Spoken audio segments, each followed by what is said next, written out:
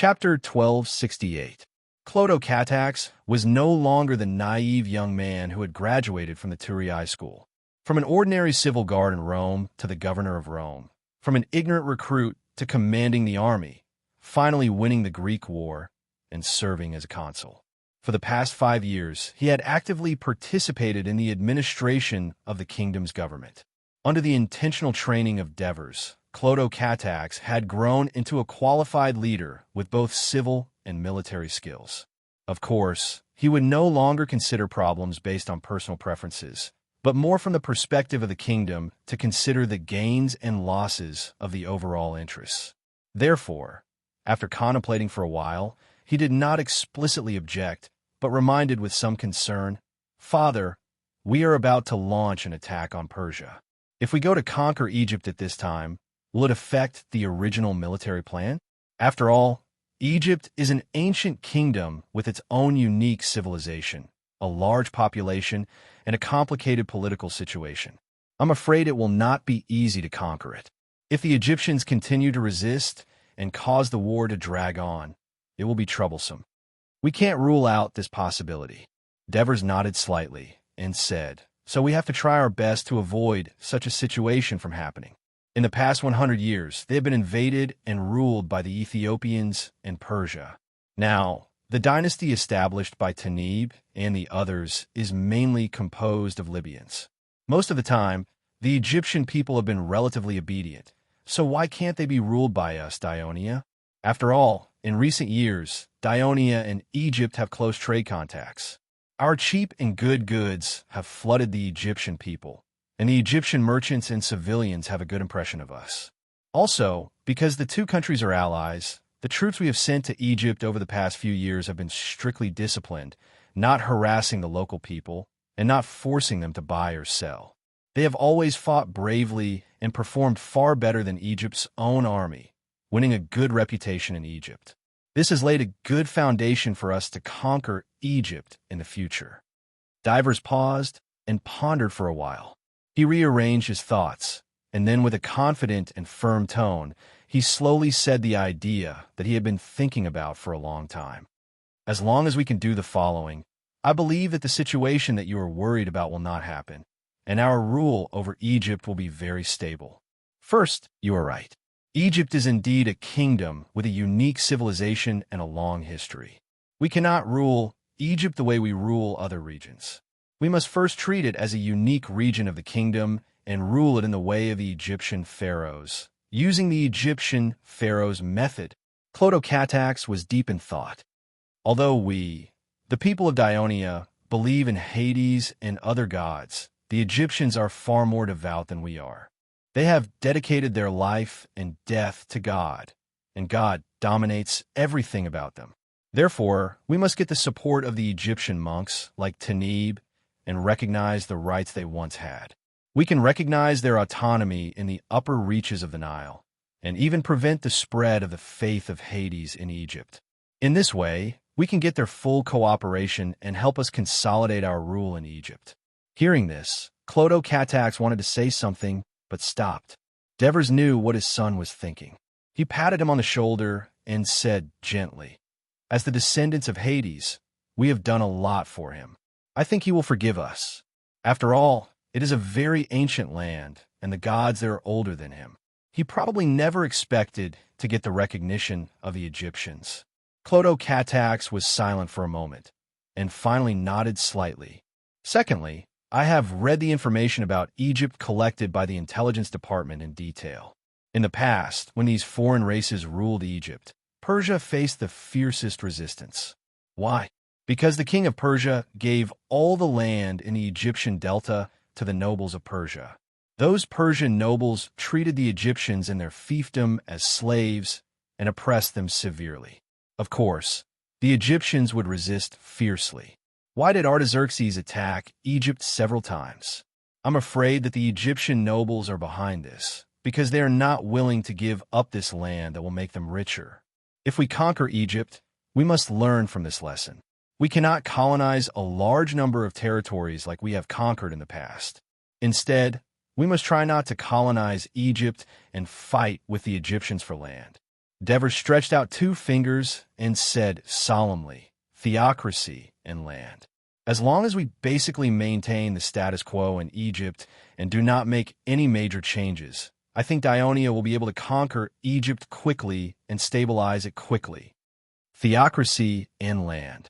Clodo Catax murmured and asked hesitantly, "Father, are we making too big of a concession? Will it leave a huge hidden danger for us to rule Egypt in the future?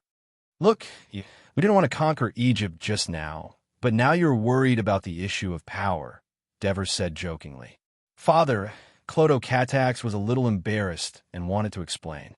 Devers smiled and waved his hand, saying, "We have made a lot of concessions, but as long as we can quickly stabilize Egypt, we will get a large granary and a stable territory in the eastern Mediterranean. After all, we are outsiders. If we want to get the approval of the Egyptians, we have to make big concessions at the beginning. But as time goes by, the Egyptians will fully accept the rule of Dionia and fully recognize the royal family of Hades Devers as the supreme ruler of Egypt. At that time, we will gradually make some changes to the governance of Egypt. Egypt's unique culture is gradually formed over a long period of time. We need to be patient. We can't rush it." Clodo Catax pondered for a moment and agreed with this. "Well, now we have reached a consensus on the problem of Egypt." Devers patted the chair and asked, "If we really want to send troops to conquer Egypt first, who do you think is the most suitable person to lead the troops?" "Prososus," Clodo Catax said without hesitation. "His military command ability is one of the best in the kingdom. His political adaptability is not weak either. He is also very loyal to the kingdom. More importantly, he has experience fighting in Egypt. He is the most suitable candidate." Prososus is indeed a very suitable candidate, but using him to conquer Egypt is too much of a waste. Devers shook his head and said a name. "Let Chalcidius lead the troops. The commander of the 7th Legion, Chalcidius." Now that Clodo Catax was very familiar with the kingdom's army and generals, he immediately recalled the history of this general. Devers continued, "When Prososus was the commander of the 8th Legion, Chalcidius, as a Catanai, was the first captain of the 8th Legion. He performed very well in the war against Carthage and was promoted to commander after the war. In the Greek War, when Prososus led the army to rescue Egypt, Chalcidius's 8th Legion was the main force. He contributed the most in the defensive battle against Persia and performed the best. This shows that he has strong military ability and is also familiar with Egypt. And unlike Prososus, his communication skills are not weak. He is good at dealing with the relationship between the army and the people. In the battle report of the 8th Legion in Egypt submitted by the Ministry of Military Affairs, it was specifically mentioned that all the towns where the 8th Legion was stationed, the Egyptian officials and people actively cooperated. We want to conquer Egypt and reduce the Egyptian people's resentment towards Dionia. We need a commander who can handle the relationship between the two sides."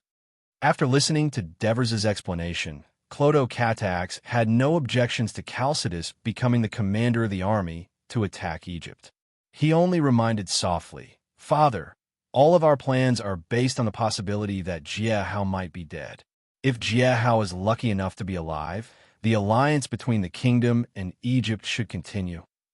Of course, however, it is best to prepare in advance to avoid being caught off guard when accidents happen.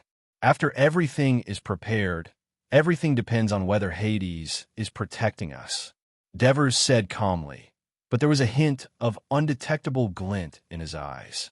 Then he said in a more serious tone, "But if Jehu is really dead, other than letting Chalcidius lead the army to attack Egypt, I'm afraid the Ministry of Military Affairs' plan to attack Persia will have to be carried out quickly. The Greek coalition army to attack Persia needs to be formed as soon as possible. I plan to let Prososus be the commander of the coalition army and launch an attack on Asia Minor as soon as possible to contain Persia and prevent them from attacking Egypt, which would seriously affect our conquest of Egypt. After the sports event, the kingdom will immediately mobilize the military. I will lead the main force of the kingdom's army to Egypt and stabilize the situation there as soon as possible. Once the war starts, The kingdom will definitely have a lot of work to do, and the pressure on all sides will increase. Moreover, the kingdom's elite troops will be deployed to the eastern Mediterranean Sea, and the defense in the country will be significantly reduced. However, in terms of administration, Cyprilos and Teres and Hacker will help you. In terms of military affairs, Olivers and Printos will also help you. I also plan to let your brother-in-law, Patroclus, stay in Turiae to protect the safety of the kingdom.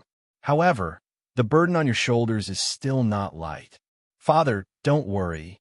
I will do my best to maintain the stability and prosperity of the kingdom, and wait for your triumphant return. Clodocatax said in a low voice.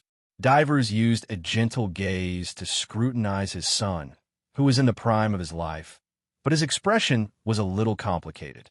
Chapter 1269. After a long time, the Devers' expression became resolute. When I defeat Persia and return in triumph, I will abdicate, and you will take over as the second king of the holy kingdom of Dionia. Clodocatax was shocked when he heard this. Father, you are hale and hearty, healthy, and have never been seriously ill. The doctor said that you can live for more than 100 years. Why do you suddenly say that you want to abdicate? Please dispel this absurd idea. I will never agree to it. He was very emotional and even a little frightened. He almost knelt down to the Devers. The Devers looked at him kindly and comforted him. My son, I know you are very filial, but this idea of mine is not a spur of the moment. I've been thinking about it for a long time. The Devers reached out again and gently pressed his son's broad shoulders. He said with emotion, I went from a poor mercenary to the king of the powerful Mediterranean kingdom. In addition to the protection of Hades, I relied on hard work, persistent hard work. From being afraid of battle to personally leading the soldiers to charge, from not knowing about war to knowing about war, from being unfamiliar with political affairs to being familiar with the big and small problems of the kingdom. For more than 30 years, I did not dare to relax for even a moment. I always reminded myself that I must work hard. I must work hard. Otherwise, everything I have achieved before will be for naught. Now that the political situation of the kingdom is stable, and the great cause of unifying the Mediterranean Sea is about to be completed, I have nothing to worry about. The Devers used his other hand to massage his thigh, and said softly, You think that I am in good health, but that is all an illusion. In the past few years, I often can't eat because of stomach pain, and the joints of my shoulders and knees often hurt. These are all problems left from the previous battles. I am old. Not only do I lack energy, but my memory is also declining. I often fall asleep when I am reviewing documents, and sometimes I forget some important things. As Clodocatax listened, he felt sad. With red eyes, he said eagerly, Father, you don't have to work as hard as before. I have grown up, and I can share a lot of things with you. You just need to continue to control the direction of the kingdom. There's no need, Devers interrupted him with a smile. Clotho, I have worked hard for most of my life, and I really want to live a simple and leisurely life. I want to chat and laugh with my old friends without any worries, and I want to travel around the world without any worries. I want to see Athens, Sparta, Carthage, Byzantium. Of course, I want to bring your two mothers with me. After so many years, how can I not know that your mothers worry about me day and night every time I go to war? How can I not know that I've been dealing with political affairs in the palace until late at night? Your mothers have been waiting for me. Devers said emotionally, I owe them a lot. I want to use the rest of my life to make it up to them. Clotho, will you give me this opportunity? Father, Clodocatax hesitated. Devers smiled freely and said seriously, The reason why I want to abdicate is also to set an example for our Hades Devers family. When people get old, their thoughts tend to become rigid, conservative, and stubborn. This is nothing for ordinary people, but for a kingdom, this is not conducive to the development of the kingdom. Let the heir ascend the throne earlier and accumulate more experience. If there are any problems, the father and son can still discuss it. This is beneficial to the whole kingdom. There has never been a kingdom that has never been prosperous. Let the successor have more experience, and there will be fewer muddle-headed people. Our Hades Devers family may be able to persist longer. Perhaps this is just a naive idea of mine. Diver smiled again and said earnestly, "It's better for us to focus on what's in front of us. Even if Persia is defeated by us in the future and the kingdom controls the entire Mediterranean Sea, there will still be a lot of problems that Dionia will face. Just like how you've always been worried about how to change Dionia's national policy of establishing a kingdom through military force, how to make the kingdom develop more stably, how to make the forces of the entire Mediterranean Sea more and more integrated into the kingdom without splitting up. Also, even without Persia and Carthage as opponents, the kingdom will have many enemies in the future, such as the Gauls living in the vast territory north of the Alps, and the more savage and fierce Germanic living in the jungle north of the Gauls. These problems need to be faced by you. Some of these problems will even continue to the next generation of Chris, or even further. So don't worry, take it slow." Father, Clodocatax was so excited that he wanted to say something. Devers waved his hand again to interrupt him. "Well, we've been out long enough. It's time to go back to the banquet. Don't let everyone worry. Remember, this matter must be kept a secret." Clodocatax's heart was filled with all kinds of emotions. In the end, he could only squeeze out a cry of grievance. "Yes." Devers stood up and pushed the door of the study open. Looking at the dark night outside, he seemed to be relieved of a heavy burden. He said in a relaxed tone, "For the next few days, let's enjoy the sports while waiting for the news from Africa." The exciting performance on the first day of the Dionysian Games had ignited the passion of the participants and spectators. The following matches were in full swing. To the people of Talii, it was as if they were participating in a celebration every day. They would cheer crazily at the side of the arena, and after the matches, they would drink and celebrate in the restaurants. But in this festive atmosphere, the ordinary people had no idea that the Egyptian emissary delegation had encountered a storm at sea. No one knew that on the second morning of the opening ceremony, the king of Devers had called Aristoras, the director of the intelligence department, to the study of his mansion for a secret meeting. On the fifth day of the competition, the individual archery final was being held in the archery stadium in the west of Turin. The finalists were Megachides of Crete and Stesippus of the Turin region of Dionia. Both sides had completed the required 3 rounds, a total of 9 arrows, and were waiting for the referee to calculate the results. In fact, after every round, the target announcer would bring over the round wooden board with the arrows and show it to the contestants and the audience to show the fairness of the competition. Therefore, both the contestants and the audience had a rough idea of the results of the competition. But when the referee announced loudly, Megachides of Crete, 86 points, Stesippus of Turin, 86 points, the audience sighed with regret, but then they applauded enthusiastically. When the archery competition had just started, there were not many spectators. More than half of the audience came to watch the event out of curiosity, which had never been seen in other games. Many of them even had no choice but to buy tickets to the archery stadium to experience the real atmosphere of the games because they could not buy tickets to other games. However, the ingenious setting of the archery competition schedule by the preparatory team, as well as the unique, quiet, and exciting competition style of archery compared to other competitive sports, gradually attracted a large number of fans. By the time the final round came, it was already difficult to get a ticket. The two sides are tied, so there will be an extra round. As soon as the referee's voice trailed off, the audience began to cheer. Of course, they were happy to have more games, and most of the audience were cheering for Stesippus. After all, Stesippus was a Turin. Among the few who were cheering for Megachides, Ciritheos cheered the loudest.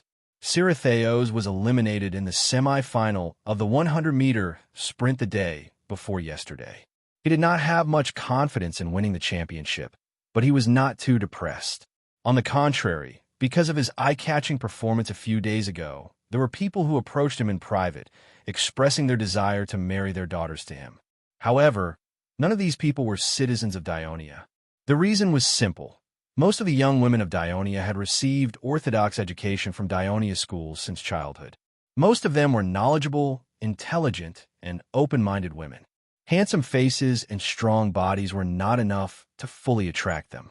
Moreover, the current trend in Dionia was to revere heroes on the battlefield honest and capable officials and knowledgeable scholars. Ceretheos was not even a citizen of Dionia. He was just a Greek from a barren island. The young women of Dionia had become the overlord of the Greek world, so they were extremely proud. Therefore, they would not consider this aspect at all. Ceretheos was jumping and shouting in the audience, but it did not affect Megakides at all. His attention was on his opponent. He was an elderly citizen of Dionia, but he did not look fat at all. Instead, he was burly and well-proportioned, with short hair and a pair of sharp eyes. He looked calm and capable. Noticing that Megakides was looking at him, the Turan player named Stysippus turned his head and smiled at him. There was a kind of grace in his gestures, which made Megakides a little impressed. The extra round begins. Both contestants, please get ready. The referee's voice brought Megakides back to his senses. He took an arrow from the staff next to him and put on the bowstring. Then, he took a deep breath and slowly exhaled. The distracting thoughts in his mind were expelled along with his breath.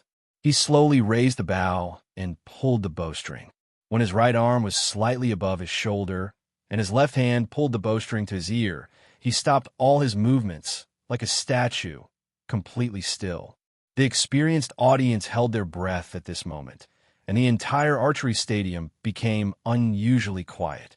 After a while, they heard whoosh, whoosh. 2 bowstrings sounded one after another, and 2 arrows were shot out. Megakides didn't pay attention to the situation of the hit. Instead, he calmly took another arrow and knocked it on the bowstring. Chapter 1270. After a while, after the 3 arrows were shot, the audience became lively again and enthusiastically speculated about the outcome of the match. Soon, the target announcers held up 2 round wooden boards and came to the contestants and the audience, and the referee's voice sounded again. 26, 26, both sides are tied. 1 more round. After looking at the arrows on the target and confirming that the referee's decision was correct, the audience was excited. The match is so exciting. The 2 contestants are of similar levels, and it's difficult to determine the winner in a short time, causing the match to be prolonged. The ticket price is definitely worth it. Megadus looked at Stysippus again, and Stysippus smiled back, which further aroused Megadus' competitive spirit. Another round of the match began, and the audience became even quieter. Everyone's eyes were focused on the 2 contestants. However, the goddess of fortune once again played a joke on them. Both contestants were tied again, but the result was a little lower, 22-22. The audience was as lively as boiling water, especially those Dionia spectators who had bought Tino's blessing, who were extremely nervous, eagerly hoping that the contestant they had chosen would win. On the other hand, the referee and the staff gathered together and discussed something with a serious expression on their faces. Only the 2 contestants sat quietly on the wooden chairs, closing their eyes to recover some physical strength. The referee walked up to the 2 contestants and said loudly, "Considering that the 2 contestants have already competed for 5 rounds and shot 15 arrows, they must have exhausted a lot of physical strength. Therefore, after discussion, the referee team has decided to use 1 arrow to determine the winner." Indeed, in a normal battle, an archer's arm would be sore and swollen after shooting 6 arrows in a row, and it would be difficult to pull the bowstring. Although the contestants could continuously rest and recover in the archery competition. So the match lasted for almost 3 hours. Shooting 15 arrows had almost exhausted the physical strength of the 2 contestants, causing their accuracy to gradually decline. What if they tie again with the next arrow? Many spectators asked loudly. The referee replied without hesitation, "Then shoot 1 more arrow until the winner is decided." There was a commotion in the audience. After sitting for a while, Megakide stood up expressionlessly and put the bowstring on the bow. But when he pulled the bowstring, he clearly felt a burst of pain in his arm. He gritted his teeth and barely pulled the bowstring to his ear.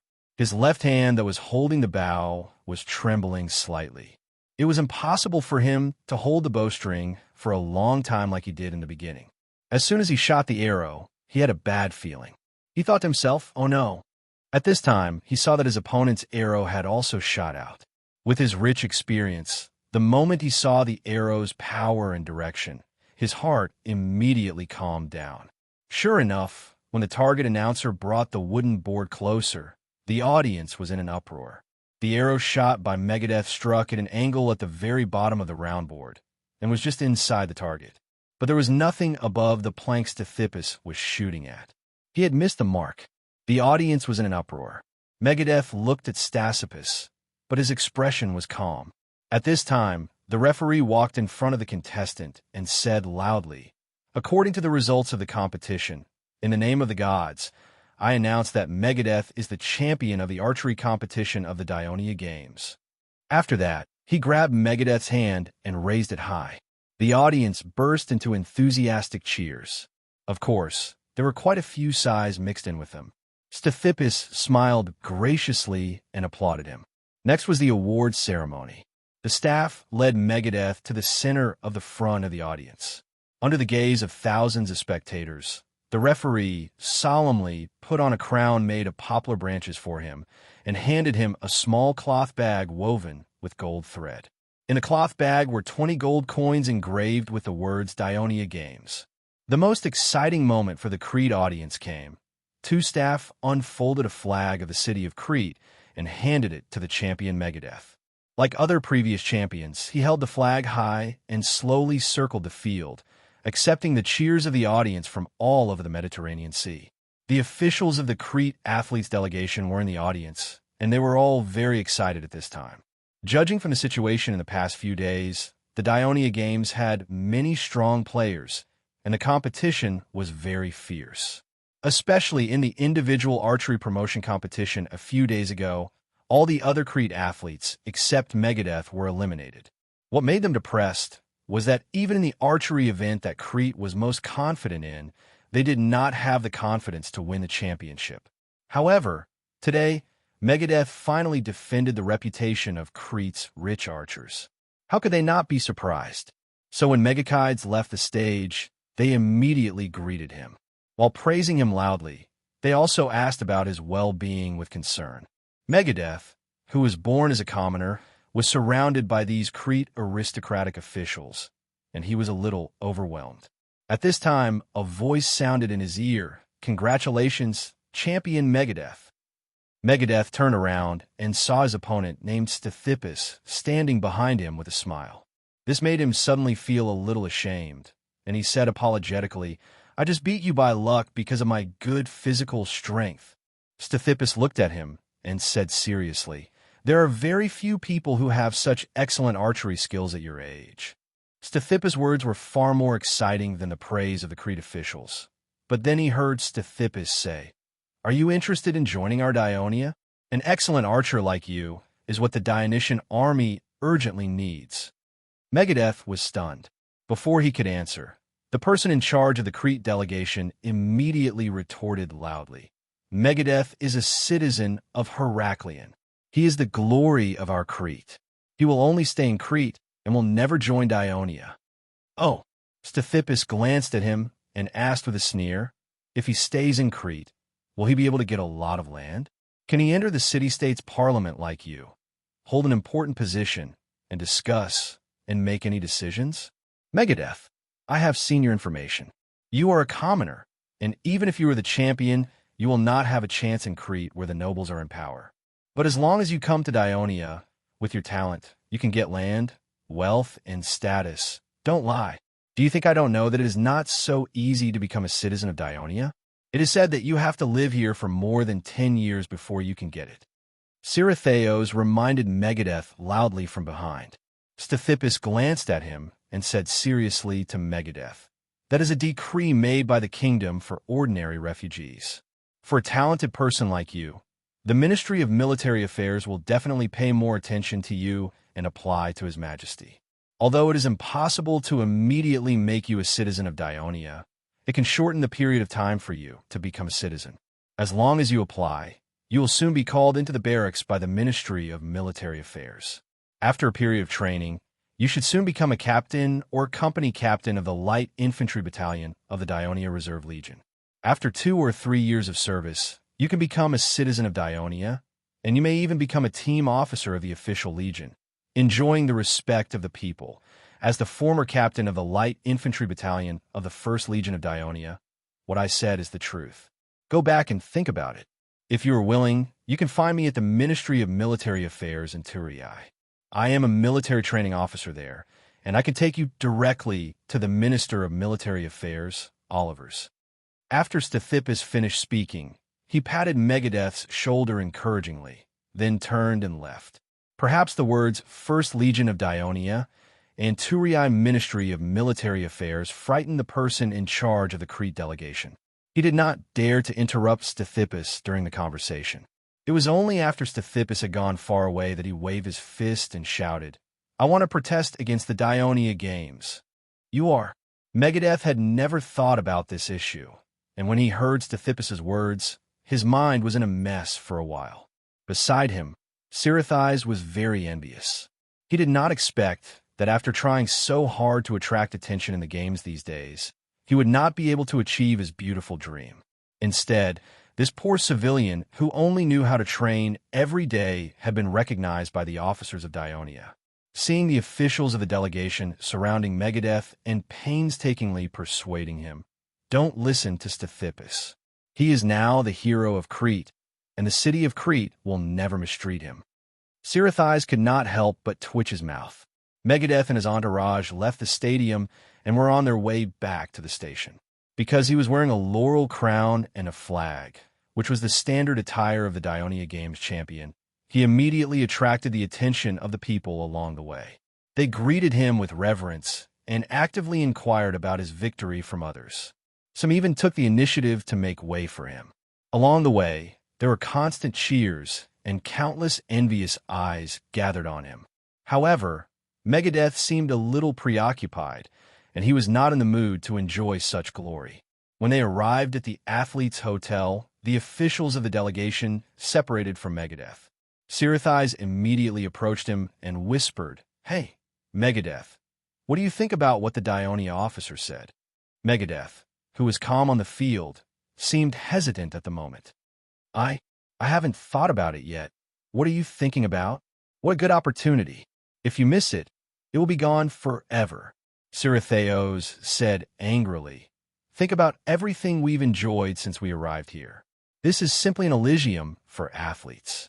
Think about this city. The prosperity of Turii and the wealth of the citizens of Dionia are far greater than the Athens I have been to. Compared to this, Heraklion of Crete is simply a remote village. If I were you, I would immediately go to the Ministry of Military Affairs in Turii, find the officer, and ask him to help me join Dionia." Chapter 1271. Megakides was a little tempted by his words, but he still had some concerns in his heart. "But I'm afraid the officials of Crete will not allow me to leave." "What's there to worry about?" Sirathis reminded him disapprovingly. "With the support of the Dionia Ministry of Military Affairs, even if those officials are dissatisfied, they will not dare to do anything to you." With Sirathis' reminder, Megakides finally made up his mind. He said gratefully, "Thank you, Sirathis. It's not enough to just thank you verbally." Sirathis said half-jokingly and half-seriously, "When you become a citizen of Dionia and a military officer of Dionia in the future, don't kick me out when I need your help. Don't worry, I will definitely help you when the time comes." Megakides said affirmatively. On the 7th day of the Dionia Games, most of the events had been presented to the audience. The traditional events of the Greek games had been redesigned and arranged by the Dionians. Not only had the competition schedule become fairer, but it had also become more exciting, such as running and boxing. Traditional boxing matches were held in a relatively large field. Only when the opponent was knocked down or admitted defeat would it be considered a victory. Contestants were often seriously injured or even killed. In the boxing matches of the Dionia Games, contestants on both sides had to wear thick gloves and win by hitting the opponent or knocking the opponent down within a specified time. The contestants were safer, and the matches were less bloody. However, the matches had to be held in a 5-meter square field surrounded by ropes and wooden stakes, which made it impossible for the contestants to dodge at will. The matches became more intense, longer, and more confrontational, which also won a lot of praise from the audience. Because the death rate of the contestants had decreased significantly, women and children were also allowed to watch the matches. The same was true for the wrestling matches. Under the circumstances of ensuring the safety of the contestants and the fairness of the matches, the intensity and confrontation of the matches were increased. Some interesting segments were even added, such as the beautiful female slaves of the kingdom holding the number plate at the start of the next match and walking around the field to attract the attention of the male spectators. Even the representatives of the Olympia and Delphi fell into deep thought when they saw these novel arrangements and designs in the competition. Of course, a traditional sports event like melee was too chaotic and bloody, which was not in line with the aesthetics of Devers. Therefore, it was completely excluded from the Dionia Games.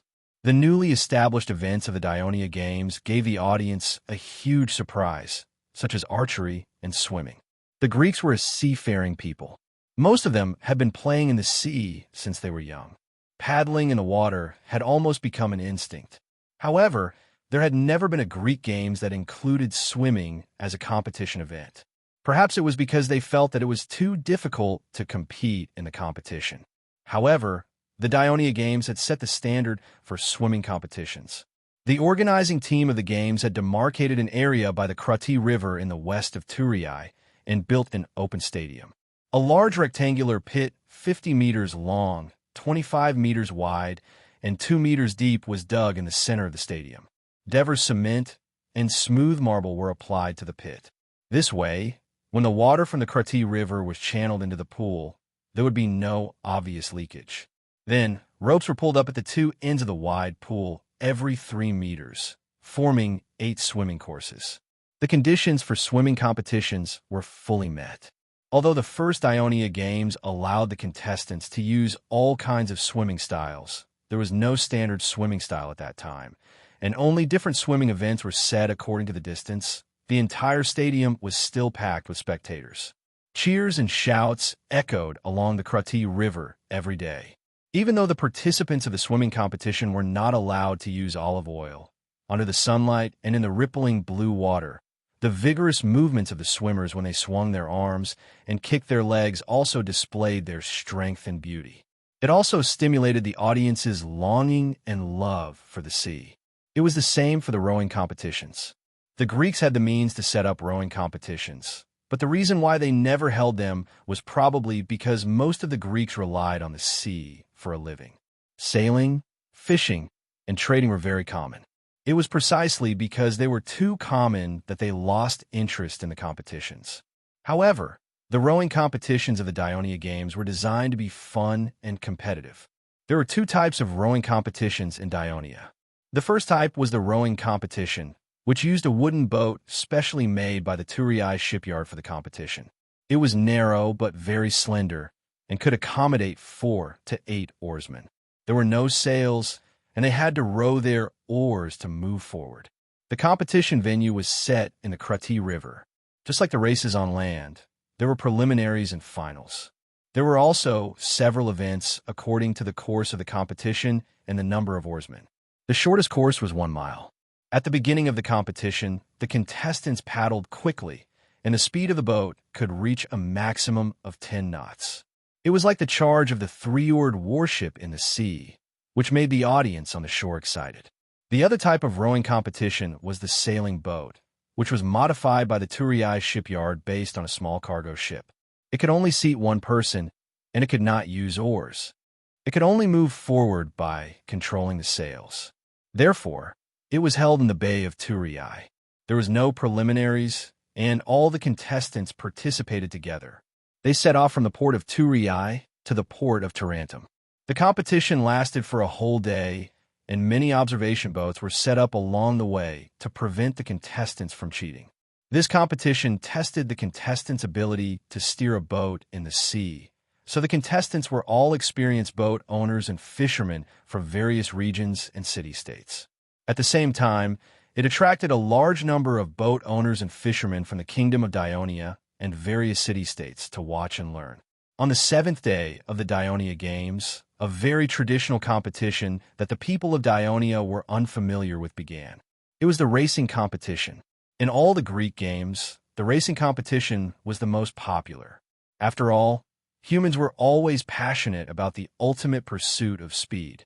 Among the speed events such as running and rowing, the racing competition was the longest, most intense, and most exciting. It was also the most popular among the Greek nobles. According to the traditional rules of the games, the title of the champion of the racing competition did not belong to the driver of the carriage, but to the person who provided and owned the carriage. This gave the Greek nobles, who did not have time to train and could not compete in person, a chance to win the championship. Therefore, many famous nobles in Greece had won the championship of this competition, such as Alcibid of Athens, the king of Sparta, and the tyrant of Syracuse, Dionysius. However, the Dionia Games had changed the tradition of this competition. In the invitation letter sent to all the city-states, when describing the rules of each event in the Dionia Games, it was emphasized that the glory of the champion of the racing competition would be shared between the driver of the race car and the owner of the race car. The prize money would also be divided equally between the two. In the traditional racing competition of the Greek games, many of the drivers were slaves. It was a humiliation to the Greek nobles that the master and the slave would share the glory of the champion. Even so, many nobles from the Greek city-states still signed up for the competition. This was because Dionia was now powerful, dominating most of the Mediterranean Sea and controlling the Greek world. This was a great opportunity for them to show their names to the king of Dionia, which would greatly benefit their future development in the political arena. These Greek nobles were not the only ones who were passionate about the racing competition of the Dionia Games. The people of Dionia, who loved exciting competitive sports, also flocked to the racing competition that had been rumored for a long time. Therefore, on the day of the competition, thousands of spectators flocked to the competition venue located in the northern part of the Sabari Plain from all directions. As the venue had just been built, it did not even have an official name yet. It was simply called the Turii Racing Arena. When the preparatory team for the games decided on racing as the event, the City Hall of Turii, which had never held a racing competition before, sent a delegation to visit Olympia, Delphi, and other places to learn from them. The delegation included officials and engineers from the Construction Supervision Department. However, when they returned, the design and construction of the arena was very different from the racing arenas in Greece. Just as the Greeks believed that any competition could be watched for free, the people of Dionia were used to paying to watch the competition. Therefore, the arena was closed. Due to the hasty construction time, it was not as magnificent as the main arena of Hades. It was only 20 meters high, and there were only 2 levels of spectator seats. However, its length was longer than any other arena in the kingdom, reaching more than 500 meters. Its appearance was long and oval, so it could accommodate more than 30,000 spectators. It was still early, but the entire auditorium was almost full. The noisy arena suddenly burst into thunderous cheers. It turned out that the king of the Devers and his family had appeared in the grandstand dedicated to the royal family. Like the main arena of Hades, the racing arena also had a grandstand dedicated to the royal family. However, unlike the main arena of Hades, it was not built in the auditorium, but on 2 levels of the auditorium, becoming the highest point of the entire arena. This was considerate consideration by the engineers for the royal family. Because the track of the arena was too long, only by sitting a higher point could one see the entire track clearly. After waving to the audience, the Devers returned to their seats. Christoia, Dido, and the others restrained the children beside them, forbidding them from running around. Although there were railings around them, it was not a joke to fall from a height of more than 20 meters. Chapter 1272.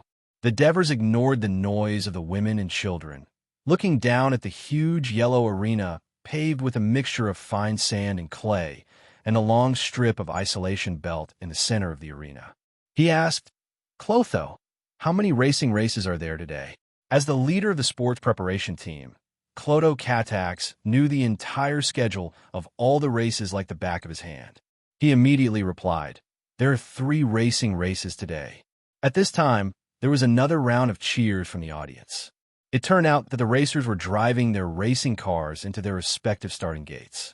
The Devers looked at the row of starting gates at the south end of the arena with great interest and asked, which regions and city-states are the contestants from in the first race?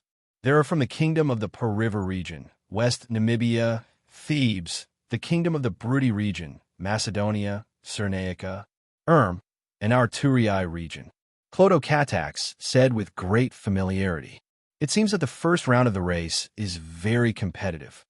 The Devers listened and said excitedly, the racers from the Pearl River region should be Gaul citizens. They are originally good at driving chariots on battlefields with complex terrain. Now that they have switched to the arena, they should be even more at home. The Brudi region is originally a famous pastoral area of the kingdom.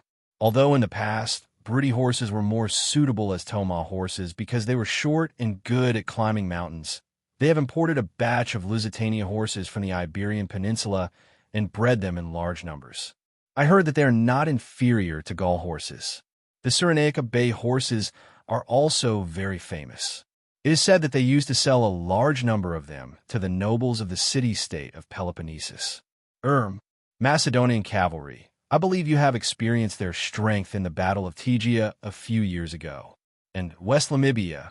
This is also a region rich in horses. Our light cavalry legion is made up of West Namibians.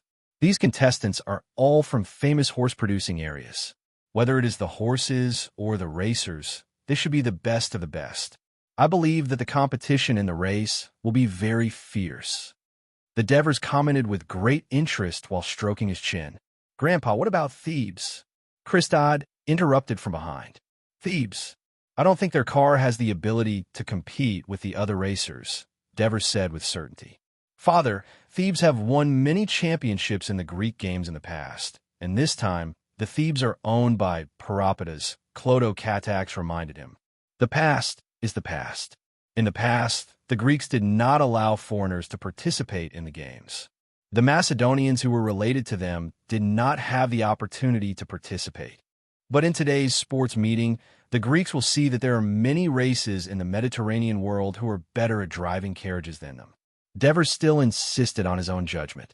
Therefore, no matter if it's an individual or a country, we must never be complacent. Instead, we must face the world bravely and dare to compete with the strong. Only then can we improve even more. Chris, do you think Grandpa is right? Grandpa is absolutely right. Christopher nodded repeatedly like a chick pecking at rice. Holding him by her side, Christoya could not help but laugh and scold. Little bootlicker. Devers smiled kindly. Chris, Grandpa has a question for you. Who is Peropidas? The military commander of the Pyotia Alliance. Christopher blurted out. Great. Devers gave a thumbs up and then patted the couch beside him. Come to Grandpa and sit down. Although Christoph was eager to try, he looked at his grandmother first. Go. Christoya waved her hand and then reminded Devers. Don't let him go near the railing in front. Devers nodded. Christopher excitedly scurried to sit beside Devers and then asked, Grandpa, you haven't told me about the tourist racer yet. Devers slapped his forehead. How could I forget about our racer? Clotho. Who is the tourist racer? Who is the owner of the racer? The driver's name is Procris. He's the youngest son of the former cavalry hero, Sopkos. He won first place in the racing event held in the Turii region.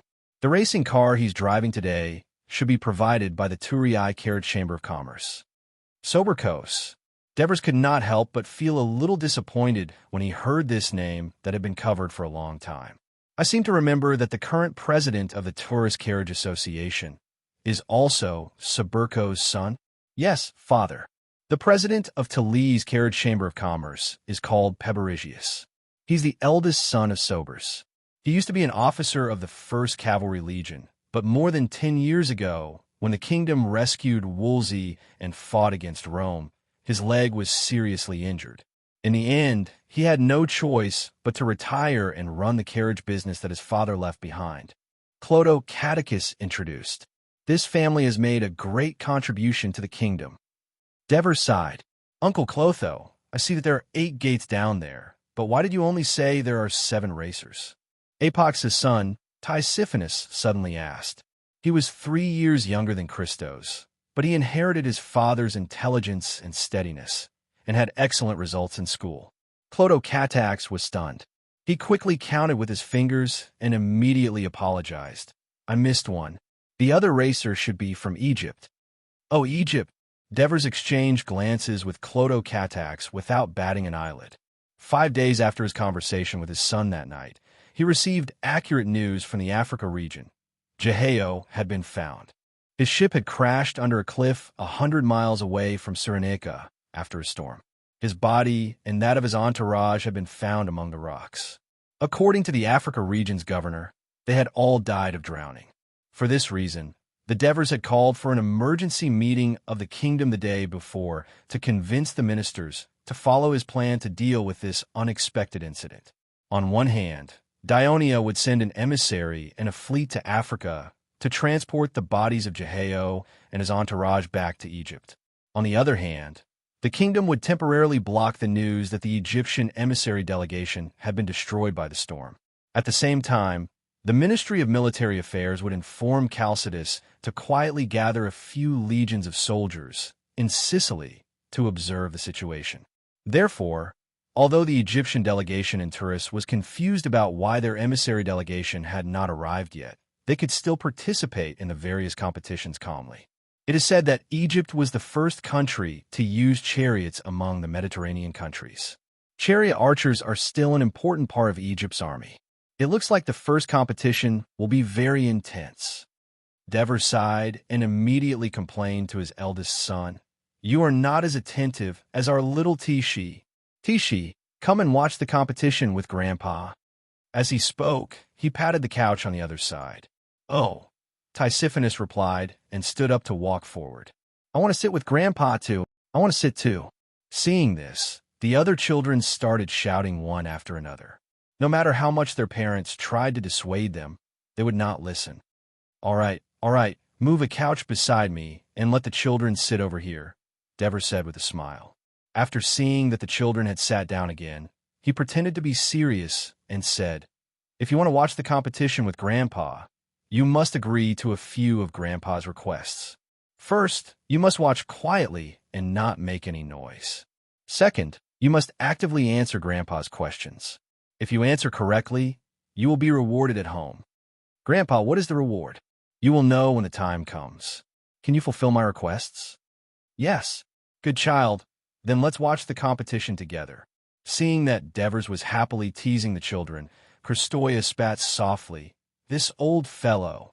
Agnes's leisurely voice rang in her ears. "If only it was like this every day." Christoia was stunned. Looking at the happy scene between Devers and the children, she could not help but sigh softly, "Yes." While the Devers were enjoying the joy of their family in the royal stands, in the VIP seats not far below, the president of the Turii Chamber of Commerce, Sostatus, saw a familiar face. "Hey, Pebericius, I didn't expect you to come to watch the competition." "Nonsense. If I don't come, who will cheer for my brother?" Pebericius was born in the military, so he was more direct with his words. "I know that your brother won the right to participate in the Turii region's competition," Sostatus immediately asked curiously. "But is his competition today?" "He's in the first competition today. There's a notice of the competition posted at the entrance of the arena. Didn't you see it?" "I don't have time to look at it." Sostatus pointed at the group behind him and complained softly, "Look, I have to take care of so many friends. I'm so busy, I don't have time to care about other things." Pebericius glanced at the crowd behind him and said with slight mockery, "Lord Sostatus, you really have a lot of friends. No wonder you can become one of the top merchants in the kingdom. You should be able to earn a lot during the competition." "Sigh. Forget about earning money. It's good enough that I don't lose money." Sostatus sighed and said, "It's not like you don't know that there was a riot in the big market outside the main port of Turii the day before yesterday. Many foreign merchants couldn't rent shops, so they banded together and put their goods on the side of the road to sell. As a result, 2 streets were blocked. The patrol team went to drive them away and even got into a conflict with them. You know, these days, all the markets in Turii are full of tourists. At that time, there was almost a riot, resulting in casualties among the tourists due to panic and trampling. Fortunately, A large group of soldiers arrived in time and calmed the situation. After the incident, an official from the Ministry of Commerce came to me, hoping that the Turiai Chamber of Commerce could set an example by temporarily renting out part of the market to these foreign merchants to ensure the smooth progress of the competition. He even said something like, "This will also be beneficial to the further expansion of the kingdom's trade to the Eastern Mediterranean in the future, which will be beneficial to our merchants." I'm in this trade myself. What an unnecessary move. Chapter 1273. That's why you refused. Impossible. So Status' eyes widened. Those officials from the Ministry of Commerce were ordered by the consul to negotiate with me. Clodocatax, he's the next king. How could I refuse? I've been busy convincing those unreasonable fellows in the Turin Chamber of Commerce for the past 2 days. My mouth is dry, but I've finally managed to get them to make some concessions. Even though you've suffered some losses, you've made the consul remember you. Furthermore, the Ministry of Commerce owes you a huge favor. I think it'll be more beneficial to your business in the future. Pebericius said enviously. Who knows what will happen in the future? His Majesty the Devers has known about me for a long time, but I still have to work hard to develop myself. So Status shrugged and mocked himself. He then looked at Pebericius. I'm envious of your Chamber of Commerce. Unlike us, you don't have to deal with so many troubles. Not only will your profits increase greatly during the sports meet, but you'll also receive good reviews from everyone. Our profits increase greatly. Pebericius shook his head. I'm afraid you haven't ridden in our Chamber of Commerce's carriage recently. Don't you know that the demand for carriages is extremely high? We're charging the same fees as usual, but it's more tiring than usual, especially for athletes and foreign VIPs. We have to work from dawn to dusk to pick them up in time. This is what we agreed upon with the Ministry of Commerce beforehand.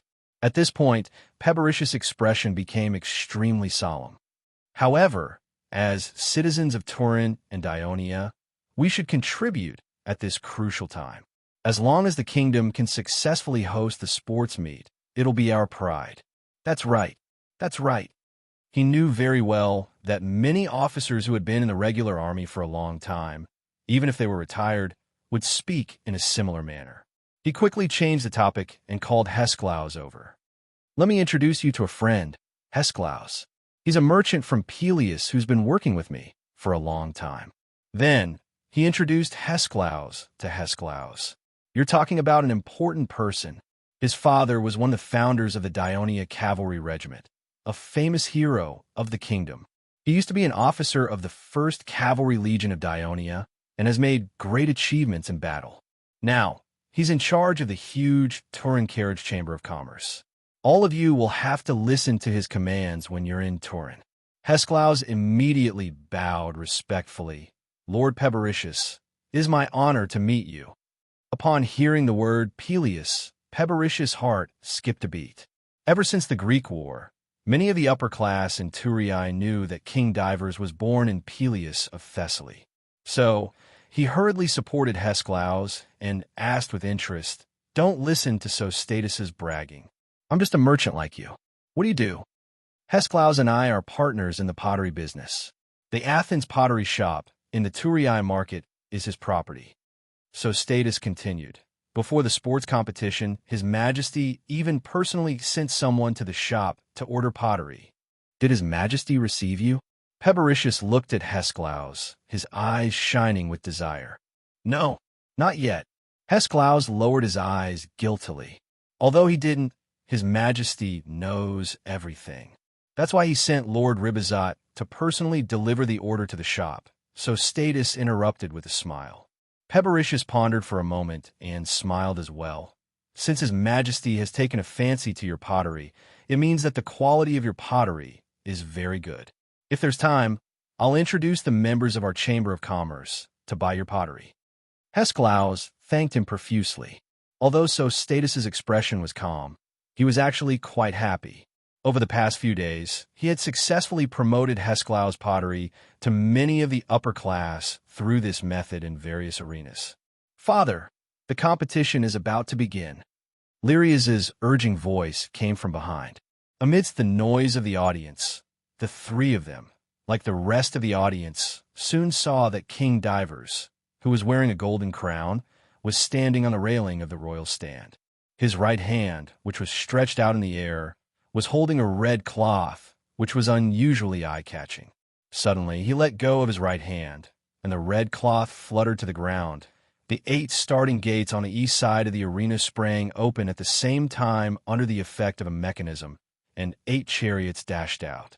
The entire arena immediately erupted in thunderous cheers. The 32 horses, who had been impatient for a long time, raised their hooves with all their might. The wheels spun rapidly, and the chariots rumbled forward. 8 fully equipped drivers pulled the reins tightly with one hand and raised the whip with the other. They shouted loudly and whipped the horses at the same time. The reason why they let the horses gallop forward from the beginning was mainly to get a good position. The 8 starting gates were distributed in a fan shape, and their positions had a greater impact on the starting position of the racing cars. The position closest to the middle of the arena, the strip of separation, was the most advantageous, and the position closest to the audience was the worst. Although the Dionia Games emphasized fair competition, it was inevitable that there would be favoritism. This was human nature. For example, the racing cars of the Turii region were arranged in the starting gate closest to the middle of the arena. Based on their relationship with the kingdom, they were Brudi, Periver, Western Namibia, Egypt, Thebes, and Macedonia. Cyrenaica was the outermost. After all, it and Dionia were only friendly neighbors, not allies. Therefore, as soon as the race began, the 8 racing cars rushed to the track at lightning speed. Soon, the front and back were separated, and the Turii contestant, Procris, took the lead. When Soberks died in battle, Procris was only a child, but Soberks had laid a solid foundation for his family. His carriage shop had more than a dozen carriages and dozens of employees. He was already the president of the newly established Turii Carriage Chamber of Commerce and had a good reputation throughout Dionia. At that time, the kingdom had not been established.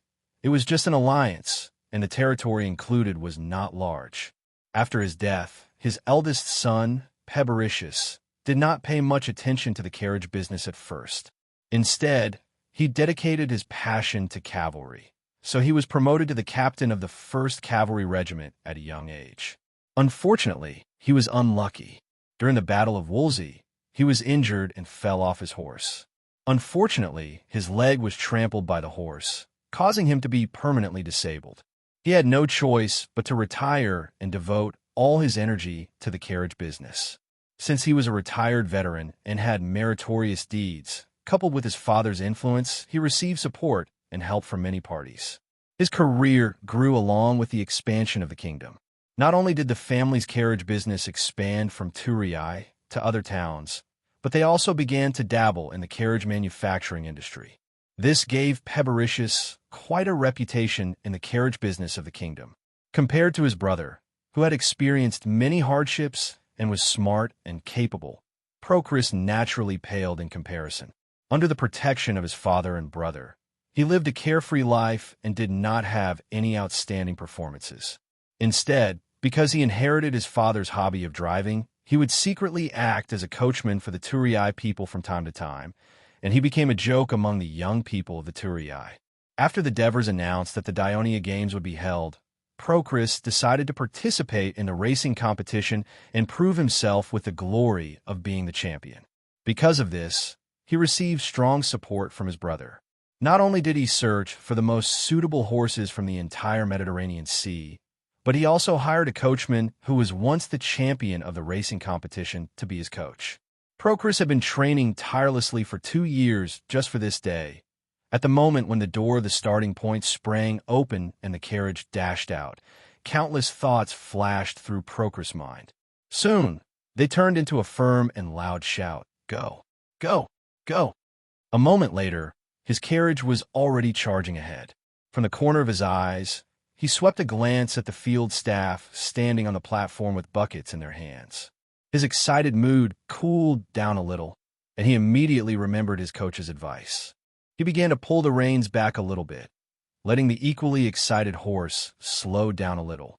After all, this was not a single short race, but a long race of more than 14 miles, which required continuous endurance. He could not go all out at the beginning, otherwise he would not be able to accelerate in the second half of the race. Just when he was trying his best to control the horse's speed, he suddenly heard a wah-wah sound from the outside. He turned his head to look and saw that a carriage had caught up with him. The coachman was wearing a helmet with horns on his head, and he was baring his teeth at him with a ferocious expression. "Damn Gauls!" Procris shouted back at him, not to be outdone. He did not have to worry that the other party would attack him out of anger. Not to mention that both parties were citizens of Dionia. The referees had repeatedly emphasized to the participants of a race, ensure the safety of the race. Do not maliciously attack or harm your opponent during the race, or you will be disqualified. The Gauls' approach was nothing more than a psychological tactic. Procris was not moved by it, and he focused on driving the carriage. The statue of Poseidon on the platform and the statue of the king of Devers on horseback flashed past the corner of his eyes. There were 3 pillars in front of him, and he knew that it was time to turn. The distance of 500 meters on the straight track would take some time for a runner to finish, but for a 4-horse carriage running at full speed, it was only a matter of a few blinks of the eye. However, turning at high speed was an extreme test of the driver's driving ability. Procris did not dare to relax at all. He held the reins tightly, keeping the carriage close to the platform. The 4 white horses galloped side by side, bypassing the stone pillars almost at the same time. Chapter 1274. Then Procris felt his race car suddenly swinging to the outside. He heard a loud bang, and a violent vibration almost caused him to fall off his race car. Fortunately, he held on to the reins. The Gaul cursed angrily beside him. His race car had collided with his opponent's race car. All the racers wanted to regain their leading position at the turn, so they sped up and attempted to overtake the race car from the outside. The 8 race cars were almost squeezed together, and many collisions occurred. Such an exciting scene caused the spectators to gasp in surprise, and at the same time, their enthusiasm to watch the race increased. Their cheers grew louder and louder.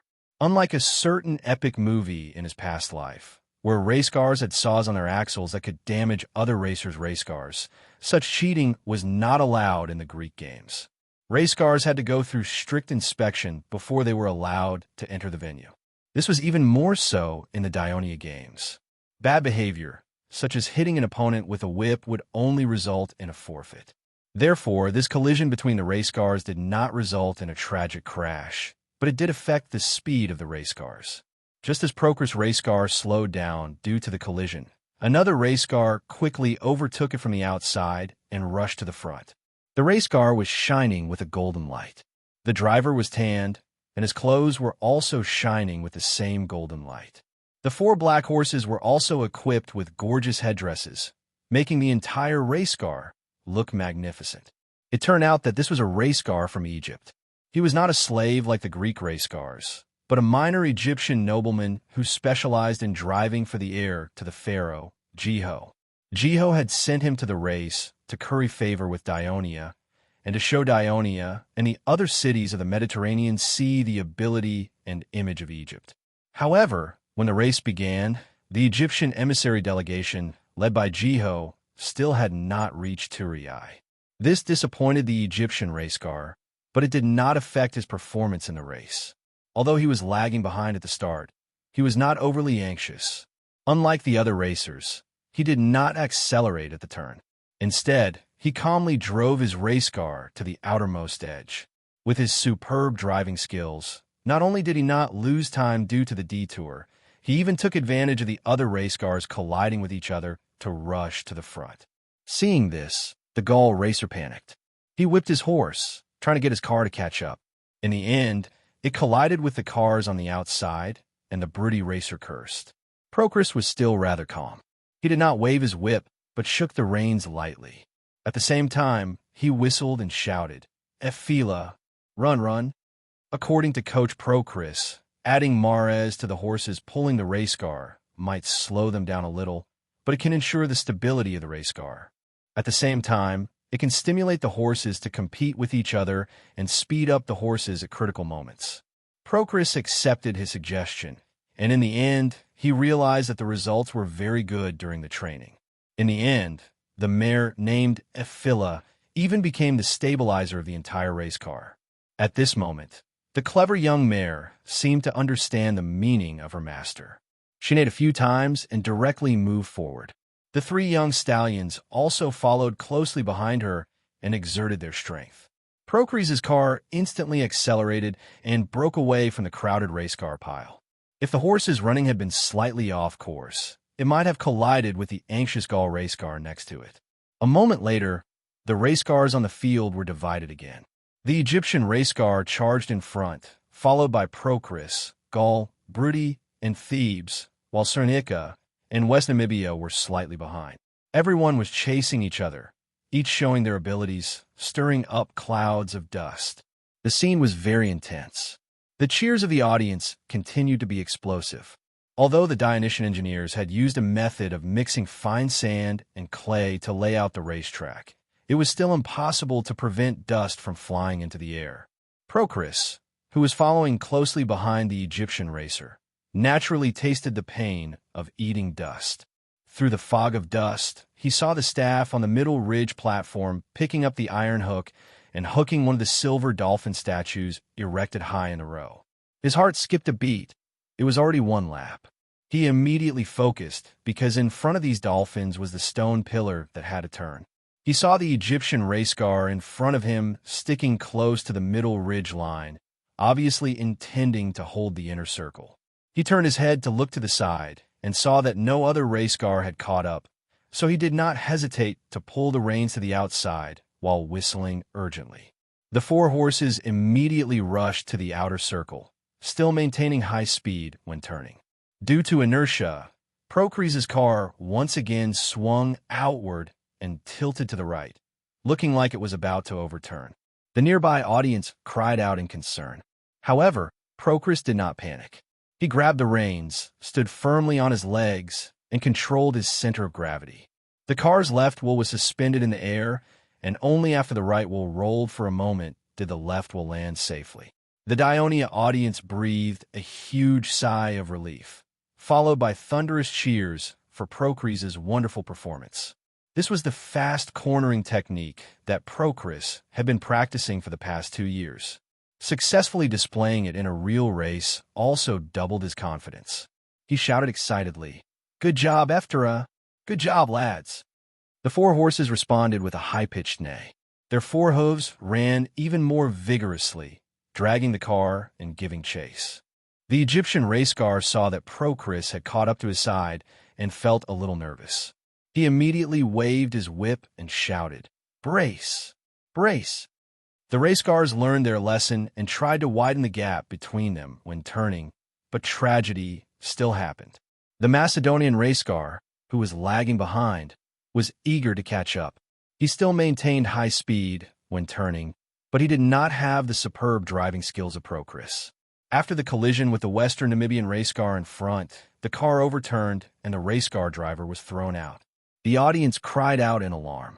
The paramedics immediately ran to the scene of the accident, lifted the injured race car driver on a stretcher, and led the car to the exit of the venue. Fortunately, the Macedonian race car was the last to arrive, so all the cleanup work was relatively quick and did not affect the race. The doctor arrived quickly and carefully examined the race car driver's injuries. He found that apart from a dislocated arm, head concussion, and a little faint, there were no external injuries. He was considered lucky. Of course, this was also related to some safety measures adopted by the Dionia Games for racing. The racing referee team of the Dionia Games required the race cars to wear helmets with soft cotton lining, as well as thick leather jackets and trousers. They even reduced the starting point to avoid collisions due to too many cars in the race. Even so, accidents still occurred. Racing was indeed the most dangerous event in the Games. This was a disgrace to Macedonia. In the VIP seats, Prince Philly of Macedonia was furious. The Macedonian ambassador next to him comforted him. "You don't have to be angry. Although Macedonia is rich in horses, people like to ride horses and rarely drive cars. Furthermore, he has never participated in any racing competitions before, The native Greek city-states see Macedonia as barbarians and do not allow them to participate in the various games in Greece. He has no racing experience at all. He only signed up for this event because of Dionia's hospitality. It is inevitable that he would suffer such a failure. Philly obviously could not accept such an explanation. He said sternly, since he has participated in the competition, he must have the ambition to win. If he has no experience, he can learn from those who have. Seize the time to train. Dionia sent out the invitation letter a year ago. What has he been doing for the past year? His performance in the race is so clumsy, causing the spectators to look down on us. How can we accept this? The Macedonian ambassador was a little embarrassed. His face darkened, and he simply ignored Philly. He stared at the race and thought to himself, although you are a prince, you do not have any rights. You have come to Dionia without permission and have already caused me a lot of trouble. Now, you actually dare to yell at me. You really don't know what's good for you.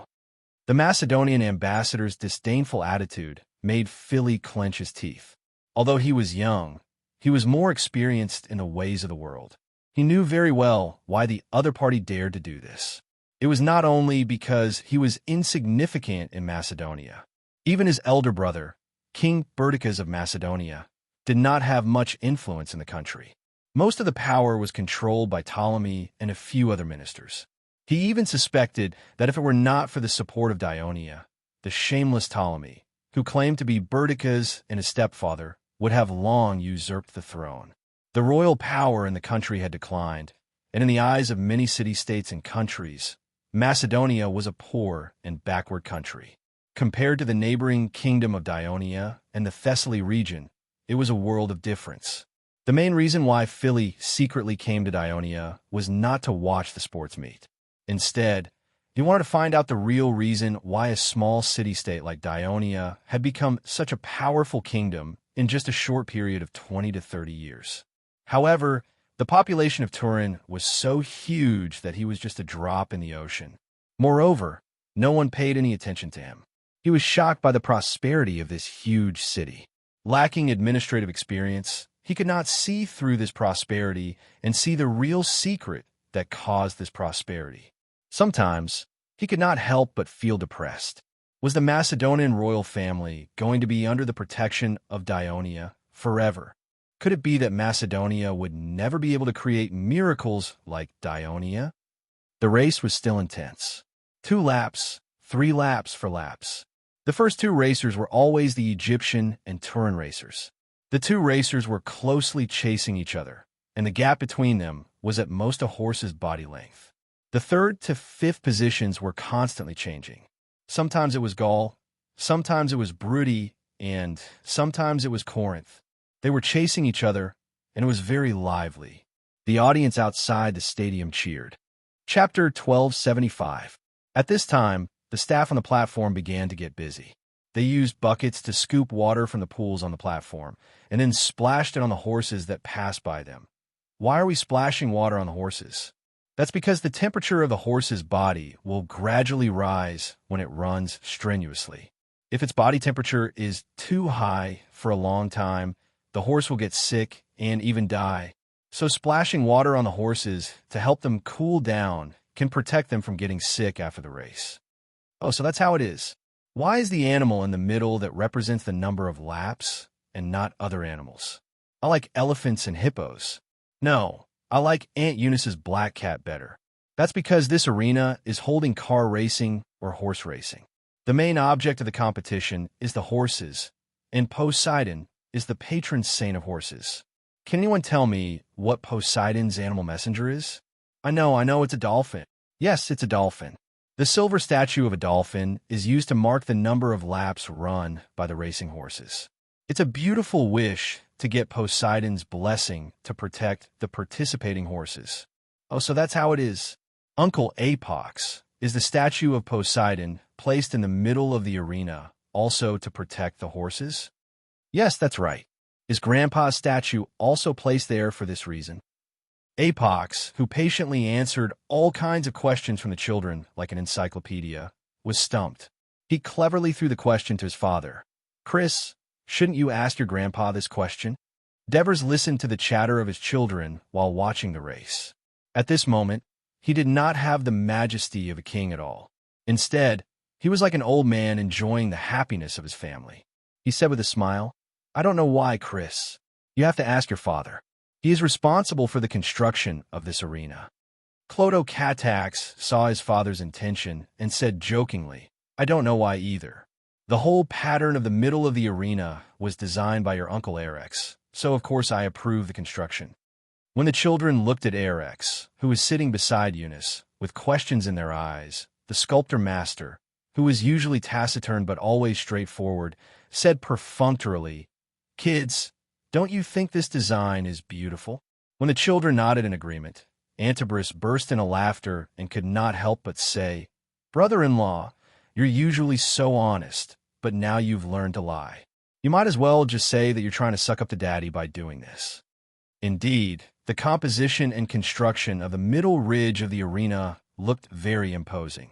However, the statue of Divers wielding a sword on a horse was obviously bigger than the statue of Poseidon, and its position was also higher. It gave the audience a feeling that the descendant of Hades was more powerful than Poseidon, one of the three main gods. It gave the audience a feeling that the descendants of Hades were more powerful than Poseidon. "Mother, did you see that? Eunice actually hit me." Antries immediately complained to Christoia. "How old are you? Why are you still acting like a child? Aren't you afraid of being laughed at by your children?" Christoia scolded jokingly. "Father, mother, and everyone, it's almost noon. You must be hungry.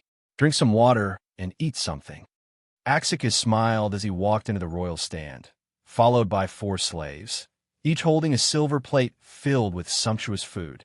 "I say, Axicus, Ribizot is in charge of preparing lunch. You don't have to be so busy. Quickly sit down and watch the competition as a family," Christoia advised kindly. Axicus smiled and said, "I can't stay idle, so I'll help Ribizot. Sit down." Agnes looked at him impatiently. Axicus hurriedly nodded and sat down. He was always a little nervous in front of this mother-in-law of few words. When he sat down, he immediately picked up a jar of water and handed it over. "Avia, this is for you." Avia took it with a smile. "Everyone pay attention. There's only half a lap left." Antries' shout drew the attention of the royal family back to the race. After the last turn, the Egyptian racer was still in the lead, followed by Procris. The 2 racers had pulled away from the rest. The 500-meter straight was in front, and the staff had already pulled up the red cloth at the finish line. The winner of this round would definitely be one of them. Procris was anxious. He looked at the Egyptian racer in the inner circle. His own racer was still a horse's head behind. The Egyptian racer was too stable. He had been in first place since the first lap and had never been overtaken. However, Procris was unwilling to admit defeat. There was only half a lap left. If he didn't fight now, when would he? He raised his whip and hit the mare in the middle with a moderate amount of force. At the same time, he shouted, "Ephila, Ephila, run, run for your life, run, run." As if she understood Procris's words, the beautiful mare shook her slender neck and let out a crisp and melodious neigh. Her tired forehooves moved even faster, and the already decaying speed suddenly increased again. The stallions also sped up at the same time and whinnied, all wanting to show off their strength in front of their beloved girl. Under their hard work, Procris's racer not only caught up with the Egyptian racer in an instant, but also slightly surpassed it. Seeing this, the Egyptian racer also did his best to speed up his racer. The 2 racers ran side by side on the wide track, galloping at high speed. The enthusiasm of the audience had also reached its peak. Almost all of them stood up and danced. The eruption of cheers was louder and louder.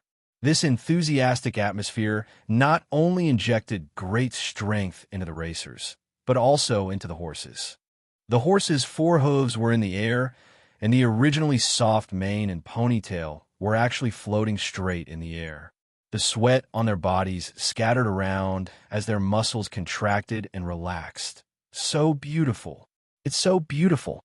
Erex once again reveled in front of the railing. The distance of 500 meters was just a short moment for a racer running at full speed. It was too fast. When the two race cars crossed the finish line, many spectators could not even tell who was the winner. It was not until the race staff handed the flag of the Holy Kingdom of Dionia to Procris, who draped it over his shoulders and drove his carriage around the track slowly, that the spectators applauded with all their might. How could they not be excited? Because the winner was the Turii racer, a true member of their own team. Procris waved at the spectators around him and smiled happily. Even though the race was not over, and he would still be participating in the next few days, and he might not even be able to win the championship, at this moment, he was completely enjoying the glory that belonged to him alone. July 15th, the last day of the Dionia Games. According to the latest medal table released by the preparatory team, Athens ranked first, Arcadia Union, led by Mandinia, tied with Elise in second place, and Turii of the Kingdom of Dionia tied with Pyotia Union, led by Thebes in third place. According to the rules of the Dionia Games, the champion of each event in the final would get 3 points, the second would get 2 points, and the third would get 1 point.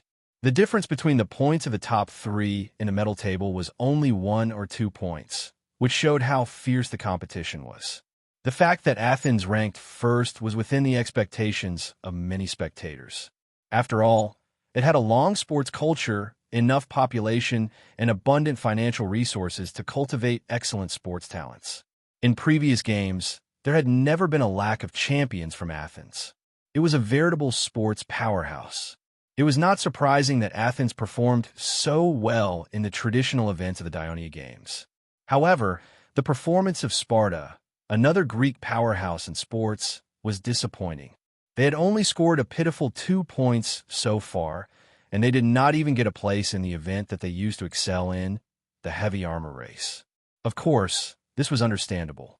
Ever since Dionia conquered Sparta and established a new government, the new Sparta government had long discarded the government that the original Sparta people were proud of and implemented by Lekygu's reforms for hundreds of years. Naturally, the military tradition of survival of the fittest, which the Sparta citizens adhered to for a long time, was naturally abolished. The former Sparta warriors were either farming in the fields or learning how to sail ships and do business at the port. Their physical strength and skills had been neglected, and they could not compete with the strong ones at all. Naturally, the contestants from the Kingdom of Dionia had replaced Sparta and monopolized the heavy armor race.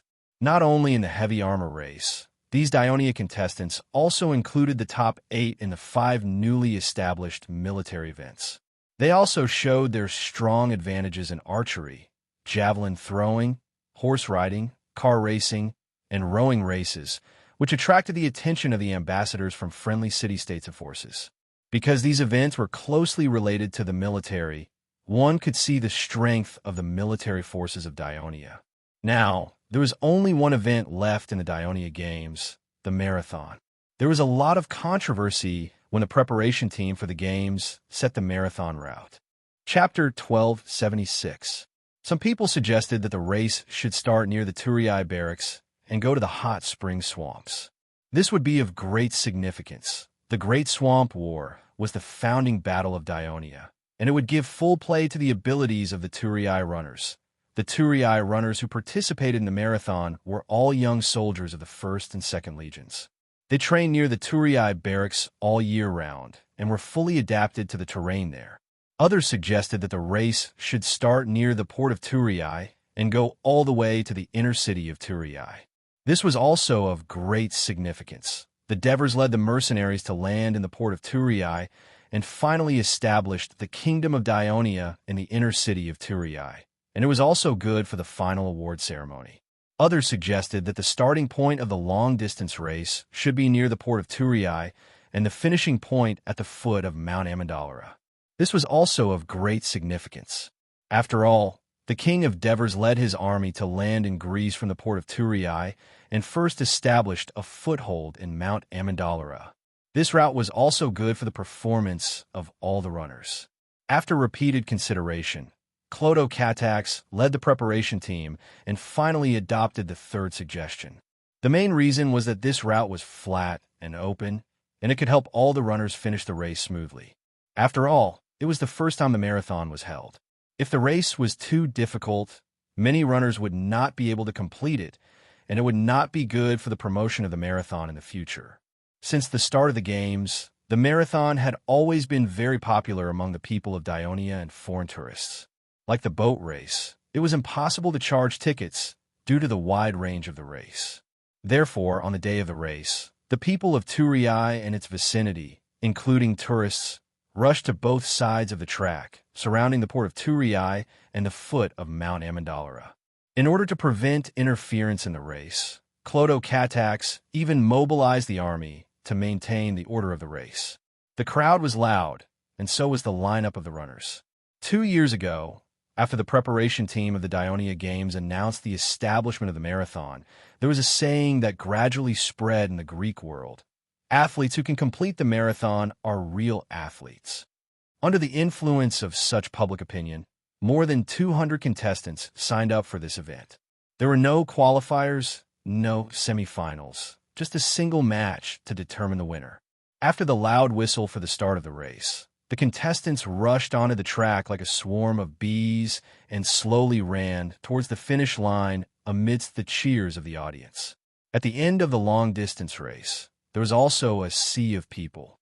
After careful consideration, the organizing team of the sports meet had set up a VIP seat on a small hill nearby, where they could overlook the last part of the race. Now, the representatives of the various regions and city-states of the kingdom were sitting in the VIP seats one after another. Pelopidas found a seat and found that the envoy from Athens was sitting right next to him. He immediately smiled and said, "General Callistratus, congratulations. Congratulations to Athens for taking the lead in the Dionia Games. It's only temporary."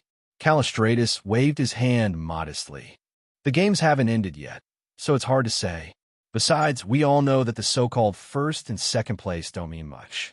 The sum of the points obtained by each region of Dionia far exceeds the sum of all the city-states. Dionia is just comparing its regions with our city-states as a whole. So what? Since Dionia chose to use this method to compare the strength of the sport competition of each city-state, we have to admit our loss," Pelopidas said confidently. "What's more, the Turii region of Dionia surpasses our city-states in terms of population, land area, and prosperity. Therefore, winning is a reflection of strength." "What you said makes sense." Callistratus' response seemed a little perfunctory, but in fact, that was what he was thinking. Currently, Athens was far behind Turii in terms of military strength, population, land area, and trade level. However, at least Athens still had the advantage in sports competition. "Listening to you two, it sounds like the first place is already in the bag. But let me tell you, our Arcadia is only 2 points behind Athens. Maybe when the marathon is over, Arcadia will be able to overtake us because we have several long-distance runners." Lycomedes suddenly interrupted. The preparatory team had arranged for the top few envoys of the city-states to sit together. It was really thoughtful of them. When it comes to long-distance runners, we, the Pyotia Alliance, also have several. Among them, Pantacris has even won the championship in the 3,000-meter long-distance race. This time, he has also signed up for the marathon. The final champion will definitely be him, Pelopidas said proudly. Just now, he had congratulated Callistratus, but now he had a smug look on his face, as if he was going to seize the first place on the medal table. How can a 3,000-meter race be compared to a marathon? That is super long distance of nearly 10 miles. Callistratus, who had been modest just now, was not to be outdone. He said, "The reason why the Dionia Games has this event is because of the glorious battle in Athens. The marathon. We have more than 15 runners who have signed up for the competition. For more than a year, they have been training tirelessly every day just to bring the glory that should have belonged to Athens back to Athens." "You're thinking too much, Callistratus." Lycomedes sneered. Although the long-distance marathon was indeed started because of the Athens Games, can the current runners in Athens get a good ranking in this competition? I wasn't optimistic about it. Running a marathon required not only a lot of stamina, but also a strong will to run such a long distance. Would the Athenians, who were used to enjoying themselves, be able to endure this kind of hardship?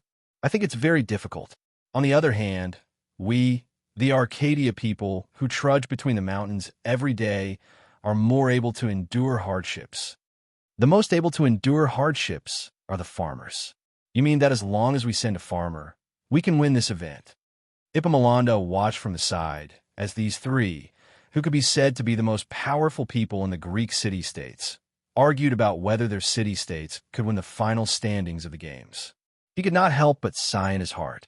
Thinking back to the opening ceremony of the games, all of them were relaxed, full of curiosity, and had the mentality of watching a joke.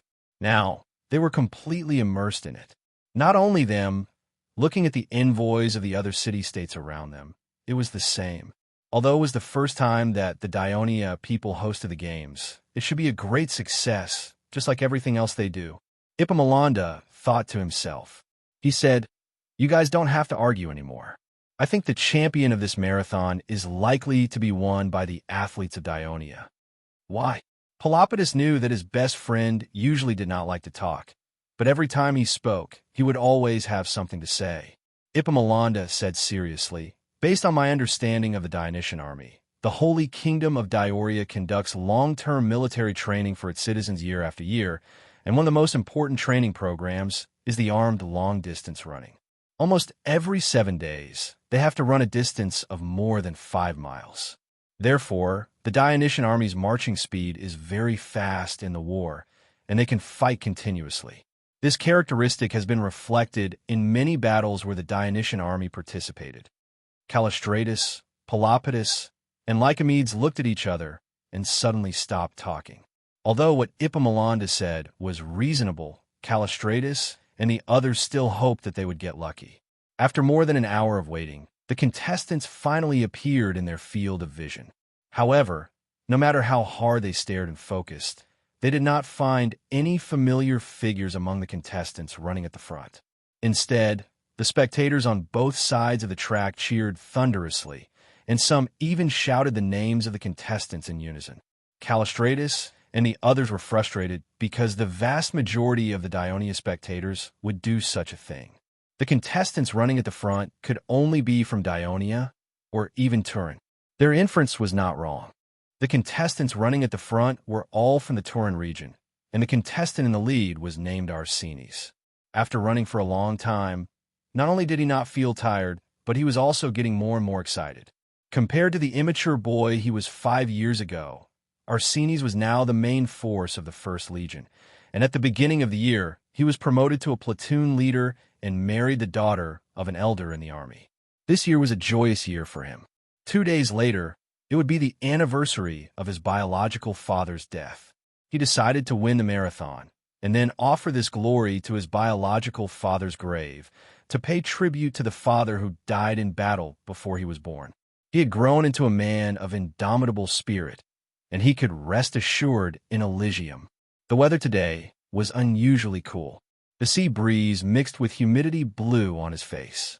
Listening to the spectators shouting his name, which was the same as his biological father's, his steps became bigger and faster.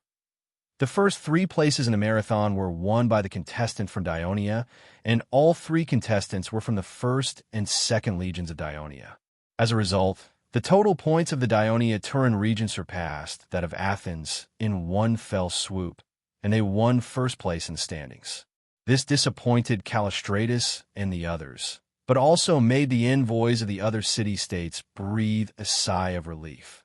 After all, under the influence of Dionia's powerful national strength over the past few years, it was normal for them to have such thoughts. It was natural for Dionia to win first place in the games, so why should Athens overtake them? Chapter 1277. In the marathon, almost half of the runners failed to finish the race. There were even many runners who fainted in the middle of the race and were sent to the hospital for emergency treatment. This made the audience sigh. That night, a celebratory banquet was held in the palace of Dionia. It was the final arrangement for the games. It also followed the tradition of the various games in Greece. However, Dionia made it extraordinarily grand.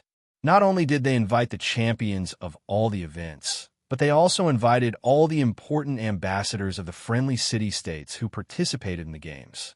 The king of Devers personally hosted the banquet. The atmosphere was very warm. At the banquet, he clinked glasses with Carolus, Iphicrates, Ippomelanda, Agesilaus, and others. Now, he, who was high above and had the power of the entire Greek world, treated these historical figures like he treated other people.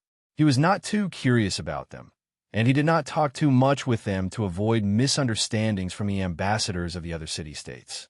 This made Agesilaus' idea of making some request to the king of Devers, whom he had finally met with, fall through. At the end of the banquet, the Devers announced two things. First, in view of the success of the games, the Holy Kingdom of Dionia would hold the games in the summer every 4 years.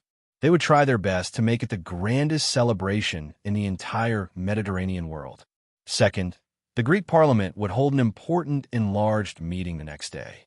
Not only were the ambassadors of the Greek city-states who participated in the games invited to participate, but the ambassadors of other allied states were also invited to participate. There were important matters to discuss. Important matters? The ambassadors returned to the hotel, where they stayed with all kinds of speculations. Some of them did not even sleep well the whole night. On the second day, the Greek Union Conference, the Devers also attended and hosted the meeting.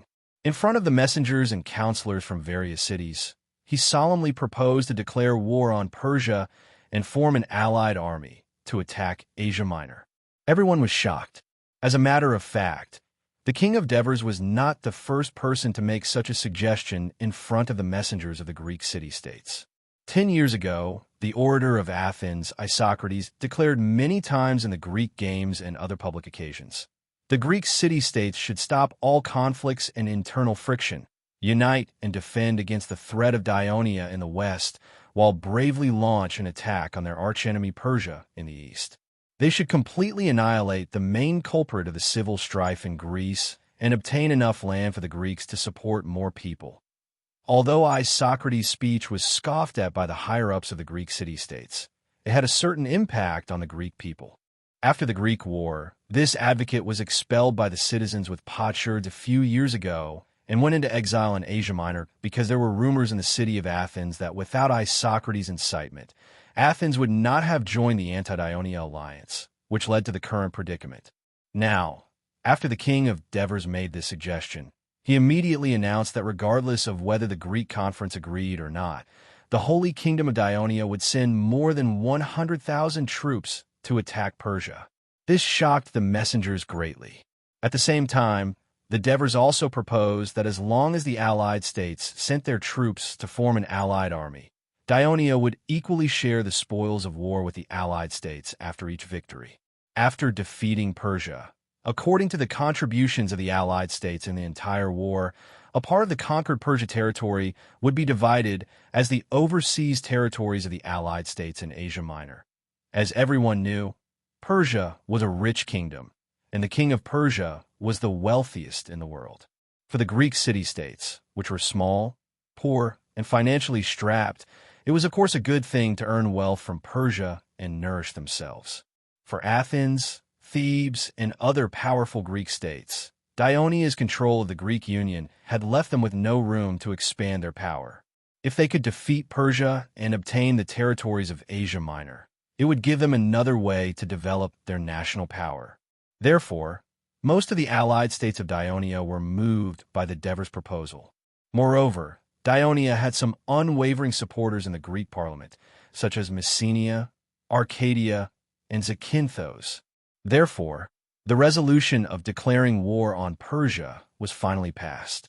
The next step was to discuss the formation of the Greek coalition army and formulate a plan to attack Persia. A few days later, the news of Dionia declaring war on Persia spread throughout the kingdom. The enthusiasm of the people, which had not completely faded because of the successful sports held by the kingdom, was reignited. While the people were discussing this major event in the streets and alleys of various cities and towns, the Devers summoned Leotychides to the office of the palace. "Did you watch the sports meet? Because many of the games were held at the same time, I only watched a part of them. What do you think?" Although the Greek city-states have achieved some good results in traditional sports, almost all the first, second, and third place in the games closely related to the military were won by the athletes of our kingdom. This shows that the military quality of the citizens of Dionia is far better than that of other allied states. You. The Devers could not help but laugh. You always talk about the military. Your Majesty, you didn't ask me to come here just to chat with me, did you? Leotychides asked calmly. I can hear the resentment in your words. Are you still dissatisfied with the fact that I transferred you from the 1st Legion to the tourist barracks to serve as the chief instructor of the Reserve Legion commanders? The Devers said half jokingly and half seriously. Leotychides remained silent. 2 years ago, the Devers issued a new instruction to the Ministry of Military Affairs. The position of commander would be established above the Legion commander. As the highest rank among the frontline officers, the Legion commander who had commanded multiple legions or allied forces and won many victories could be promoted to this position after passing the examination of the Ministry of Military Affairs. Not only was it a great promotion in terms of salary and position for the military officers of the Kingdom of Dionia, but it also gave them the honor of entering the Senate without being elected. In times of war, the kingdom could directly appoint these commanders as the commander-in-chief of the army. This was a great incentive for all the military officers of the Kingdom of Dionia. However, the Devers knew that transferring those generals with outstanding military achievements and high prestige away from the army during times of peace would definitely displease those generals like Leotychides who did not care much about their positions and devoted themselves to the army. However, in order to maintain the stability of the royal family and the kingdom in the future, the Devers must try his best to perfect the system of the Kingdom of Dionia's army while he was still on the throne. This would reduce the burden on Clodocatax and his descendants. Of course, the Devers would not reveal his secret thoughts at this time. He just coughed a few times and said in a gentle tone, "Have you heard the news that the Kingdom of Dionia has officially declared war on Persia?" "I already know. I'm afraid it has something to do with this, Your Majesty," said Leotychides calmly. The Devers said slowly, "After discussing with the Ministry of Military Affairs, I think you are the best candidate to be the commander-in-chief of the allied forces that is about to be formed. What do you think?" The wooden expression on Leotychides' face suddenly changed. He immediately said, "Your Majesty, I'm willing to take on this responsibility." The Devers smiled. He picked up a booklet on the table and said, "If that's the case, the candidate for the commander-in-chief of the Greek allied forces will be you. These are some of the preliminary matters that have been decided during the Greek alliance meeting. Take a look first." Leotychides immediately took the booklet and carefully flipped through it. Suddenly, his expression changed. He asked, "Your Majesty, why is there a separate line behind the line that Sparta will send 3,500 soldiers and 40 tons of wheat? Agesilaus will send 500 soldiers to Sparta." The Devers looked at him and said meaningfully, "That was added after Elias talked to me alone. Agesilaus will personally lead all the Sparta soldiers in the land of Legania to participate in this military operation. He hopes that after defeating Persia, the kingdom will give the real Sparta a good territory in the western part of Asia Minor. Agesilaus wants all the people of Sparta to move out of Legania and colonize Asia Minor." The usually calm Leotychides showed a hint of surprise. "Yes." The Devers nodded and said softly, "After the new government was formed in Legania, the political situation was relatively stable at first. However, when the original Helos gradually got used to their new citizenship and eliminated their fear of Sparta, their hatred for Sparta also increased day by day. This is also where I didn't think it through. After all, after so many years of persecution by Sparta, countless Helos died in their hands. This kind of hatred cannot be easily erased. Although the Helos do not dare to openly clash with Sparta due to the kingdom's rules, they can still suppress Sparta through the citizens' assembly or other political means. After all, more than half of their citizens are in Legania, and the Pariasi also have a grudge against Sparta. So, for the past year or so, Sparta's life has not been good. Colonizing Asia Minor may be a better choice for them. In the past few years, Leotychides had deliberately blocked the news from Sparta, so he did not know that the people of Sparta were living in poverty. After listening to the Devers, he could not help but feel a little guilty But at the same time, he was also very disappointed. After all, Legania was the homeland of Sparta for hundreds of years. After a while, he refocused his attention on the name list and raised his question. The Spartan warriors are very strong, and I have no objections if they want to go out alone. But why did they let Agesilaus lead the troops? He is almost 80 years old. Can he fight? Chapter 1278. He's the one who insisted on it. I'm afraid that he wants to protect the few remaining citizens of Sparta. Besides, I can see that although he's old, he's still in good health. If it's just to lead the army, it shouldn't be a problem. Devers said seriously. Besides, he's been fighting in Asia Minor for many years. He's very familiar with the situation there. He can provide valuable reference for you to lead the coalition army to attack the western part of Asia Minor. So I suggest that you communicate with him as much as possible during the war. Upon hearing this, Leotychides' stiff expression changed a little. He was silent for a moment before he asked, "Your Majesty, this booklet records the soldiers, food, and ships provided by the Allies, but it doesn't say how many soldiers the kingdom is going to send." Devers smiled and said in an understanding tone, "The Greek allies will send a total of 30,000 soldiers. If you don't have enough troops around you, it won't be good for you to command the battle. So I've discussed with the Ministry of Military Affairs and decided to send the 10th Legion, the 11th Legion, the 20th Legion, the Thessaly Legion, and the 6th Cavalry Legion, composed of the Thessaly Cavalry. Also, the allies of Central Greece, such as Wolsey, Helniki, Sabine, and Equi, are willing to send troops. They've been allies with us for a long time, and they're all on the Italian peninsula. Their relationship is closer, and they can be considered as one of us. I'll also hand over their army to you. In this way, the number of troops provided by the kingdom has exceeded 30,000, and the total number of the coalition army is more than 60,000.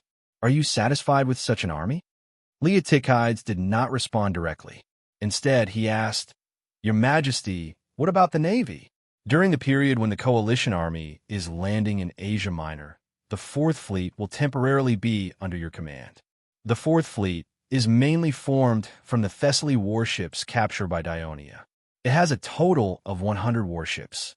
After Dionia annexed Thessaly, they drained the Almyros wetlands and built the Almyros military port, which became the base of the 4th Fleet. After that, the 4th Fleet will be merged with other fleets to carry out important missions. In addition, more than 100 Greek warships provided by the allies of Athens will also be under your command," Devers briefly explained. Leotychides' heart skipped a beat. He then asked, "Other than letting me lead the Greek coalition army to attack Persia, the kingdom should have other plans, right?" "Of course, even if you didn't ask, I was going to tell you so that you can understand the entire military plan of the Ministry of Military Affairs to attack Persia in detail. Once you are familiar with the upcoming battle, it will be beneficial for you to make the right decision." Devers asked Henneborus to bring a map of the eastern Mediterranean Sea. He then pointed at the map and explained seriously, "The kingdom has received news that ever since Egypt's successor, Pharaoh Jeho, passed away in a storm on his way to Turai, the Egyptian general Nikitani Persia started a rebellion. The bedridden Tanib was so angry that he fell into a coma. The city of Memphis has fallen into chaos. Perhaps during the time I am talking to you, Nikitani Persia has already led his army to attack Memphis. In order to fulfill the covenant and punish the rebellion, I have appointed Chalcidas as the commander of the reinforcements.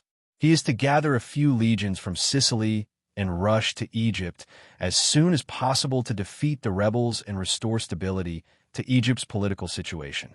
At the same time, the Ministry of Military Affairs has informed the 1st and 2nd Fleets to complete the mobilization as soon as possible and rush to the southern Gulf of Peloponnesus to be stationed there for wartime consolidation. The Sicarian will be the commander of the navy in search for opportunities to fight the Persia's fleet at sea. The Ministry of Military Affairs will also mobilize the other main forces in the kingdom's territory. I will personally lead them to the eastern Mediterranean Sea. The initial plan is to land in Egypt, but whether there will be any changes at that time will depend on the development of the war. In the end, The three armies will meet in the near east of Persia and march to the heart of Persia to fight the Persia's army. Dever spoke calmly, but Leotychides could already feel the magnificent scene of war from his words. He could not help but feel a little excited. This was an unprecedented war. He tried to calm himself down and asked, "How long do you give these allies to gather their troops?" 2 months, because they need to finish harvesting the farmland before they can go out to fight. Dever said calmly, "Although it is a little slow, it is also a good thing from another point of view. At least after the Allied forces land in Asia Minor, they can gather food on the spot and reduce their dependence on logistics. Then they will rush to Philai in Thessaly within 15 days and complete the final assembly of the Allied forces. This is my request to all the allies who participated in the war in Persia, and they have all agreed. You can first assemble the 10th and 11th legions and rush to Larissa in Thessaly as soon as possible. Be prepared to attack Asia Minor in advance." At this point, Dever stood up and looked expectantly at the commander with outstanding military achievements.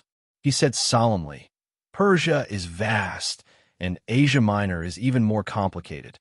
I and the Ministry of Military Affairs will not give specific instructions. After all, 3 years ago, you led some officers and staff to Asia Minor to support and observe the battle of the Persia rebel army. You are more familiar with the situation there. All military operations will be decided by you.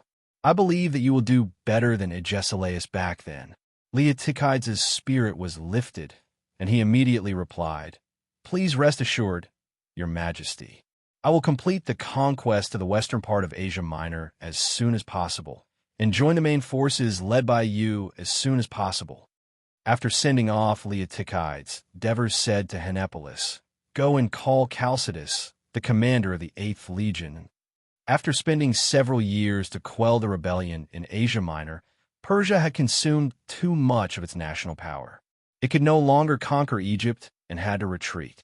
This caused Artaxerxes' second military operation to attack Egypt to fail, causing his prestige to decline further. In order to intimidate his subjects, he followed the advice of Tribasus and wantonly dealt with the rebellion in Asia Minor. Many officials and local nobles in Asia Minor were implicated because of this. They were punished at best and beheaded at worst. A large amount of wealth and land were confiscated and then transferred to the eastern and central nobles of Persia who supported Artaxerxes. He also transferred many noble officials of Persia centered around Susa to the western part of Asia Minor and appointed them to important positions. Artaxerxes' successive actions won the praise of the nobles of Persia. They no longer urged the king of Persia to continue preparing for the war against Egypt. Instead, they spent all their energy fighting for the western part of Asia Minor, which was a fat piece of meat. On the other hand, Artaxerxes, who had suffered several setbacks in his personal expeditions, completely gave up on the idea of obtaining military honors. He decided to stay in Babylon and enjoy the rest of his life. However, when it rains, it pours. Not long after, another problem arose in the harem. Artaxerxes was already old. A few years ago, he began to look for a successor for this huge empire.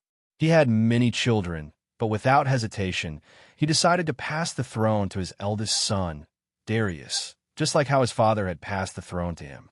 He had also allowed Darius to wear the crown that symbolized the king of Persia in public. According to the tradition and customs of Persia, the heir could ask his parents to grant him a favor in public.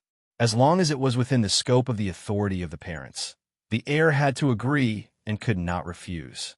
Darius, on the other hand, made a request to grant Aspasia. Aspasia used to be one of Cyrus the Younger's favorite concubines. Later, she was brought into the palace by Artaxerxes. Of course, Artaxerxes was reluctant to let her go. However, due to the customs, he said perfunctorily that Aspasia was already free and could not be forced to go against her will. If she was willing to obey Darius, he would be happy to do so. To his surprise, Aspasia publicly chose Darius as her lifelong support.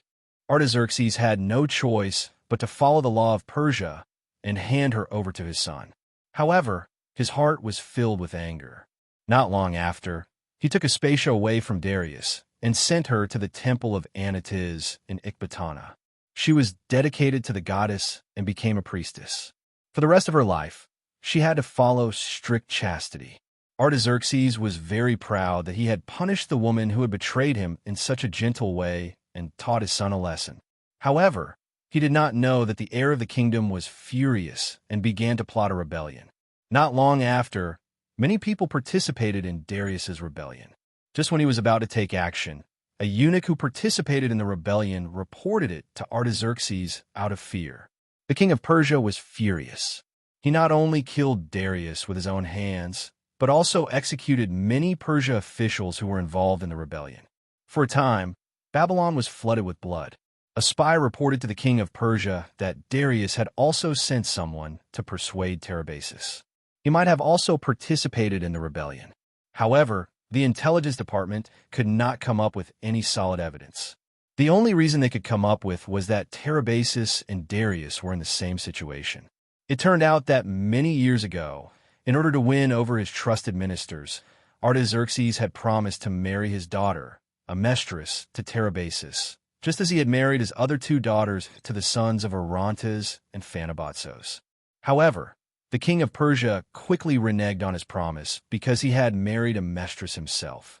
So he changed his promise and wanted to marry his youngest daughter, Atassa, to Tarabasis. But later, he was so obsessed with Atassa that he did not fulfill his promise. This incident made Tarabasis a joke in the court of Persia.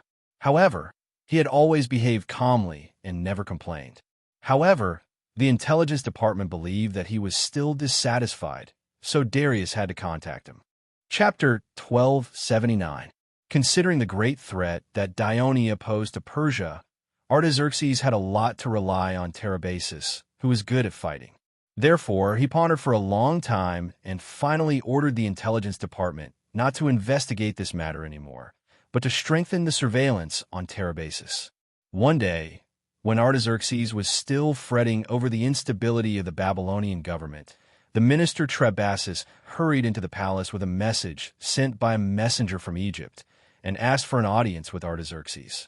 Jeho died in a storm on his way to Dionia. Nikitani Persia has started a rebellion and is marching towards Memphis. When Artaxerxes saw this, the gloominess in his heart was swept away, and he shouted excitedly, "There's a civil war in Egypt. This is a rare opportunity.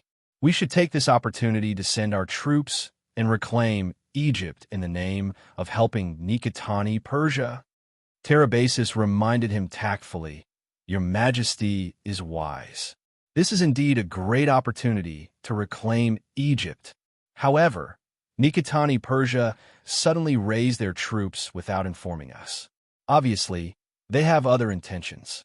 I'm afraid they are taking precautions against us. Once Egypt is in a civil war, he will no longer be of any use to us." Artaxerxes curled his lips in disdain, then said solemnly, "What we need to worry about is the reinforcements from Dionia. We must send our army before they reach Egypt. As long as the army crosses the Nile and captures Memphis, Egypt will be in our hands." Artaxerxes paused for a moment, then said in a serious tone, "So I have decided to appoint you as the military commander of the attack on Egypt. I hope you can successfully fulfill the kingdom's long-lasting regret." Tarabasis looked at the king of Persia, who was full of expectations. He immediately bowed and said in a clear voice, "Thank you for your trust, Your Majesty. I will do my best to complete the mission and present Egypt to Your Majesty. I will wait for your good news." Artaxerxes thought for a moment, then suddenly said, "If you successfully reclaim Egypt, I will marry Otto Shah to you." Tarabasis was stunned. After a while, he thanked Artaxerxes and left with a complicated feeling. Artaxerxes wanted to take advantage of the civil strife in Egypt to quickly send troops to conquer Egypt. The fastest way was to mobilize the undead army stationed in the Babylonian royal court. However, in order to maintain his own safety, it was impossible for him to send out this loyal elite force. Instead, he mobilized the troops near Babylon. In this way, it would take a lot of time to gather the army, not to mention the long journey from Babylon to Egypt, which would take a lot of time. Trabasus felt that he had done his best to urge the army to assemble, but he did not know that the Holy Kingdom of Dionia had already made plans before the civil war broke out in Egypt. When the king of Persia gave him the order, the king of Dionia had already officially appointed the 8th Legion commander, Chalcidas, as the wartime commander of the Egyptian reinforcements.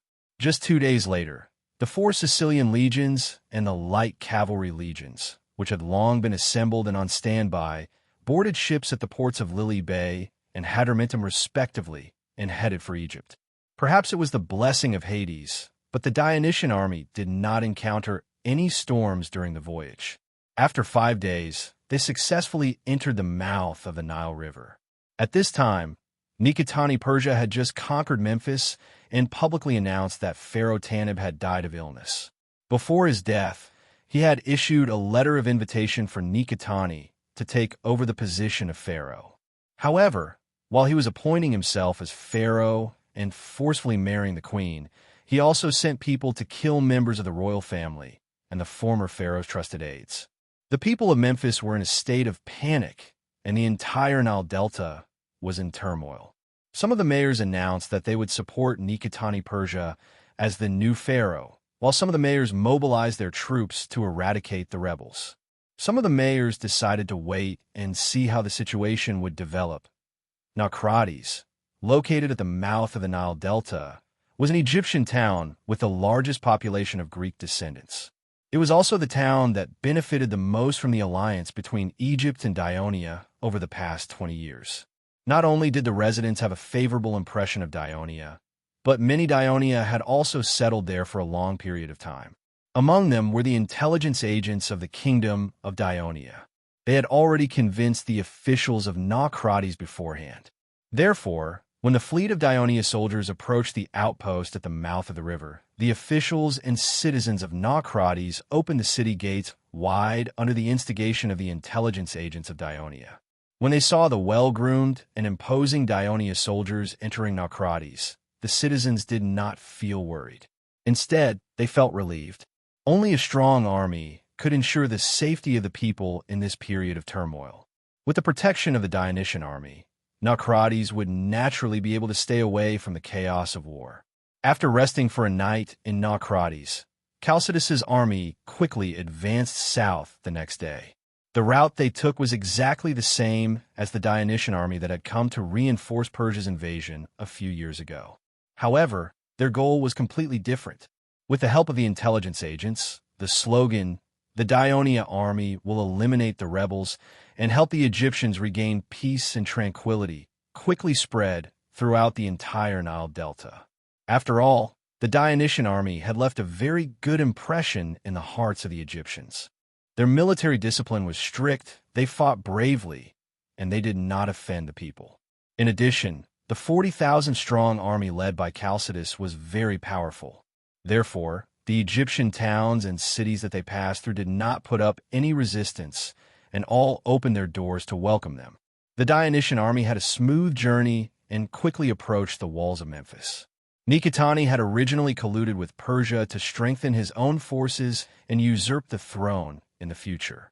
However, he knew very well that compared to Persia, which was bent on annexing Egypt, Dionia, which had been allied with Egypt for more than 10 years and had saved Egypt several times in times of crisis, was a better partner to work with. Therefore, he had originally made up his mind. After usurping the throne and the situation had stabilized, he would immediately send messengers to Dionia to express his goodwill and continue to ally with them. He would then borrow their strength to defend against the Persia. However, he did not expect Dionia's reinforcements to arrive so quickly. However, he did not panic too much. He believed that he was the only member of the Egyptian royal bloodline, and that it was a fact that he had succeeded the pharaoh. If he showed his goodwill, Dionia could only acknowledge him as the next pharaoh and form an alliance with him. That would be the best outcome. Therefore, he sent messengers to the Dionysian army, which was marching towards Memphis.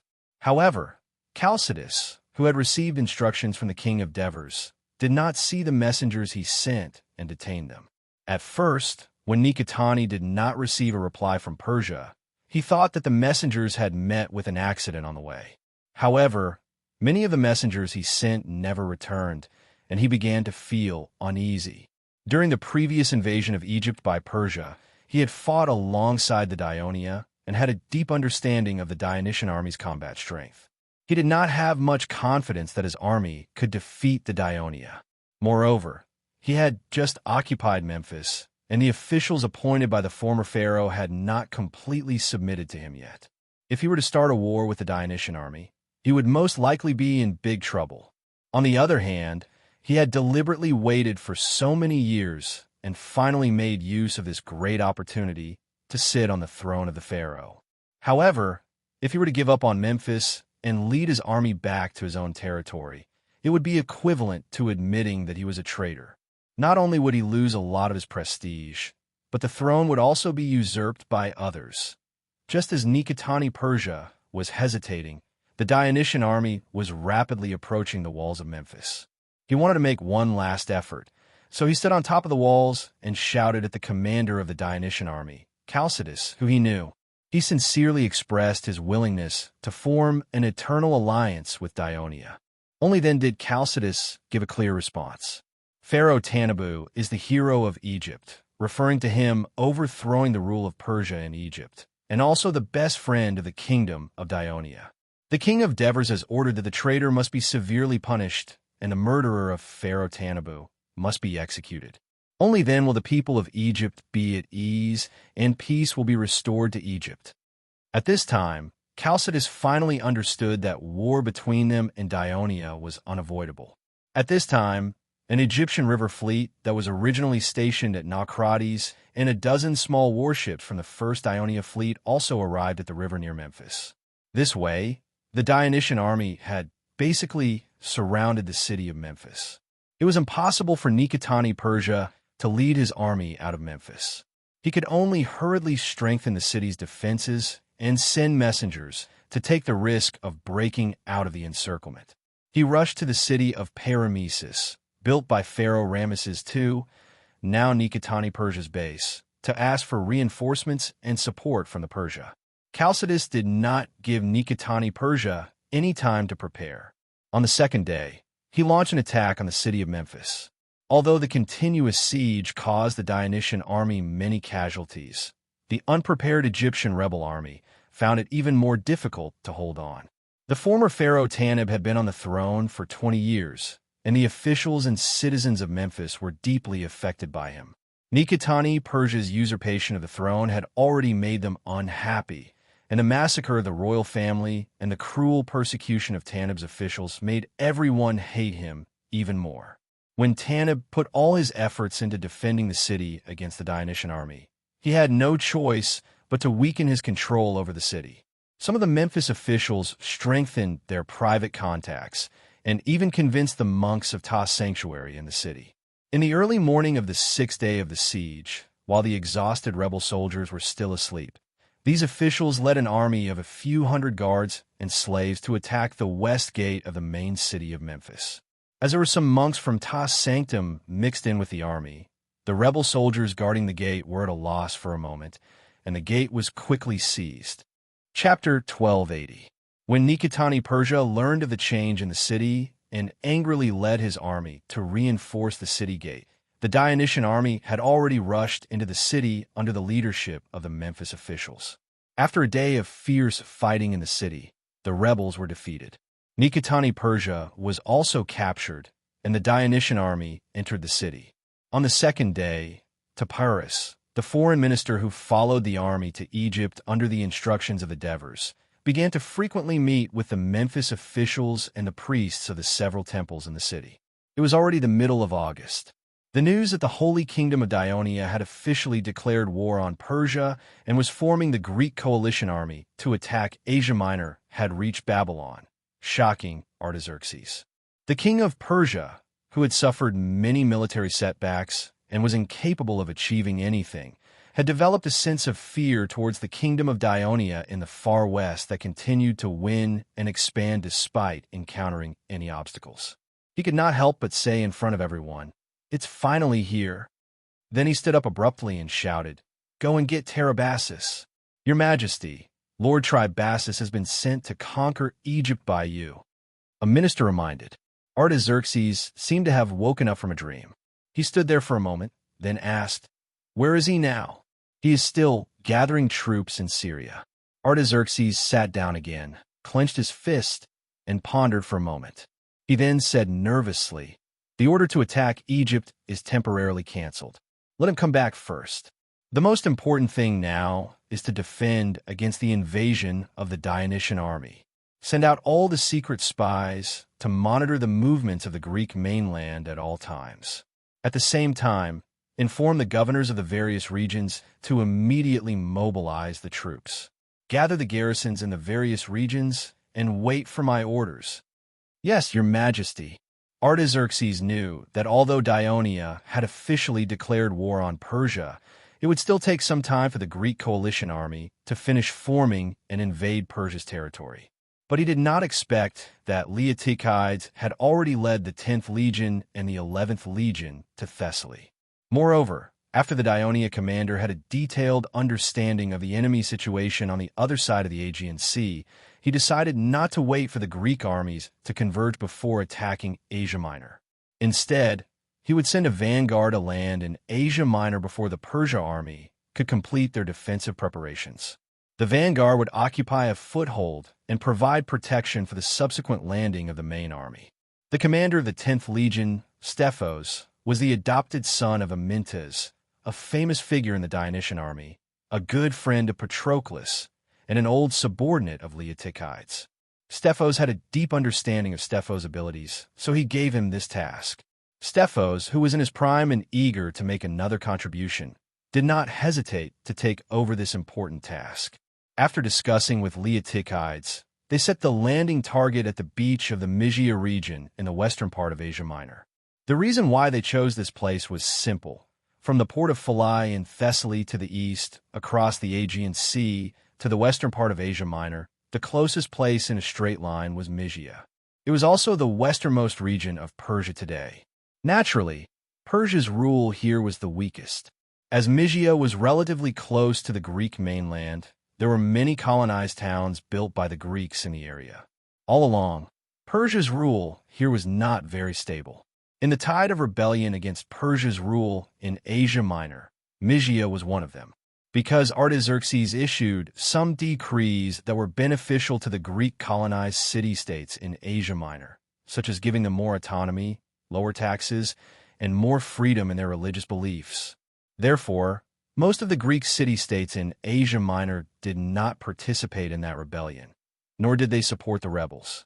On the contrary, they cooperated with the Persia's army to suppress the rebels. However, after the rebellion was quelled and the new governors in the western part of Asia Minor took office, many of them did not implement the decrees announced by the king of Persia. The governor of Mysia, Theopompus, was one of them. This caused dissatisfaction among the Greek city-states within his territory. The Persian noble from Susa obviously did not expect that the Greeks within his territory would dare to oppose his decision. The other local races, including the Persia, mostly looked on coldly from the sidelines. Very few people were willing to get close to this outsider. As a result, Theopompus's rule over Mysia remained very weak for more than a year. The political situation in Mysia was very chaotic. A few days later, the well-prepared 10th Legion of Dionia, with a total of more than 8,000 soldiers, boarded a troopship at the port of Phalae. Under the escort of the 4th Fleet, they sailed straight east. 2 days later, they successfully landed on the beach of Mysia. At the same time, they quickly captured the defenseless island of Tenedos, which was not far from the beach. In September, the news that King Devers will personally lead the army to attack Persia had just been officially announced to the public. A few guests had already arrived at the office of the palace. When the Devers saw these guests, he pretended to be surprised and asked, "What's the occasion today for all of you to come and visit me?" "Your Majesty." Felicius, who had been retired for many years, replied respectfully, "We heard that you will personally lead the army to attack Persia, so everyone was very excited. We made an appointment to come and see you.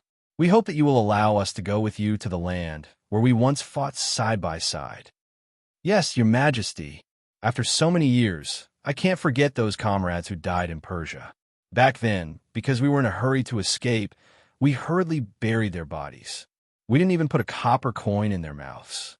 This time, when we go to Persia, I must transport their bodies back home and bury them properly, so that their wandering souls can smoothly return to underworld purgatory. Alexis, who had always been relatively calm, also said emotionally. And Crulcus, Persecinus, Menon, and the others.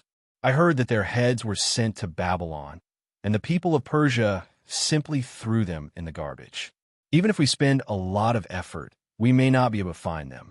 But collecting their bodies and bringing them back home is everyone's common wish.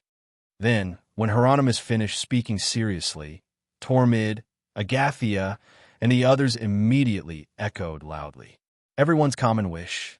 Devers heard something from these words. Your Majesty, we are here on behalf of most of the old mercenaries who are still alive and idle at home.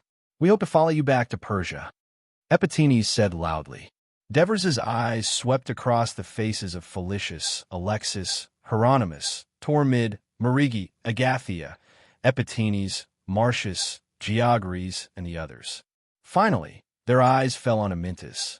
This once outstanding and exceptionally brave general of Dionia could not stand it all now. He could only sit paralyzed in a wooden wheelchair and be pushed into the palace by his trusted servants.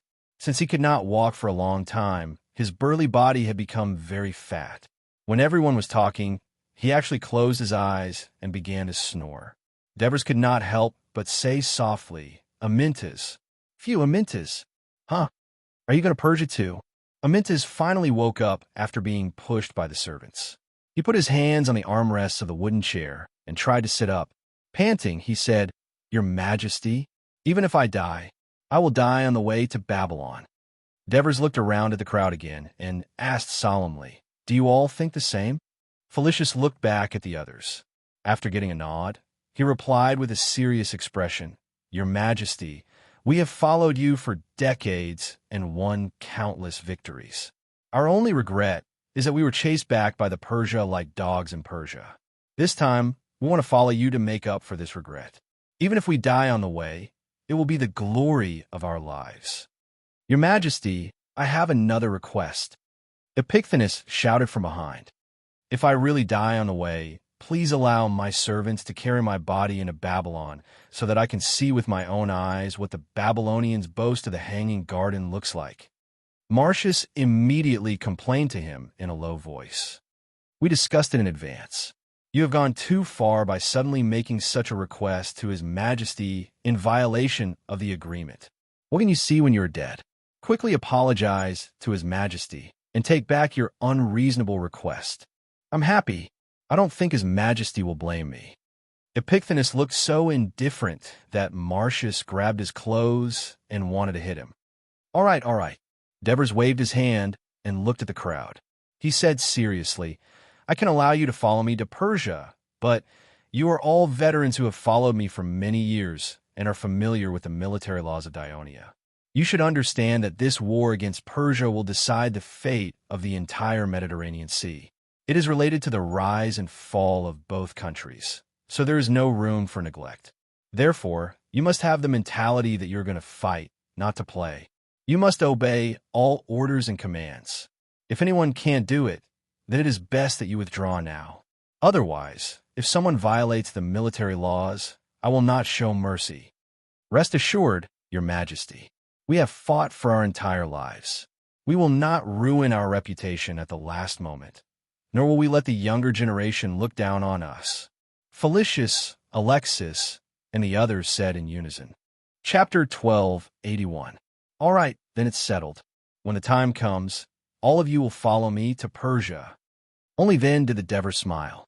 He looked at the former Minister of Commerce and said, Marigi, you're about to return to your hometown. You should be very happy, right?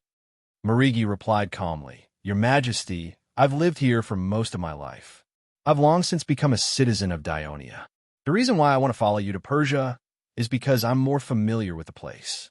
I hope to be able to provide you with some good advice during the campaign. You don't mean what you say, Epicthenes mocked. Marigi's words reminded the Devers. He immediately asked, Is Ism also part of the group that's going to Persia? Yes, Your Majesty. He's a most eager to sign up. After all, he'll be able to return to his hometown, Felicius replied with a smile. Alexis immediately understood the meaning behind the Dever's words. She continued, he should be at home now. Should we call him over immediately? No need to rush. There'll be time in the future. The Devers looked at the crowd and sighed. It's been a long time since we've gathered together. Don't be in a hurry to go back today. I'll send someone to call Matonis, Olivers, Alpines, and the other former mercenaries from Turin. I'll arrange a banquet in the palace. Let's have a good chat, all right? That's great. Thank you, Your Majesty.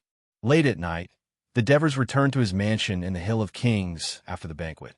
When he arrived at the backyard, he found that the main hall in front of him was brightly lit. He found it strange.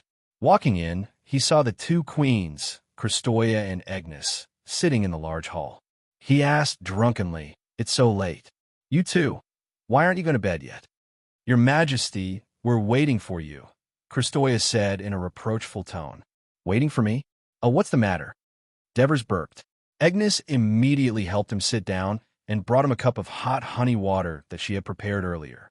She asked with concern, "We heard that Your Majesty is personally leading an army to attack Persia. Is this true?" Devers held her hand and comforted her softly. "You two don't have to worry. Persia is obviously weak now. We are fully capable of defeating it completely, so that it will no longer be a threat to the kingdom. Besides, this is a war between Dionia and Persia. Almost all the legions of the kingdom will be deployed. If I don't go there myself, I won't feel at ease." Devers gently squeezed Agnes's hand and looked at Crystal, his tone becoming even more gentle. "Don't worry. This is the last time I'll lead troops in a battle. Once this war is over, I'll be by your side and won't let you worry anymore." "Your Majesty." Crystal was moved, but her expression quickly became serious. "In the past, when you led troops in a battle, my sister and I could only wait at home. But this time, you're going to Persia. We've already discussed it, and we'll go with you." "What?" Devers immediately sobered up. He looked at Crystal, then at Agnes, and asked in disbelief, "You're not joking, are you?" "Your Majesty." Crystal straightened her chest and said in a serious tone, "Agnes and I have discussed this all day, and we're now making this request very seriously. I hope you'll take it seriously." "All right." Devers let go of Agnes's hand and sat up straight. He coughed lightly and said in a low voice, "I don't agree." Seeing Crystal pull a long face, Devers continued to explain, "I was the one who made the military law of Dionia. It's precisely because the army has strictly enforced it that we've been able to win time and time again, and have the powerful kingdom we have today. Article 91 of the military law specifically states that generals and soldiers are not allowed to bring their families in a battle, nor are they allowed to abduct women. Violators will be punished by beheading. Do you want me to be beheaded? Even if no one dares to do so, as the one who made the military law and the commander of the entire army, will the soldiers seriously abide by it if I break it? Once this bad precedent is set, it will eventually lead to the corruption of military discipline. Will the army still be able to win?" Agnes was a little convinced, and she looked at Christoia. Crystal was unmoved. The military law states that women are not allowed to follow the army in a battle. Then aren't the nurses in the medical camps women? Devers retorted without hesitation. "They're not women, they're soldiers. Over the past few decades, the soldiers have long since stopped treating them as women. They've already become a part of the various armies." Crystal said with a smile, "Come to think of it, the nurses in the medical camp were originally established by me according to Your Majesty's suggestion. I was still the captain of the nurses at the time, and now I can take on that role again." "Absolutely not," Devers said firmly.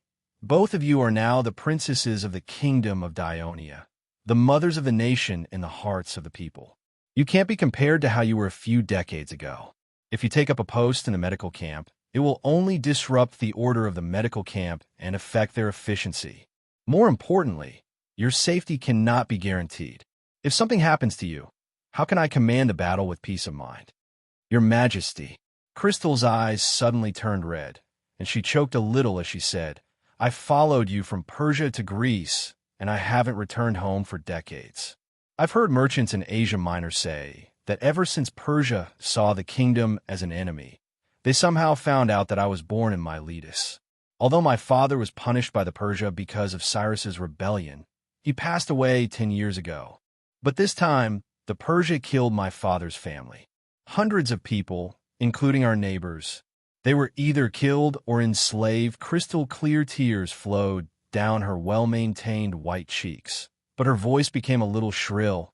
Your Majesty, I swear in the name of Hades, this time I will go to Miletus personally. All the Persia people who participated in the murder of my family and all the accomplices of Miletus must be punished. I will also try my best to find all the surviving people so that they can settle down again and live a prosperous life. This is what I owe them. The Devers was silent. In fact, he had already learned about the massacre of Chrystoia's family from Aristyras 5 years ago. In order to not let his wife be sad, he hid it. He did not expect Chrystoia to have known about it long ago, but to bear it silently. If her father was involved in Cyrus's rebellion and suffered the revenge of the king of Persia, it could be said that it had nothing to do with Dionia, but the destruction of her family was the real cause of the Devers. Now that Chrystoia swore in the name of God, it showed that she was determined. If the Devers still objected, it would undoubtedly cause a rift in the decades of relationship between husband and wife. So he hesitated. At this time, Agnes spoke up to smooth things over. Your Majesty, what do you think? My sister and I will not go with the army to Persia to avoid making things difficult for you. When the war is smooth, we will go with the supply fleet. This is still a little dangerous. The Devers looked at his two wise, expectant, and pleading eyes and finally compromised. All right, I will arrange this. But, Chrystoia, who will be in charge of your Chamber of Commerce when you are gone? And Agnes, who will be in charge of the Temple of Hera? Eunice is now able to take charge of things on her own. When I am gone, of course, she will be in charge of the Chamber of Commerce. Cynthia will be in charge of the Temple of Hera for me. What about little Chrystoia and the others? Are you willing to leave them behind? The Devers tentatively made one last effort. Chrystoia said firmly, I'm not their mother. What is there to be reluctant about? Seeing the determination of his two wives, the Devers lowered his head and slowly drank a mouthful of honey water, then said, How about this? After the whole of Western Asia Minor is conquered, I will inform the Ministry of Military Affairs to send troops to escort you to Miletus. After you are done with Miletus, you two will return, okay? No, Chrystoia immediately objected. If you conquer Persia this time, Agnes and I will go with you to Babylon. The Devers was stunned. Why are you going to Babylon? Agnes stammered and did not speak, but Chrystoia was quite direct. I heard that the king of Persia has many women. We are afraid that you will marry another one, so we have to keep an eye on him. The Devers were stunned. What nonsense are you thinking? How could I do such a thing that violates military law? Besides, I am already so old. How can I still have such thoughts? Chrystoia curled her lips. Who knows? I heard that the king of Persia is already old and has married his own daughter. If my sister and I follow you, we can prevent you from making mistakes. The Devers shook their heads helplessly. Although the people of Persia in Asia Minor received the news that Dionia declared war on Persia and formed a Greek coalition to attack Persia, at the same time, they also noticed that the people of the Greek city-states were preparing to harvest the fields that were about to be harvested and had not begun to mobilize, so they all believed that the Greek coalition's attack would not come too soon. As a result, the 10th Legion of Dioria successfully landed on the beach of Mysia in Persia on the east coast of the Hellespont. Of course, even if the governor of Mysia, Theopolos, was prepared, he would not be able to stop the Dionysian army from landing, and it most caused some trouble for the 10th Legion. Chapter 1282. This was because Mysia was a relatively wealthy region in the western part of Asia Minor. It had the fertile Alisbe plains and controlled the shipping trade through the Hellespont Strait. It had enough financial resources and materials to form a powerful army to resist the invasion of the Dionysian army. However, Theopolos, who had been in office for more than a year, had obviously not unified the entire region. Many towns did not respond to his orders at all. As a result, he only managed to gather less than 6,000 soldiers 4 days after the Dionysian army landed. Even though Theopolos had received intelligence that the number of Dionysius soldiers who landed was more than his own army, as a noble from the central region of Persia, he did not hesitate to lead his army westward in the face of the Greeks, whom they regarded as barbarians. Persia and Ionia had been officially hostile for more than 5 years, but many Persian nobles still disdained to understand Ionia, and even regarded it as part of Greece. A few days later, he approached the camp built by the 10th Legion near the coast. He was soon surprised to find that the camp built by the Ionia army in just a few days did not seem to be easy to attack. While he was hesitating whether to camp on the spot and make plans later, the 10th Legion of Ionia, which had long been prepared, suddenly rushed out of the camp. The two sides launched a small battle, and the outcome of the battle was decided after half an hour. Because the light infantry of the 10th Legion disrupted the long-range attacks of the Persia archers, they did not cause any casualties to the soldiers of the Legion of Dionysia. And without the heavy infantry, the Persia infantry formation could not withstand the impact of the soldiers of the Legion of Dionysia. The Persia cavalry that attacked from the flanks were attacked by the 2 heavy infantry battalions that Theopolos had deliberately placed on the flanks. The casualties were not small, and in the end, the Persia army was defeated. After Theopolos fled back to Zeria, the capital of the Mysia region, he did not dare to act rashly. While strengthening the defense of the city, he urgently sent messengers to ask for help. Since Ionia officially declared war on Persia, Ionia's intelligence agents began to proclaim in the Greek city-states of Asia Minor that the great king of the Devers would carry out the oracle of Hades and return to Persia the 100 years of Persia's oppression of the Greeks. He would also rescue his compatriots in Asia Minor from Persia's rule and restore their freedom and independence. Many of the Greek city-states of Asia Minor were unhappy about the breach of the treaty by the Persia. Although this rumor excited them, it also made them uneasy. Agesilaus' campaign in the western part of Asia Minor had brought several years of turmoil and war to these Greek city-states.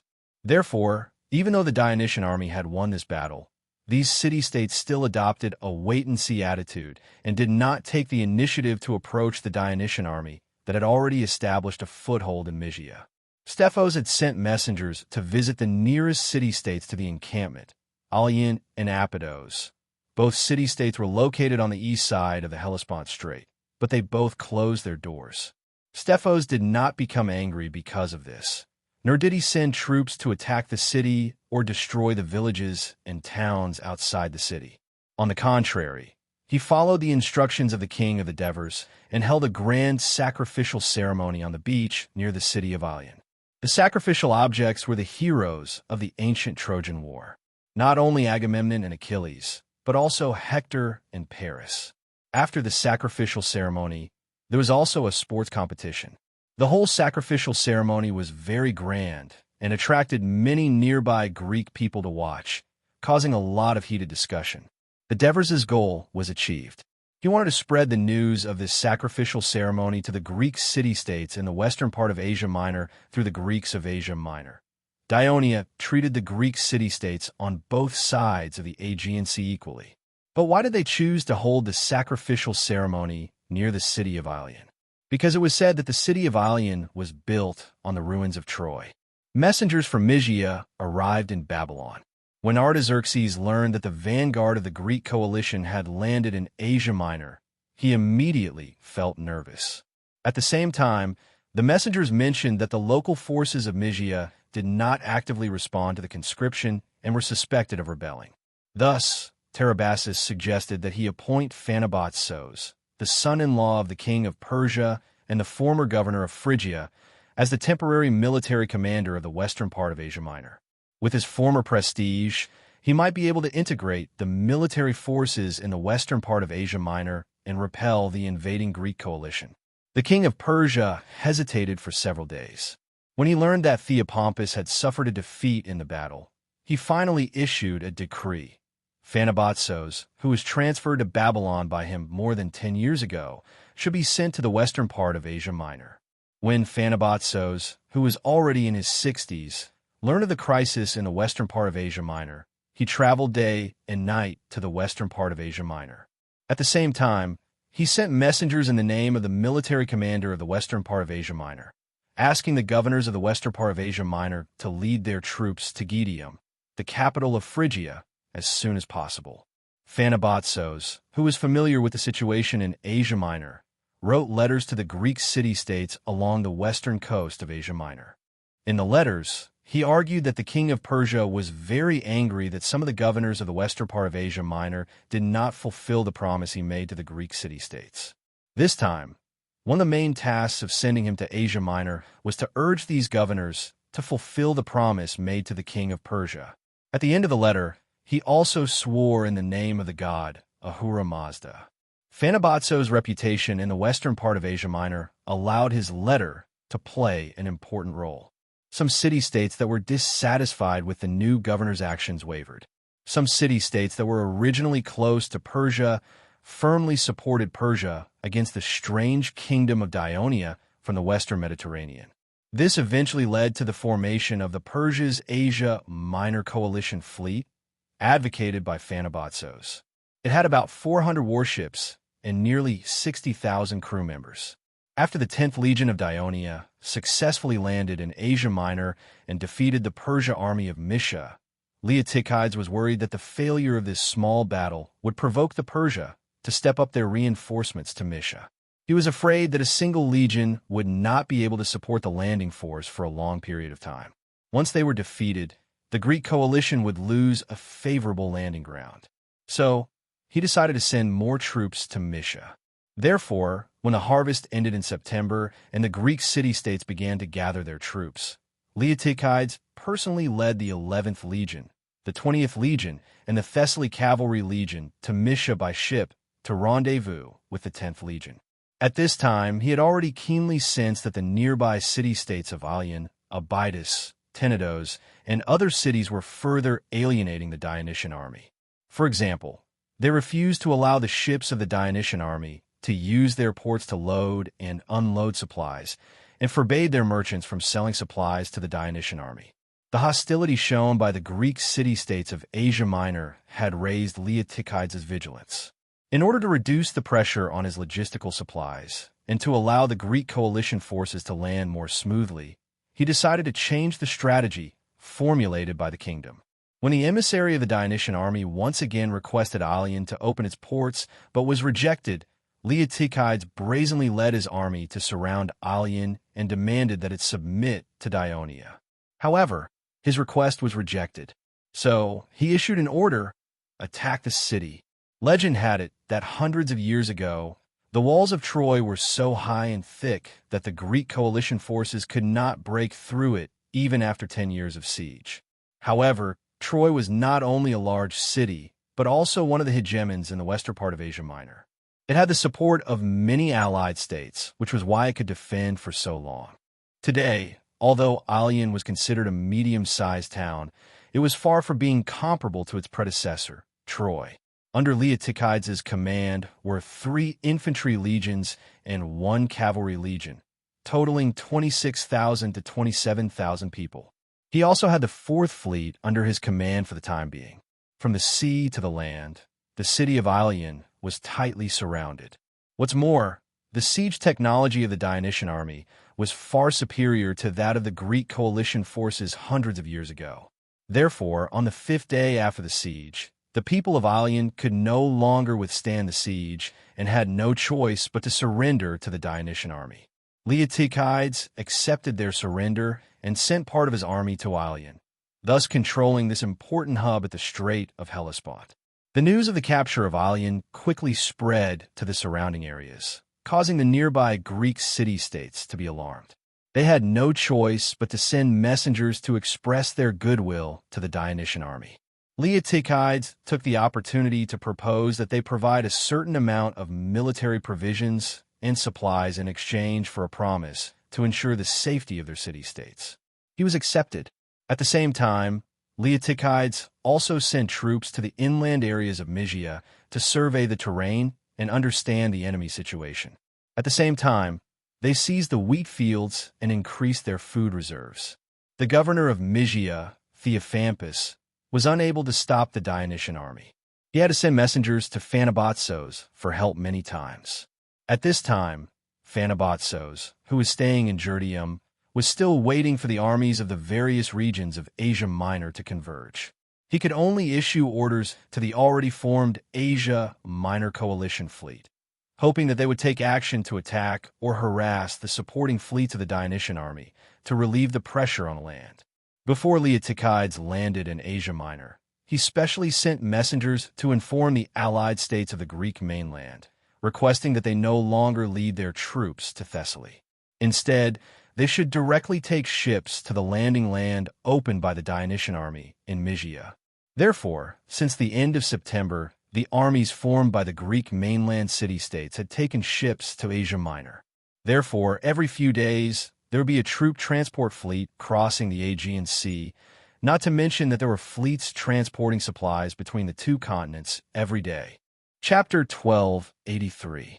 The Asia Minor Allied fleet stationed at the port of Halicarnassus was well aware of this. They even knew that there were hundreds of Dionia warships escorting these fleets, and that there were also hundreds of warships from the Greek city-states. Other than that, there were no other enemy fleets in the Aegean Sea.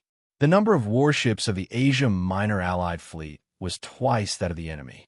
Therefore, after some discussion, the Asia Minor fleet decided to head north to the Mysia Sea to seize the opportunity.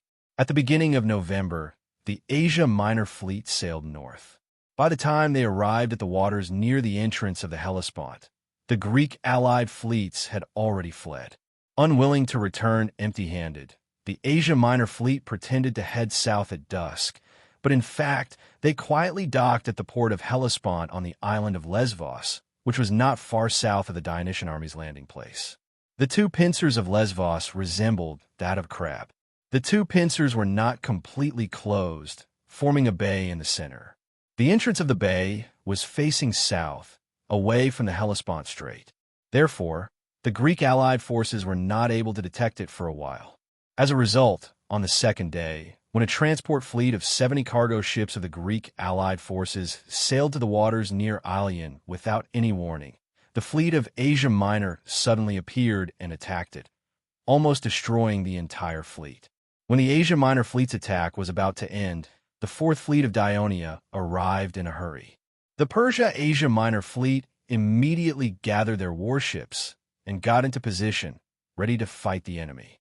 Due to the huge disparity in the number of warships, the fourth fleet of Dionia chose to retreat. Meanwhile, the sailors of the Persia-Asia Minor fleet were a little tired after chasing the fleeing Greek cargo ships back and forth. They were not in the mood to fight anymore, so they returned to the port of Hellespont. On the second day, the Asia Minor fleet reappeared in the waters near the entrance of the Hellespont, but they did not find any trace of the Greek allied fleets. They patrolled for half a day, but found nothing. In the end, they returned to the port of Hellespont. In the evening, the senior commanders of the Asia Minor fleet held a military meeting to discuss whether the fleet should return to Halicarnassus as soon as possible. Most of the admirals from the Greek city-states of Asia Minor thought, the Greek allied forces have learned their lesson from yesterday's failure. As long as we are here, I'm afraid that their fleet will not appear. The Asia Minor fleet had a large number of crew members. Obviously, Lesvos Island could not provide enough supplies, and it was troublesome to obtain supplies from the nearby coastal city-states of Asia Minor. More importantly, the Asia Minor fleet has alerted the enemy, and the logistics are very important to the Greek coalition army. The Kingdom of Dionia will definitely not give up and send reinforcements. Don't forget that the Dionians have thousands of warships. On the other hand, the admirals of Persia believed, although the Asia Minor fleet has made some achievements, it is not enough to boast about in front of Phanabotsos, let alone attract the attention of the king of Persia. Even if the Greek coalition army was evading the attack of the Asia Minor fleet, the fleet might not be able to achieve any significant achievements in the future. But as long as the Asia Minor fleet remained in this sea, it would cut off the supply of the Greek coalition army for another day. This would make the Greek coalition army fearful and provide assistance to the Asia Minor army that was still forming. As for the logistics, they did not have to worry about it. As long as they asked for help from Phanabotsos, he will naturally write a letter to the nearby regions to provide assistance to the entire fleet. So far, we have not received any news of the other Dionia fleets appearing in the Aegean Sea. Even if they really intend to attack, they will not be able to do so in a short period of time. The Asia Minor fleet can rest assured and stay here for a few more days to gain more military achievements. Although most of the warships of the Asia Minor fleet were provided by the Greek city-states, the command was in the hands of the Persia. Since the Persians insisted, the admirals of the Greek city-states naturally could not object. So the next day, the Asia Minor fleet continued to cruise in this sea. But when they returned to the station at dusk, they received a shocking news. A Dionysian fleet with an astonishing number of warships had appeared near the waters of Kos and was heading north along the coastal waters of the western part of Asia Minor. It turned out that after receiving the order from the Ministry of Military Affairs, the three commanders of the Dionia fleets, Cecilia, Mytilades, and Stephacas, decided not to let the fleets go to Crete for the time being. After all, it would be difficult to not attract attention when thousands of warships were dispatched. It would inevitably arouse the enemy's vigilance, and they would not be able to achieve the effect of luring the snake out of its hole. In addition, the conditions of the port in Crete would be difficult to support the long-term stationing of the three fleets, so they decided to station the three fleets in Messenia and Legania first. As the most important relay station between the Holy Kingdom of Dionia and the mainland of Greece, the two kingdoms have been vigorously building port facilities in the past few years, fully able to meet the needs of the fleets and the crew. The fleets were stationed on the southern coast of Peloponnesus, and, at the same time, they kept a close eye on the movements on the western coast of Asia Minor. Once a fighter appeared, they would quickly attack. After the Devers agreed to their proposal, the three fleets were stationed in Messenia and Legania, and they rarely moved. Occasionally, they had to train to cultivate the tacit understanding between the fleets, and only a few warships were dispatched, and the training was carried out in the bay. As the southern coast of Peloponnesus was now the heart of the Holy Kingdom of Dionia's sphere of influence in the eastern Mediterranean, it was impossible for merchant ships from Persia and Asia Minor to enter. Therefore, the people of Persia had no idea that all the Dionysian fleet in the western Mediterranean had moved east.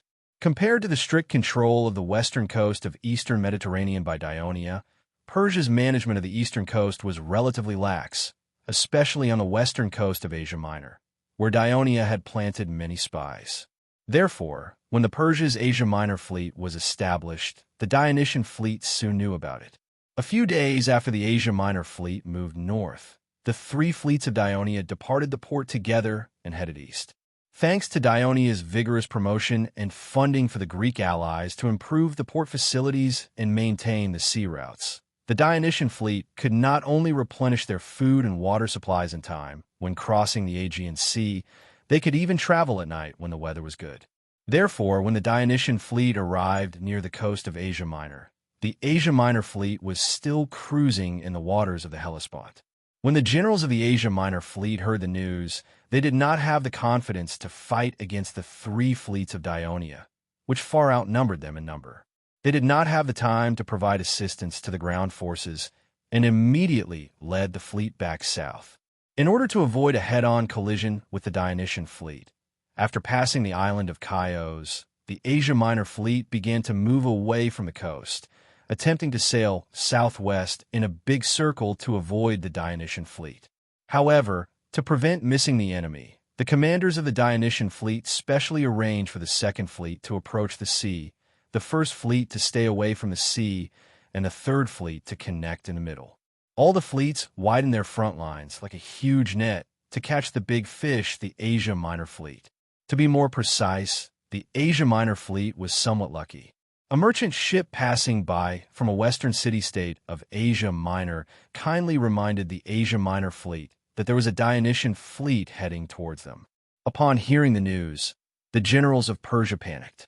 Faced with the Dionysian fleet, the Asia Minor fleet could no longer continue to make a detour to the west. Otherwise, the fleet would enter the sphere of influence of Dionia in the Aegean Sea. Without any supplies, the fleet would soon collapse without a fight. Therefore, there was only one way in front of them, and that was to get the fleet close to the coast of Asia Minor as soon as possible and hide in the port town to avoid the fate of destruction. Therefore, the Asia Minor fleet made an emergency turn and headed straight east. They passed by the island of Samos and attempted to enter the port of Ephesus before the Dionysian fleet could catch up. Ephesus was a large city on the western coast of Asia Minor. Not only was the city wall high and thick, but it was also rich in supplies. The Asia Minor fleet could hide in the city for a long time until the Dionysian fleet had to leave. Unfortunately, the Dionysian fleet was prepared. The second fleet, led by Middle-Aids, quickly passed through the narrow strait of Samos.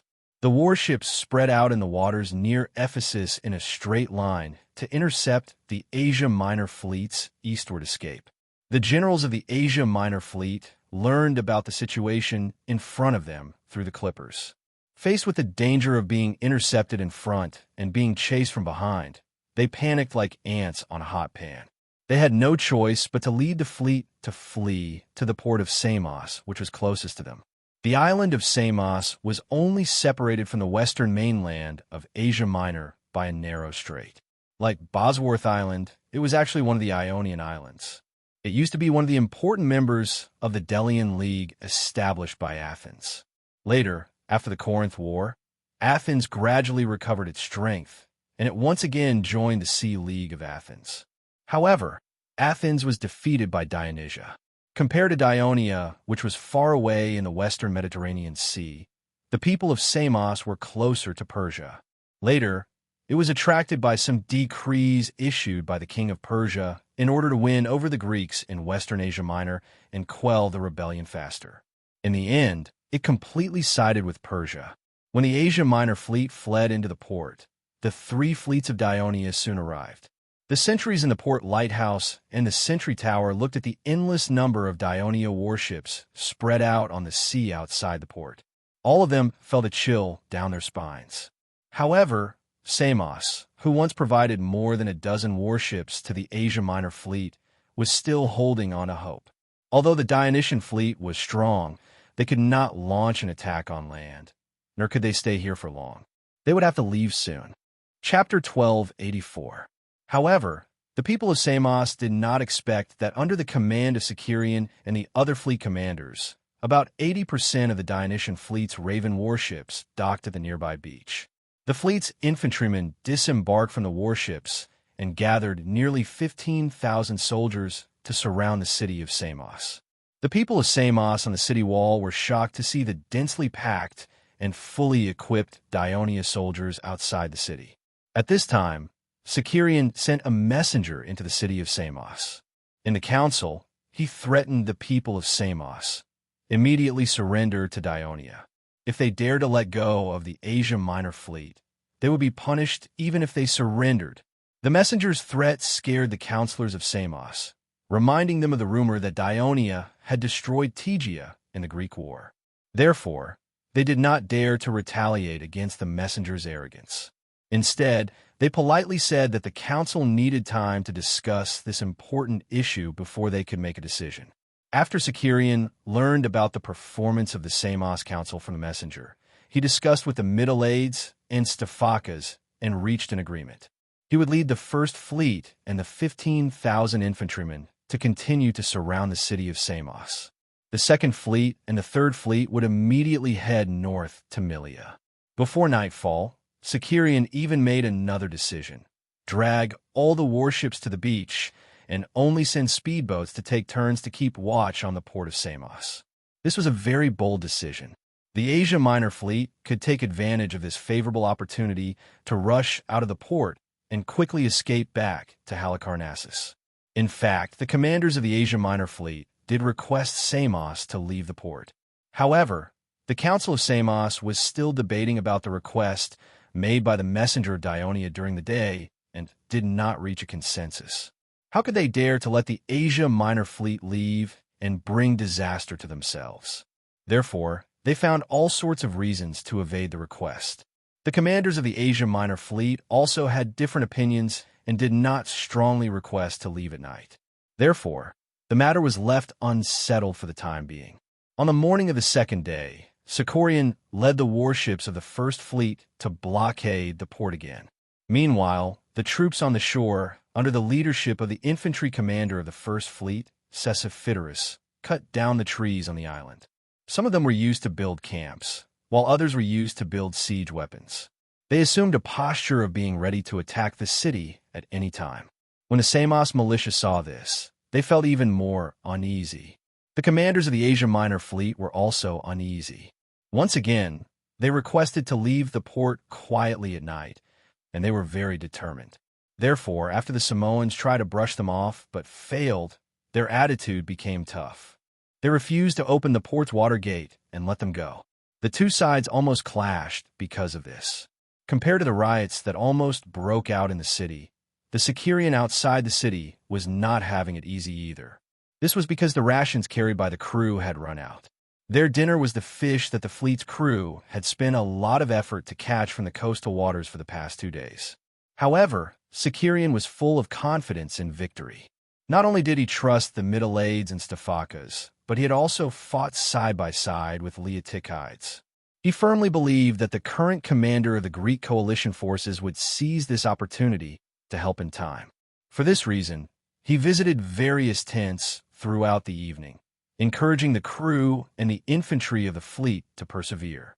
On the morning of the third day, the starving Dionia crew still drove the warships out to sea and blockaded the port of Samos. If the Asia Minor fleet rushed out of the port and fought with the First Fleet of Dionia, the outcome was still unknown. However, the Asia Minor fleet was afraid that the enemy's warships outnumbered theirs, so they chose to continue to hide in the port. The Samosians' delay was more like handing their fate over to the gods. Of course, they hoped that the reinforcements from Persia would arrive in time. However, at noon, a huge fleet sailed from the north, and the Samosians' expectations were completely dashed. Not only did Leotychides send a fleet to transport food, but he also sent the 2nd, 3rd, and 4th fleets to transport the soldiers of the entire 10th Legion.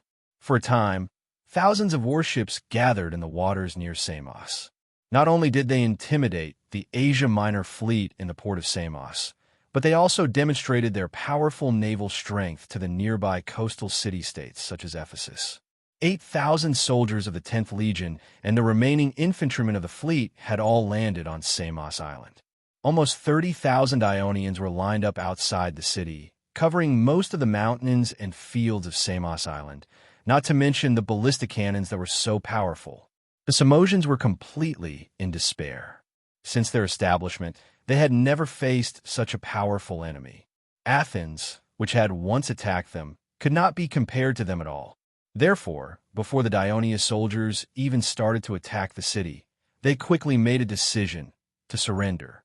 When the generals of the Asia Minor fleet at the port learned that the Samosians had betrayed Persia, they immediately led the crew to start a riot in the port, attempting to seize the water gate so that the warships of the fleet could rush out of the port.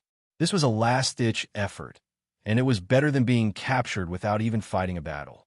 Who knew that after the Samosians surrendered to the Dionysian army, they immediately invited the Dionysian army to enter the city and asked them to personally deal with the tens of thousands of Asia Minor fleet's crew who were entrenched in the port. Not long after, the riot launched by the Asia Minor fleet was crushed by the 10th Legion of Dionia. So far, the Dionysian army and fleet barely suffered any losses, and they captured the entire Asia Minor fleet of Persia. This was an exciting victory. It not only meant that Dionia had temporarily gained the dominance of the sea in the western part of Asia Minor, but it also caused a change in the naval strength of Persia and Dionia, which were roughly equal to each other, as Dionia and its allies began to gain the upper hand. The destruction of the Persia-Asia Minor fleet and the surrender of Samos had a great impact on the Greek states in the western part of Asia Minor. They suddenly realized that without the protection of their navy, and with most of the Persia garrisons heading to Phrygia, the powerful Dionysian fleet could land and attack any western coastal city-state at will. Therefore, Ephesus, Miletus, Chios, and even Lesbos and many other Greek city-states in Asia Minor changed their previous estranged attitude and sent messengers to the Dionysian fleet and the landed Dionysian army to express their goodwill. Some even asked them to release part of the Asia Minor fleet's crew. After all, most of the crew of the Asia Minor fleet came from these Greek city-states. Leotychides led the generals of the allied army to hold a military conference with several commanders of the Dionysian fleet, including Sicerian, and the admiral of the Athens navy, Caprius. After discussion, they decided that as long as the Greek city-states in Asia Minor regularly provided a certain amount of military supplies to Dionia and the Greek allied army, and opened their ports to the allied army, then Dionia and its allies would promise not to attack these cities and release the crew from these cities. In the notice given to the messengers of the Greek city-states in Asia Minor, there was no requirement for them to surrender to Dionia. This was because Leotychides and Sicerian knew very well that only by completely defeating the land army of Asia Minor could these fence-sitters completely submit to Dionia. In the early morning of January 364 BC, year 30 of the kingdom of Dionia, the people of Turii, who had just celebrated the new year, woke up early to clean the roads in front of their houses. After breakfast, some people rushed to the river port in the city, while others waited by the road near their houses. When the sun rose, both sides of the road from the foot of the Hill of the Kings to the inner city port were crowded with people of all ages. Just when everyone was looking forward to the arrival of the King's Hill, a loud shout came from the front. "They're here! They're here!" The cheers made the people excited. Everyone pushed and shoved each other. If it were not for the soldiers maintaining order on the road, it would have caused quite a commotion. After a while, in the middle of the road, a team of palace cavalry appeared. They wore black breastplates, purple cloaks, and red helmets. They rode majestic horses, and each of them looked imposing. They marched forward in an orderly formation. Behind them, the king of Dionia, the Devers, appeared in front of the people. He wore a golden crown on his head, a gorgeous armor engraved with the image of Hades waving a fork, and a thick woolen robe. He rode on a black horse. Although his hair was gray, his back was still straight, and his eyes were sharp. He looked hale and hearty. Beside him was his eldest son, Clodocatax, the current consul of the kingdom. The achievements he had made in Turii over the past few years were obvious to all, especially the successful holding of the Dionia Games last year. His ability to govern had been fully recognized by the people of Turii. This was why they were not too worried when they learned that the king of Devers was going to personally conquer Persia, a big country in the east. Behind them was Apox, the second son of the king of Devers. He was already a famous scholar in the kingdom, and he was promoted to the deputy dean of the School of Mathematics in Dionia last year. He was famous for his wisdom among the people of Dionia, but because he stayed in the school for a long time, he was mysterious in the eyes of ordinary people. Next to Apox was Antibrus, the third son of the king of Devers. Among the children of the Devers, he was the most popular one among the people of Turii, not only because he was a football star, but also because he was active, willing to interact with the people, and very down-to-earth. Next to Antibrus was Eunice, the second daughter of the king of Devers. Although Cynthia was only the adopted daughter of the Devers, her gentle and virtuous character was recognized by the people of Turii as the eldest daughter of the Devers. As a woman, she should have traveled in a carriage like her mother and sisters, but she insisted on riding a horse. She loved sports and competitions, and her character was similar to that of a man. She was also loved by the people of Turii, especially the merchants of Turii. She had taken over the Kristoia Chamber of Commerce in recent years, and her capable and decisive style was even more sought after by them. Chapter 1285. The king of Devers' other biological daughter, Avia, sat in the royal carriage that followed, not showing herself in front of the people. This made the tourist by the roadside feel slightly regretful. As the Dionia princess was introverted and shy, and did not like to appear in public, the tourist didn't know much about her at first. It was only when she became the director of the zoo, and because she had to take care of the animals, she came into contact with the tourists and children visiting the zoo. Only then did everyone understand her kindness and innocence, and thus she was loved by the people. Kristoia, Agnes, Cynthia, Avia, and the children rode in two royal carriages, followed closely by two groups of palace cavalry. Compared to their enemy, Persia, the Dionia royal family's procession could be said to be very simple, but the people's support for them was far greater than that of the Persia royal family. Long live the Devers king! Long live the Devers royal family of Hades! The people used continuous cheers to express their support for the king of Devers and his family, as well as to express their good wishes for the upcoming war. Among these more formal cheers, there were some personal hobbies. May Hades bless the beautiful Princess Eunice. May Hades bless the kind Princess Avia. Prince Antabris, I love you. Eunice giggled and teased. Antabris, did you hear that? Be careful, or I'll tell Ronia. I don't even know that woman. She might be a rugby fan like you. Don't talk nonsense. Antabris hurriedly defended himself. Ronia was his wife.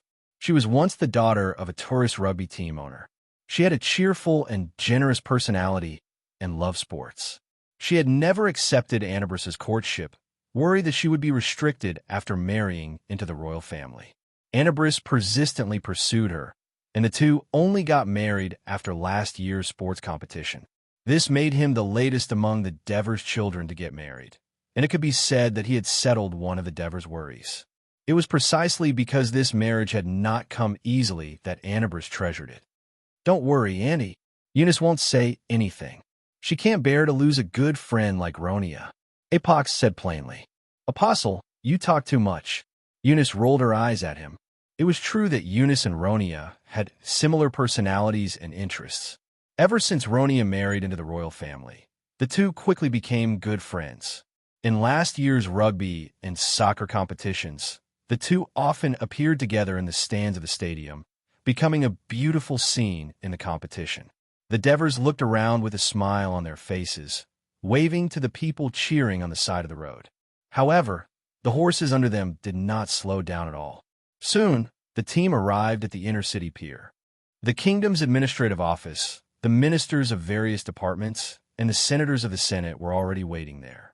When they saw the arrival of the king of Devers, they stepped forward in an orderly manner and bowed respectfully. The Devers dismounted and looked at the 5 assistant ministers who walked up to him. He said seriously, After I go to the eastern Mediterranean, the affairs of the kingdom will be in your hands. Your Majesty, don't worry. His Highness Clodocatax is outstanding. We will do our best to assist him. Hacker said in a deep voice, Your Majesty, we will do our best to maintain the stability of the kingdom and patiently wait for your triumphant return. Cypros said sincerely, Your Majesty, we will do our best to ensure the logistics of the army. You can attack the Persia with peace of mind. And Terry said immediately. The Devers smiled and nodded. He patted the shoulders of Bagul and Adrianx, who did not speak but looked determined. A lot of things had been arranged beforehand, so there was no need for him to say anything more. He smiled at the ministers and senators who came forward to greet him as he slowly walked to the pier. When he walked to the side of the docked royal airship, only his family followed him. He stopped and swept his gentle eyes across the faces of each of his family members. Finally, his eyes fell on Patroclus, who he had called out from the crowd. He said solemnly, Patroclus, the safety of the kingdom and the royal family is in your hands. Your Majesty. Patroclus saw the unhappy look on the Devers' face as soon as he said that. He quickly changed his words and said, Father, I will do my best to assist Clotho to maintain the stability of the kingdom. Previously, the Devers had ordered the Ministry of Military Affairs to transfer Hasdrubal to be the commander of the 14th Legion and follow him to Persia. Sextus would take over as the commander of the northern border of the kingdom. He then appointed his most trusted son-in-law, Patroclus, as the commander of the reserve legion of the kingdom, stationed in the barracks of Turiae. The most important mission of this temporary position was that if there was any unrest in the kingdom, especially in the Italian peninsula, he had the right to mobilize reserve troops from any region to quell the unrest. Patroclus was reluctant at first. He wanted to participate in the large-scale war between Dionia and Persia, but after the Devers' detailed discussion with him and his wife, Cynthia, he finally accepted the appointment.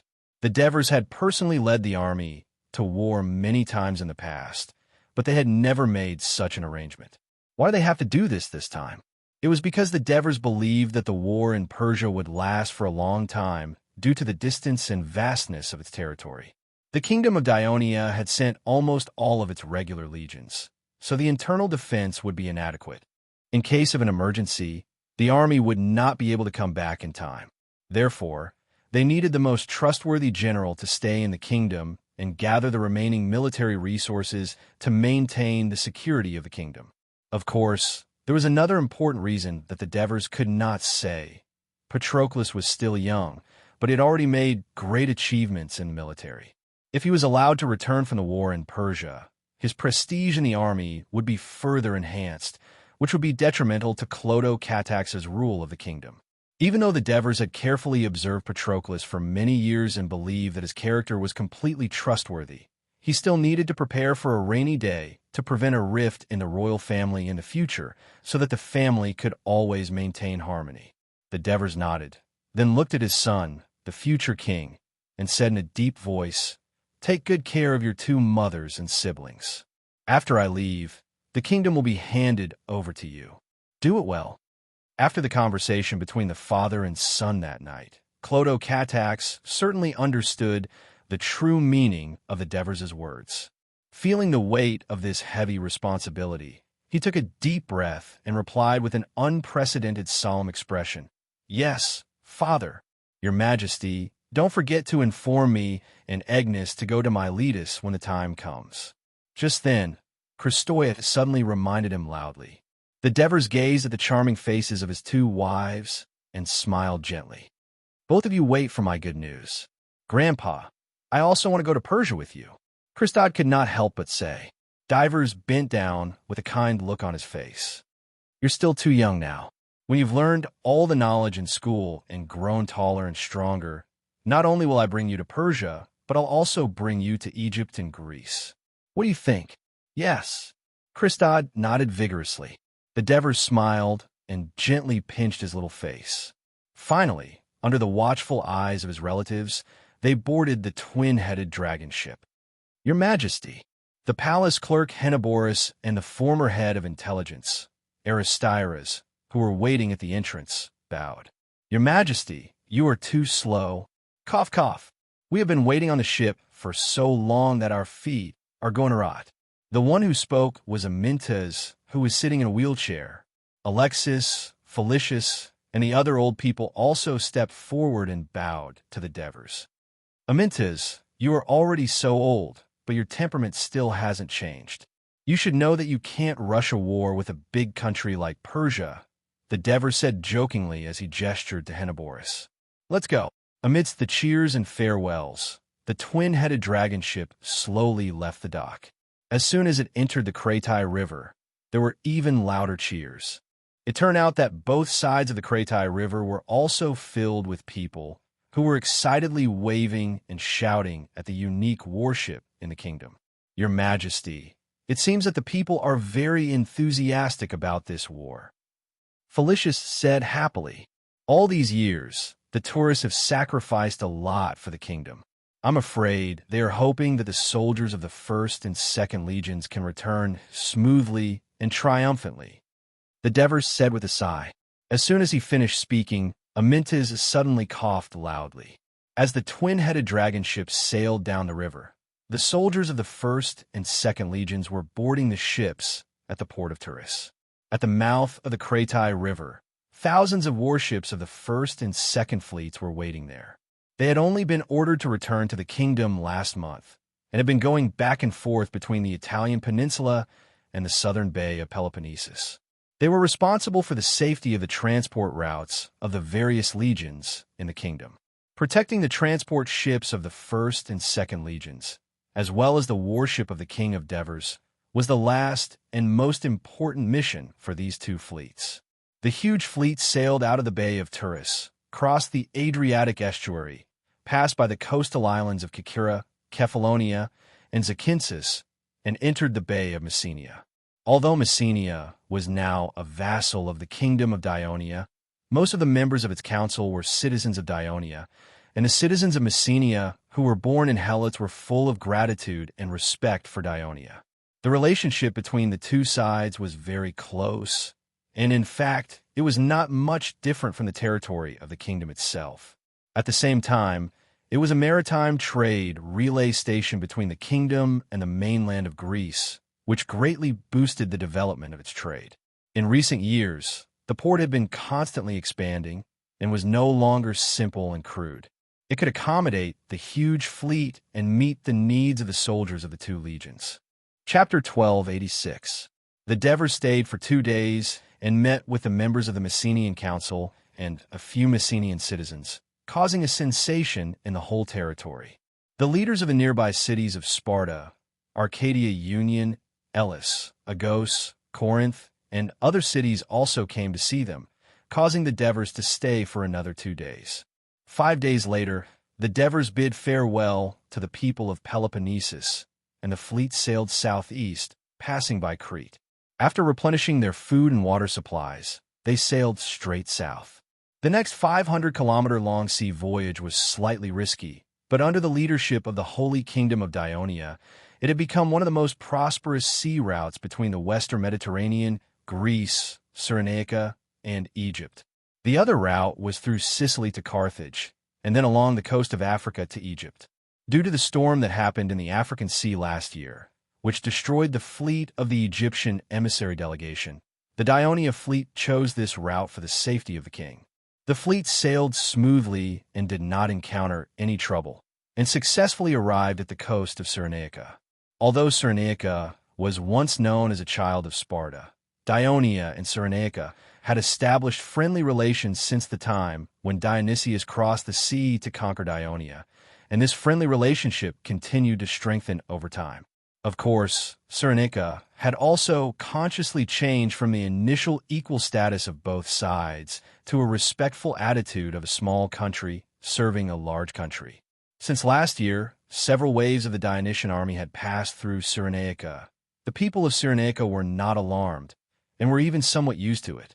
However, when the emissary of the Dionysian army informed the Cyrenican leaders that the king of Devers is in the army, these Cyrenican oligarchs hurriedly prepared a large amount of gold, silver, and military supplies, and then rushed to the temporary camp by the port to pay their respects. The Devers had a friendly conversation with them and made it clear that Dionia would do its best to ensure the political stability of Egypt during the war with Persia. For the people of Cyrenaica, who had never been invaded by foreign enemies, the war between Dionia and Persia had no effect on them. The only things that could affect the safety of Cyrenaica were civil strife and famine. The unrest in Egypt would cause a large number of Libyans living in Egypt to flee to the west, which would inevitably destabilize the political situation in Cyrenaica. Although the Dionysian army had helped Egypt to quell the rebellion last year, a new pharaoh had not been elected, which made the oligarchs of Cyrenaica feel uneasy. Now that they had the assurance of the king of Dionia, they could go back in peace. The fleet of Dionia rested for 2 days at the port of Cyrenaica, then continued to sail eastward along the coast of Africa. By the middle of February, they finally reached the coast of Egypt. While the Devers led the fleet on their journey, the messenger ship that had set off from Turai had arrived in Egypt 8 days ago. Whether it was the Assists in Topyrus in Memphis or Chalcidius in Paramesses, they had all led their officials to the city of Naucratis. When the Devers ship successfully passed through the checkpoint at the mouth of the Pelusia River, a tributary of the Nile, and slowly sailed into the port, the Egyptians who came to welcome them let out deafening cheers. This surprised the Devers, who had yet to disembark. When he stepped onto the dock, the Assists and the others immediately went up to him and bowed respectfully. "You have all worked hard during this period. On behalf of the people of the kingdom, I would like to express my gratitude for your contributions to the kingdom." The Devers returned the salute solemnly, then looked around at the densely packed Egyptians and asked curiously, "Did you arrange this? Due to concerns about safety, we did not announce it to the public. This was all done on their own initiative," the Assists quickly explained. "Oh." The Devers looked at the excited faces in the distance and asked with interest, "Are they from all over Egypt?" "No, Your Majesty. Assists answered frankly. Most of them come from this city and the surrounding villages and towns. Assists answered honestly. Naucrates was a stronghold provided by the Egyptian pharaohs for Greek mercenaries hundreds of years ago. Later, it gradually developed into the only Hellenistic Egyptian town that often traded with the Greeks. Most of the residents of the city were of Greek descent, not to mention that in the past 20 years, most of the diplomatic and trade contacts between Dionia and Egypt were conducted through this town, causing some Dionia citizens to settle here for a long time. It was precisely because of the uniqueness of Naucrates that it was ostracized and suppressed by the conservative Egyptian society. Like an isolated island in the middle of the ocean, it had no political influence on Egypt. This time, after the reinforcements from Dionia quelled the rebellion in Egypt, they stayed for a long time and did not leave. Even the recent decrees from Memphis to the cities and towns in the Nile Delta contained faint traces of Dionia. This made the sensitive people of Naucrates realize that the political situation in Egypt had probably changed drastically. This might be a great opportunity for them to make a comeback, hence the grand welcome today. This was the people of Naucrates showing their loyalty to the king of Dionia. Of course, Devers had thought of this, and he felt a little disappointed.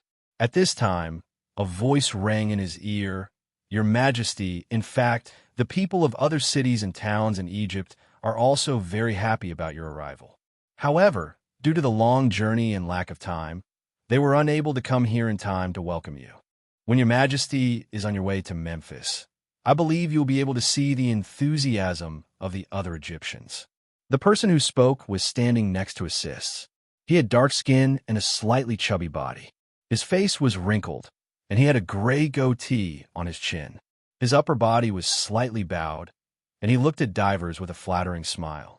Devers saw that he was wearing a pure, white, short-sleeved linen robe, a golden crown on his head, and a slender staff in his hand. He had a rough idea of who this person was, but he still asked in surprise, "This is, Your Majesty, this is the high priest appointed by Pharaoh Tanib during his reign, Amunias-Hotep from the Kerak Temple. We have received a lot of help from him since we came to Egypt." Assists quickly introduced him. Devers smiled. "It's a pleasure to meet you. Assists has mentioned you many times in his letters to me. You have given us great support. Your Majesty, it is my honor to meet you."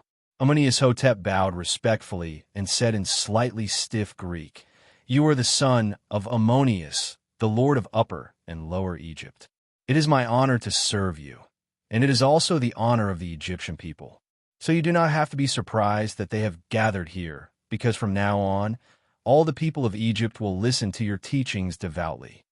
Although Devers had already learned from Assist's letters that this noble high priest had completely sided with Dionia, his overly flattering attitude still surprised Devers. They could not help but wonder if the power of Dionia had frightened these pampered Egyptian priests, making them so weak at the knees. After all, 3 months ago, the vanguard led by Chalcidius had not only destroyed the usurping Nikotani Persia, but also quickly put down the rebellions in other towns in the Nile Delta. This scared the Thebes, not the Greek city-states, but the Thebes, the religious center of Upper Egypt, a little restless. Since last December, other legion of Dionia had arrived in Egypt one after another. Including the first and second legions that had arrived today, the number of Legion of Dionysia in Egypt had reached close to 20, including the cavalry legions. A huge force of more than 100,000 people, coupled with their powerful combat power, was enough to destroy the whole of Egypt. How could Amunias-Hotep not tremble? Most of the people in the port of Naucrates understood Greek. When they heard High Priest Amunias-Hotep say the title of son of Ammon, king of Upper and Lower Egypt, there was an uproar at first, followed by a burst of cheers. Then, everyone knelt down and shouted the name of the great and noble Pharaoh Devers. In the face of the cheers of the Egyptian people, the Devers did not forget himself. He knew very well that Amunias-Hotep was actually a test for him, so he smiled and said, "I am very grateful to the great Ammon for giving me such an important mission.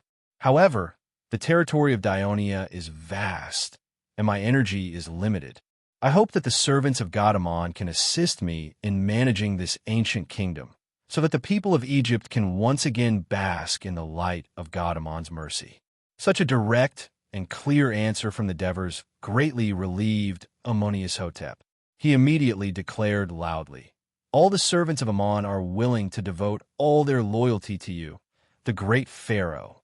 In the past few months, Papyrus and the eminent monks of Egypt had negotiated many times to reach an agreement. At this moment, with the commitment of the Devers and Amonihotep, the cooperation between the two sides was officially established.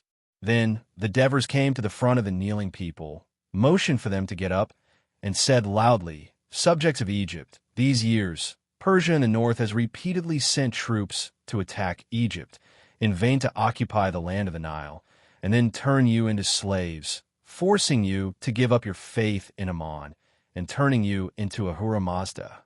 The rebellion of Nikitani Persia was instigated by the Persia, and Egypt is already in a very dangerous situation.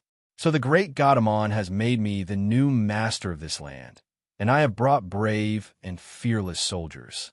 They will guard Egypt, defeat Persia, and let you enjoy a long period of peace and tranquility. Ensure that Egypt will always be Egypt's Egypt. Chapter 12, 87. Amidst the cheers of the Egyptian people, the Devers boarded the carriage and drove into the governor's palace in Naucratis. The next day, divers led the 2nd and 1st legions to the north. Under the suggestion of assists and Amonihotep, he did not take the warships. Instead, he took the land route. He took a luxurious carriage, and under the lead of a group of Egyptian priests led by Amonihotep, they advanced along the southern bank of the Nile in a grand manner. For other parts of the Mediterranean, it was the season of sowing, but in Egypt, sowing had already ended. When the Nile's floodwaters receded in August and September last year, the huge pools that the farmers had built to prevent the water from flowing away too quickly were almost dried up. Instead, green wheat seedlings grew along the banks of the Nile. In addition, the banks of the Nile and its tributaries were also lush with green papyrus, causing the entire Nile delta to look like a green sea.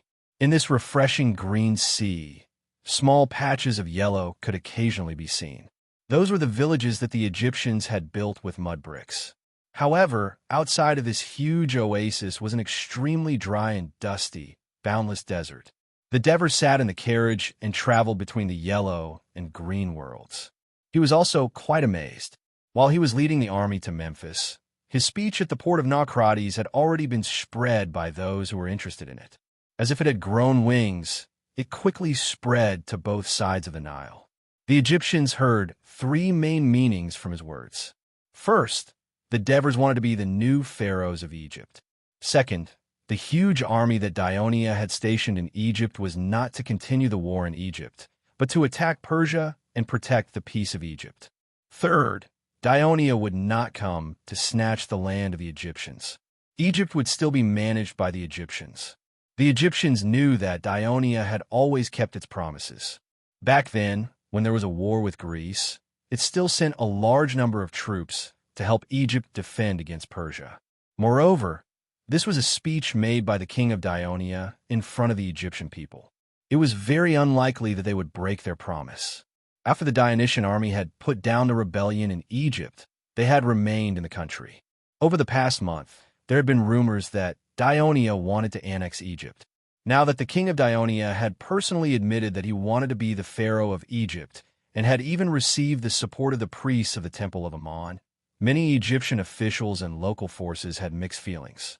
At the same time, they were also relieved. They personally went to visit the new pharaoh, hoping to leave a good impression. For ordinary Egyptians, land, faith, and peace were what they craved the most. Since the Devers had made a promise in public, most of the people were not angry that an outsider was about to become the pharaoh of Egypt. Instead, they showed a certain amount of enthusiasm. Instead, they wanted to know what the king of the Dionysian army who could fight against the fierce Persia looked like. This season was temporarily a slack period for the Egyptians. In the past, when they had nothing to do, they would go make mud bricks, catch birds, and fish. At this time, they brought the old and the young to the roadside to welcome the arrival of the new pharaoh. At the suggestion of Amonhotep, the Devers changed his appearance in the city of Naucrates. He officially put on the red and white crown that represented the rule of Upper and Lower Egypt, as well as the fake beard that represented the identity of the pharaoh. Then, he put on a golden one-piece armor and sat in a magnificent carriage. Along the way, he looked solemn and did not pretend to speak. The Egyptians, who had always worshipped the gods and feared power, saw the new pharaoh sitting in a magnificent carriage from afar. They were in awe and cheered loudly. The towns and cities they passed by also opened their gates to welcome them, and the officials competed to show their loyalty. The Devers comforted the people along the way. The whole team did not move very fast, and they even took a brief tour of the pyramids of Giza. Finally, after 10 days, they arrived in Memphis. Memphis was located south of the Nile Delta and north of Upper Egypt. It happened to be in between Upper and Lower Egypt, so it was called the balance of the two countries. In the early days of Egypt, the capital was in Thebes. From the beginning of the Middle Dynasty to the present day, more pharaohs set the capital in Memphis because it was more conducive to ruling over Upper and Lower Egypt. When the Devers entered the city of Memphis, he immediately understood why Chalcidius had been able to easily capture the capital of Egypt, which was occupied by the rebel army. It was different from other Mediterranean city-states. It did not surround the entire city with thick walls, but only built walls in 3 places. One was the Temple of Ptah, one was the Temple of Osiris, and the last was the pharaoh's palace and the residential area of the nobles. It was almost impossible to resist the siege of the Dionysian army with such a small city area and a lack of soldiers, not to mention that the internal situation was very unstable. The handicrafts and metalworking industry of Memphis were famous throughout Egypt. Half of the city area was occupied by handicrafts and residential areas. Therefore, the patron gods of these two industries, Ptah and Osiris, were highly respected here. Not only did the people worship the 3 pillar gods of Memphis, Ptah, Sekhmet, and Nephilim, but they also worshipped the god of the underworld, Osiris. Even the monks worshipped the Apis bull as a sacred object in the temple.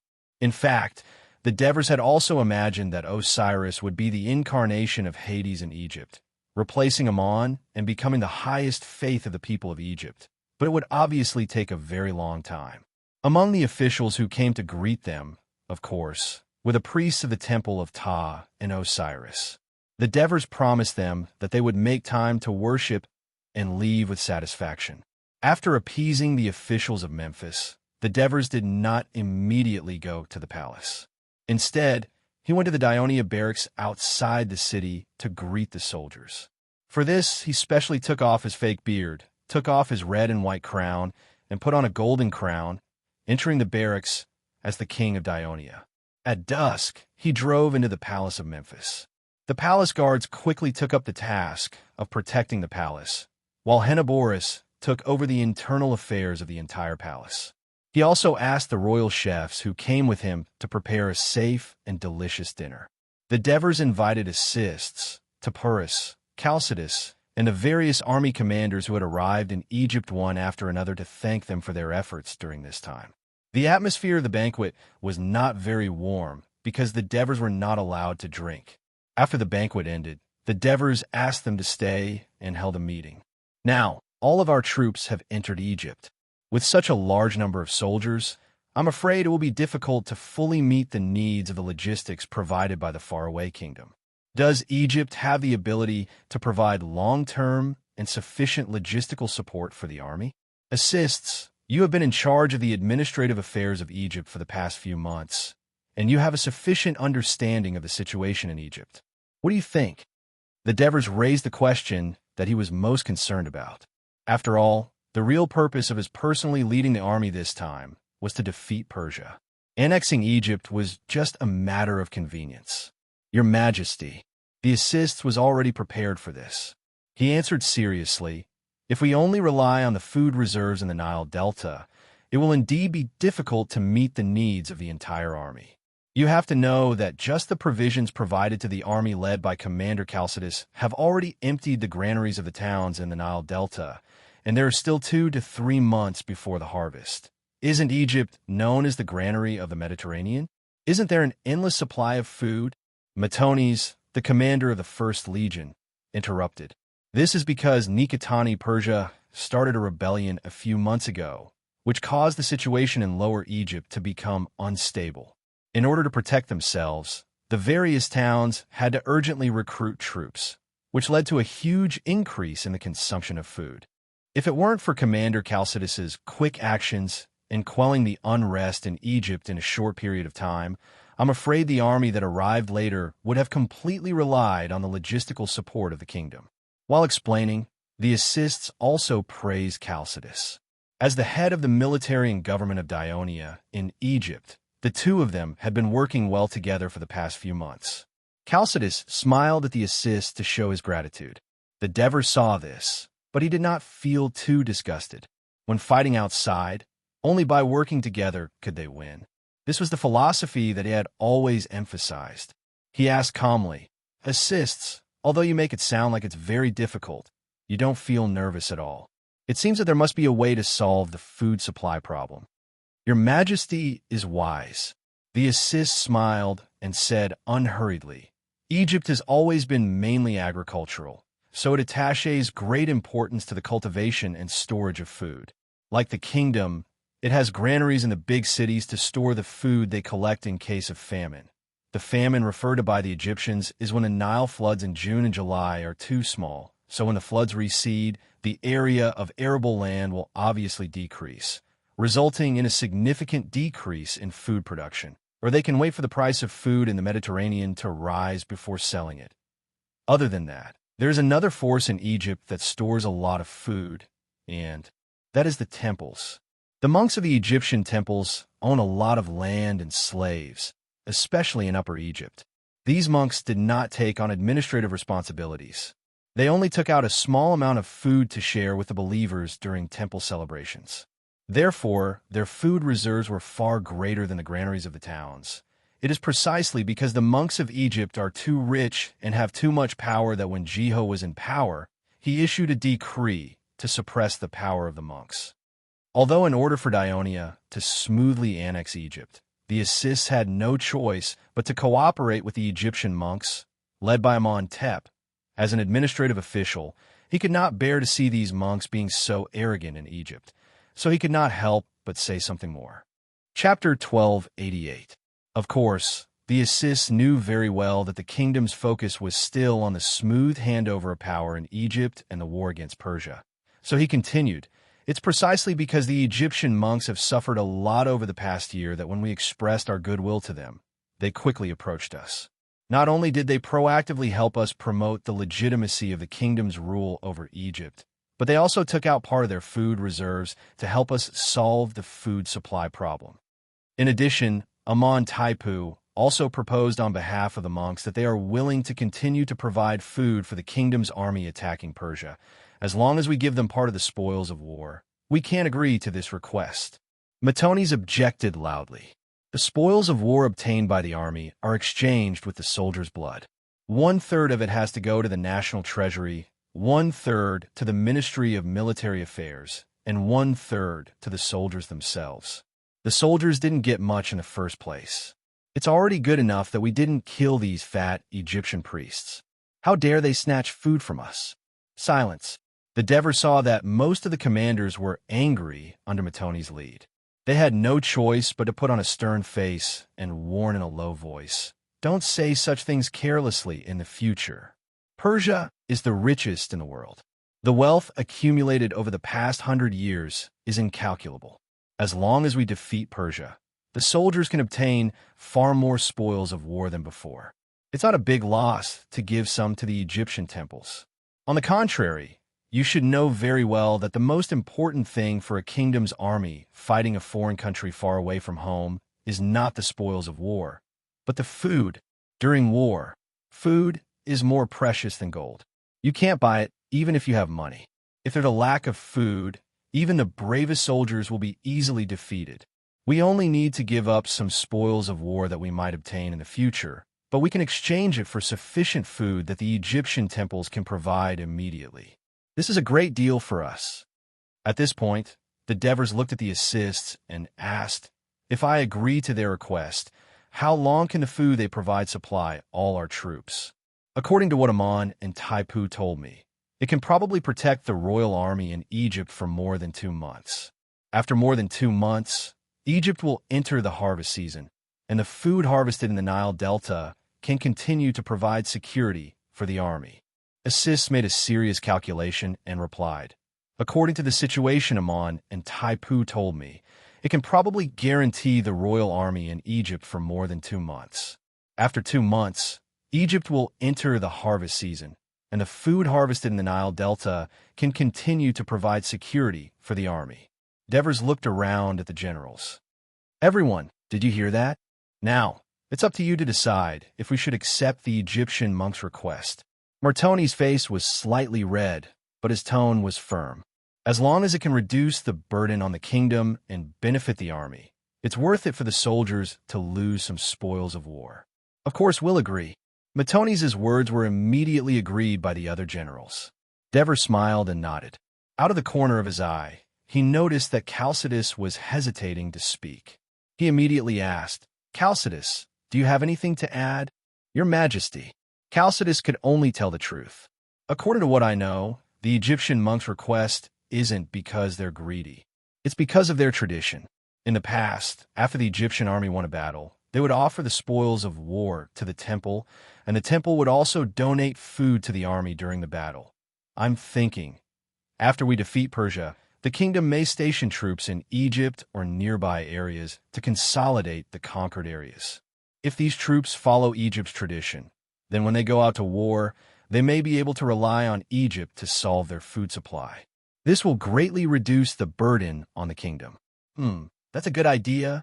Devers was slightly surprised. He didn't expect the temporary commander of the Egyptian army he'd appointed to be so focused on the battle. As he looked at Chalcidius with approval, he said, Henny, write down this suggestion. We'll discuss it after the battle. Yes, Your Majesty. Devers didn't praise Chalcidius anymore. After all, he wasn't the most senior among the generals present, and he was from Sicily. If he showed too much importance to him, it might cause some generals to be jealous. So, Devers immediately changed the topic.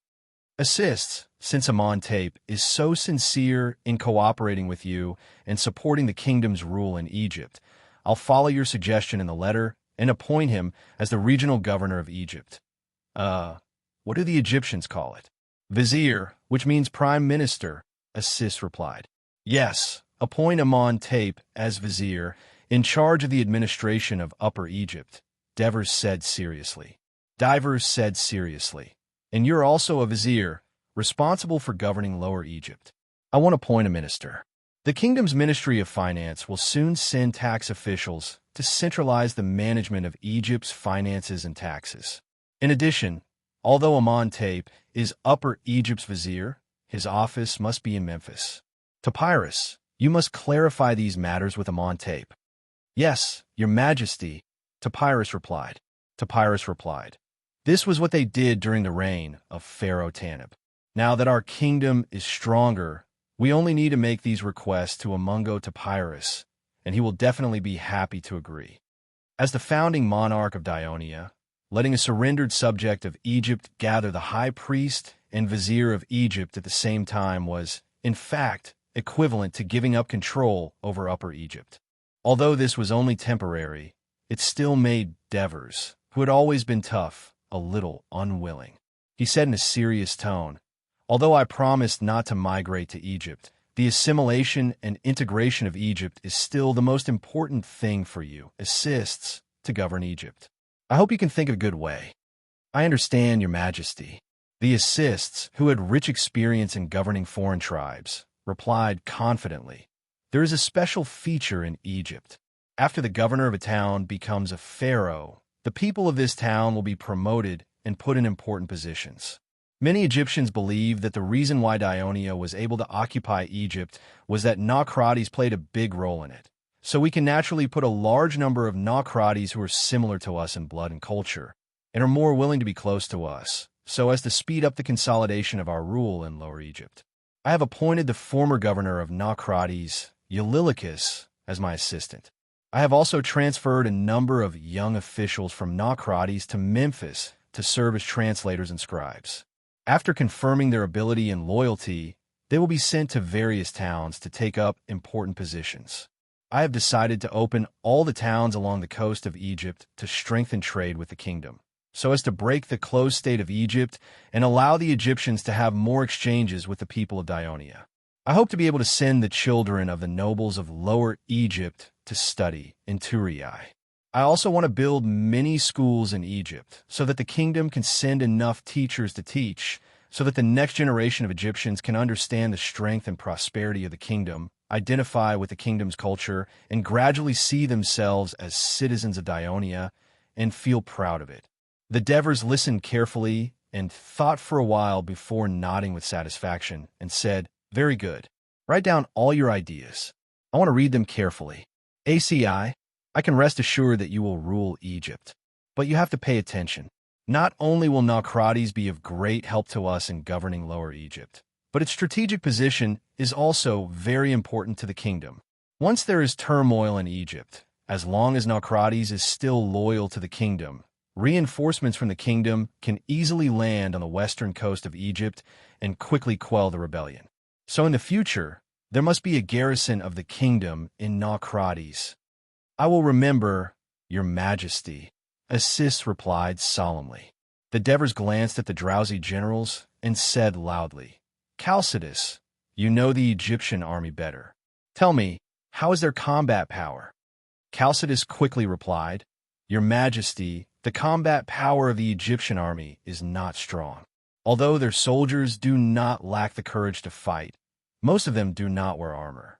There are no heavy infantry, and there are not many cavalry. The only slightly better ones are the archers, but their archers do not have good offensive awareness and tactics like our light infantry. They usually hide behind the infantry's shield wall and attack the enemy from afar. It is said that this tactic was learned from the Persia. It is rather rigid, and the only advantage is that they can run fast." The generals burst into laughter. "What about their chariots?" The Devers' tone was still calm. "The Egyptian chariots are used to carry the archers. They look scary, but they're not as strong as the Gauls' chariots. Instead, they're too big of a target for our light infantry to attack." The Devers listened thoughtfully. "It seems that the Egyptian army will not be of any help to us when we attack Persia. Instead, they will be a burden.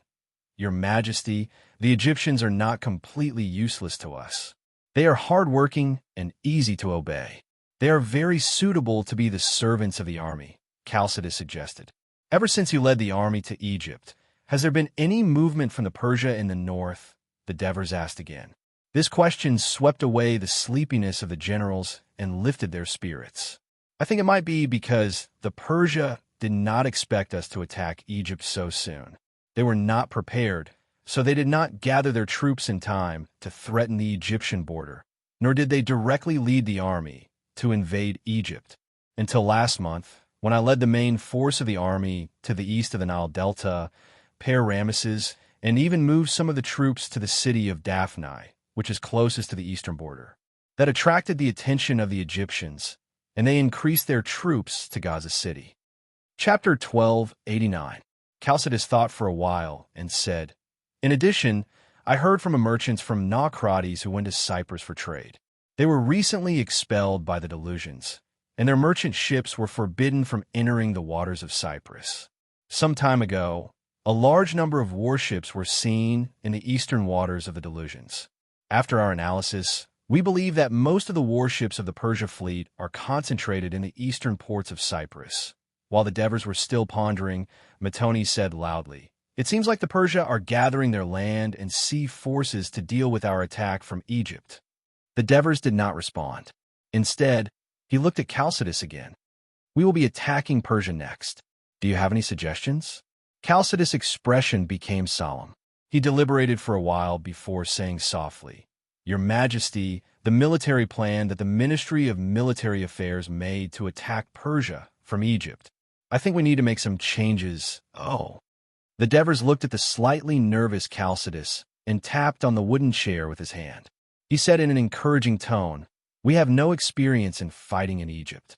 You have the most say. Can you tell us in detail why we need to change the plan?" The other generals became serious after the Devers said this. When the Devers signaled Henoboris to place the wooden maps of Egypt and Persia in the middle of the hall, they all gathered around. "Your Majesty, all the army commanders." Chalcidius looked at everyone and took a deep breath. He pointed at the icon of Daphne on the map. Although his voice was trembling slightly, he said firmly, "Daphne is the fortress that the Egyptians built on the easternmost side of the Nile Delta to defend against the invasion of the Persia. The distance from Daphne to the east to the Egyptian border is about 200 miles. There are no signs of human habitation or supply points. Based on the marching speed of the kingdom's army in this kind of terrain, it will take at least 3 to 4 days to pass through." As he spoke, Chalcidius became fluent. He used his finger to draw the marching route on the map and finally stopped at a circular icon with the word Gaza on it. Less than 20 miles from the Egyptian border is the fortress built by the Persia, Gaza City. It is said that there are usually 1,500 Persia soldiers stationed in the city. Now, there may be 4,000, for 1,000 is not a lot. If our army goes north, it should be easy to take it down, right? 2nd Legion Commander Lazou interrupted. "I'm afraid that won't be easy." Originally, Gaza City was only a frontline supply town for the Persia to invade Egypt. However, after we reinforced Egypt and repelled the Persia were probably worried that we would attack them through Egypt. Thus, 2 years ago, they recruited the Jews and Phoenicians to build a fortress in Gaza City. According to the information we received, although the city is not large, its walls are high and thick, and it has sufficient supplies. It will not be easy to take it down. Moreover, the name Gaza comes from the Canaanite language. It means that it is surrounded by sand. It is a fortress built on top of gravel. The nearest Canaanite oasis is at least 20 to 30 miles away. This means that we cannot obtain any resources from the vicinity of Gaza City to build siege towers, mobile towers, siege vehicles, and other large siege weapons. It is even difficult to build siege platforms and causeways because there is only sand there and no soil. It is not easy to solidify, but these are not the biggest difficulties. Chalcidius looked around at the generals and finally looked at the Devers. He said in a serious tone, "The biggest impact on us is the desert. I once led the army from Daphne to the east, and I suffered a lot. Marching in the desert is very hot during the day, and the sand is very strong. The ground is soft, and the soldiers are wearing armor. It is very tiring to walk, and it is very easy for them to get tired. Normally, the army can march at least 50 miles a day, but in the desert, they might not even cover half of the distance. At night, the desert becomes very cold. If the soldiers do not wrap themselves in blankets, they will not be able to sleep. The guide said that it is spring. If it was summer, the entire desert would be like a big furnace, and very few people would dare to walk on it. There are only 3 months left before summer arrives. I've led the division here for 10 days. I can feel that the weather in Egypt is much hotter than in Greece. Is it because the weather is too hot that the soldiers in Egypt aren't wearing armor?" Melisande, the commander of the 4th Division, asked curiously. "I have never asked the Egyptians this question," Chalcidius said in a low voice. "Your Majesty and all the commanders, please pay attention. If we want to lead the army through the desert and take over Gaza City, the biggest threat to us is water. There is no water source during this 400-mile-long march, and the soldiers are very thirsty while marching in the desert. They need to drink a lot of water. Even if we brought a lot of water when we set off, if we cannot successfully take over Gaza City in a short period of time, we will still face the danger of water shortage." After hearing Chalcidius' words, the expressions of the generals became serious. The Devers gasped. He suddenly remembered the kingdom of Jerusalem that was established by the Crusades in the Middle Ages of Western Europe in his previous life. They rashly gathered their army and entered the desert to attack Saladin, the king of Egypt. In the end, because of the lack of water, they almost collapsed without a fight. Gaza City is also built in the desert. Don't the people of Persia lack water? Legio III Commander Trotiras asked. "There should be wells in Gaza City, and there are not many soldiers in Persia, unlike us, which has as many as 200,000 people. There's also a lot of labor, horses, and livestock. Digging a few wells will not be enough to meet the demand. Moreover, it is very difficult to dig underground water in the desert, and there is no guarantee of success. Maybe we can march eastward along the coast and let the fleet follow us. They can dock at any time and provide us with water and other supplies. Matones said hesitantly, I once had this idea, but after careful consideration, I realized that this method is not very appropriate. To provide supplies for such a large army, we also need a large fleet. Egypt, which is not very developed in the sea trade, is unable to meet the needs. We can only recruit from the mainland of Greece and the Kingdom of England. This will take a lot of time, and the more ships we have, the more crew members we need. This will consume more resources. In addition, the fleet docks every day to load and unload food and water, which will take a lot of time. This will seriously delay the speed of the army and extend the time we need to pass through the desert. At this point, Chalcidius moved his finger up on the map. You should have noticed that the coast where our army is marching is not too far from the coast of Cyprus and Phoenicia. These two areas are the main naval bases of Persia, and they have many warships. As I said before, the Persia fleet is likely to be gathering at the naval port in Cyprus. They are likely to attack our fleet. If we let the Navy escort us, there will be no port to dock and replenish supplies along the long coast from Naucratis to Gaza. The fleet will not be able to rest well, and the warships will not be able to be maintained. When the Persia fleet attacks, we will also have to consider protecting the fleet. The entire battle situation is not very favorable for our navy. Chalcidius had obviously thought about it seriously. He patiently listed out the difficulties one by one. The commanders frowned and fell into deep thought. Devers sighed and said, It seems that the Ministry of Military Affairs and I have made the mistake of talking on paper and underestimating the difficulty of fighting in the desert. If not for your timely discovery, Chalcidius, we might have been in big trouble. Since you can discover the problem, you must have thought of a way to solve it. Tell us in detail how you want to modify the battle plan. Facing Devers' encouraging gaze, Chalcidius pulled himself together and said loudly, I think that our first target is not Gaza, but here, Cyprus. Everyone's eyes immediately focused on the icon on his finger. There are 3 purposes for attacking it. Chalcidius revealed the plan he had thought of. First, Cyprus is a large island with large lakes and rivers. There are also large plains in the north. It has a large population and sufficient food and material reserves. It also has several well-equipped naval ports. It is also easy to land and fight.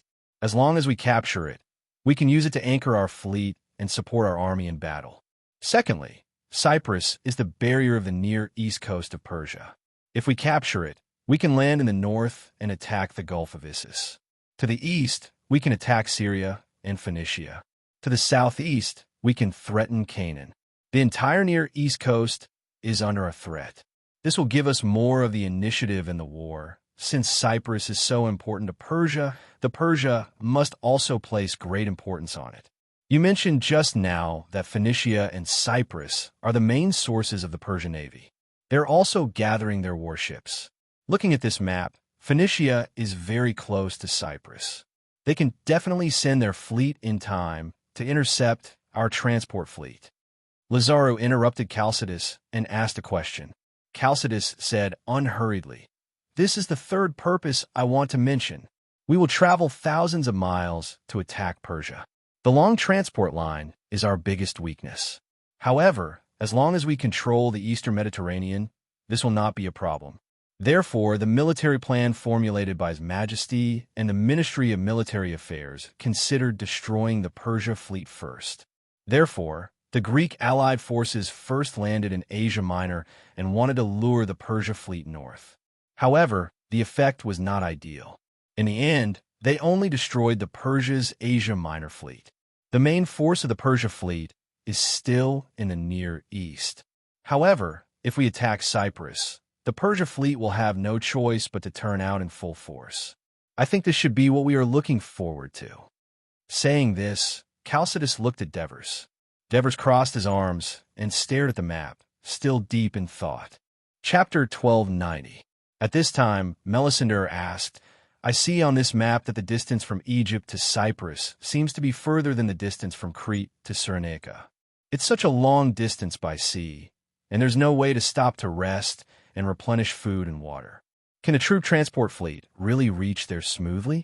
After our fleet reaches the waters near Cyprus, will we still have the ability to fight? Chalcidius replied seriously. I've asked the Greek merchants and Naucrates who often trade with Cyprus.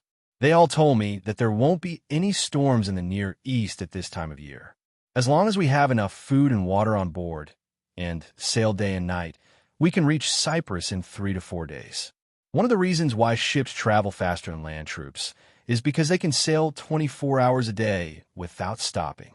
We can also hire these Naucrates merchants as guides to guide us. As for the Navy, I still remember that they once attacked Carthage from Sicily and finally defeated the Carthage fleet. They should be very experienced in this area. Of course, we still need them to make a judgment. How is the defense on Cyprus? How many troops do they have? Martones was a little moved, and his tone became anxious. A few decades ago, Cyprus was only a subsidiary of Persia. The king of Cyprus had allied with the Greek city-states in Asia Minor several times to gain independence. Persia had a hard time suppressing them. Since then, the Persia learned their lesson and abolished the king of Cyprus. They divided Cyprus into many city-states and forbade them from building tall and thick walls. Otherwise, they would be considered disloyal to Persia. Although I'm not sure how many troops Cyprus can gather to fight against us, it's obvious that their defense is not strong.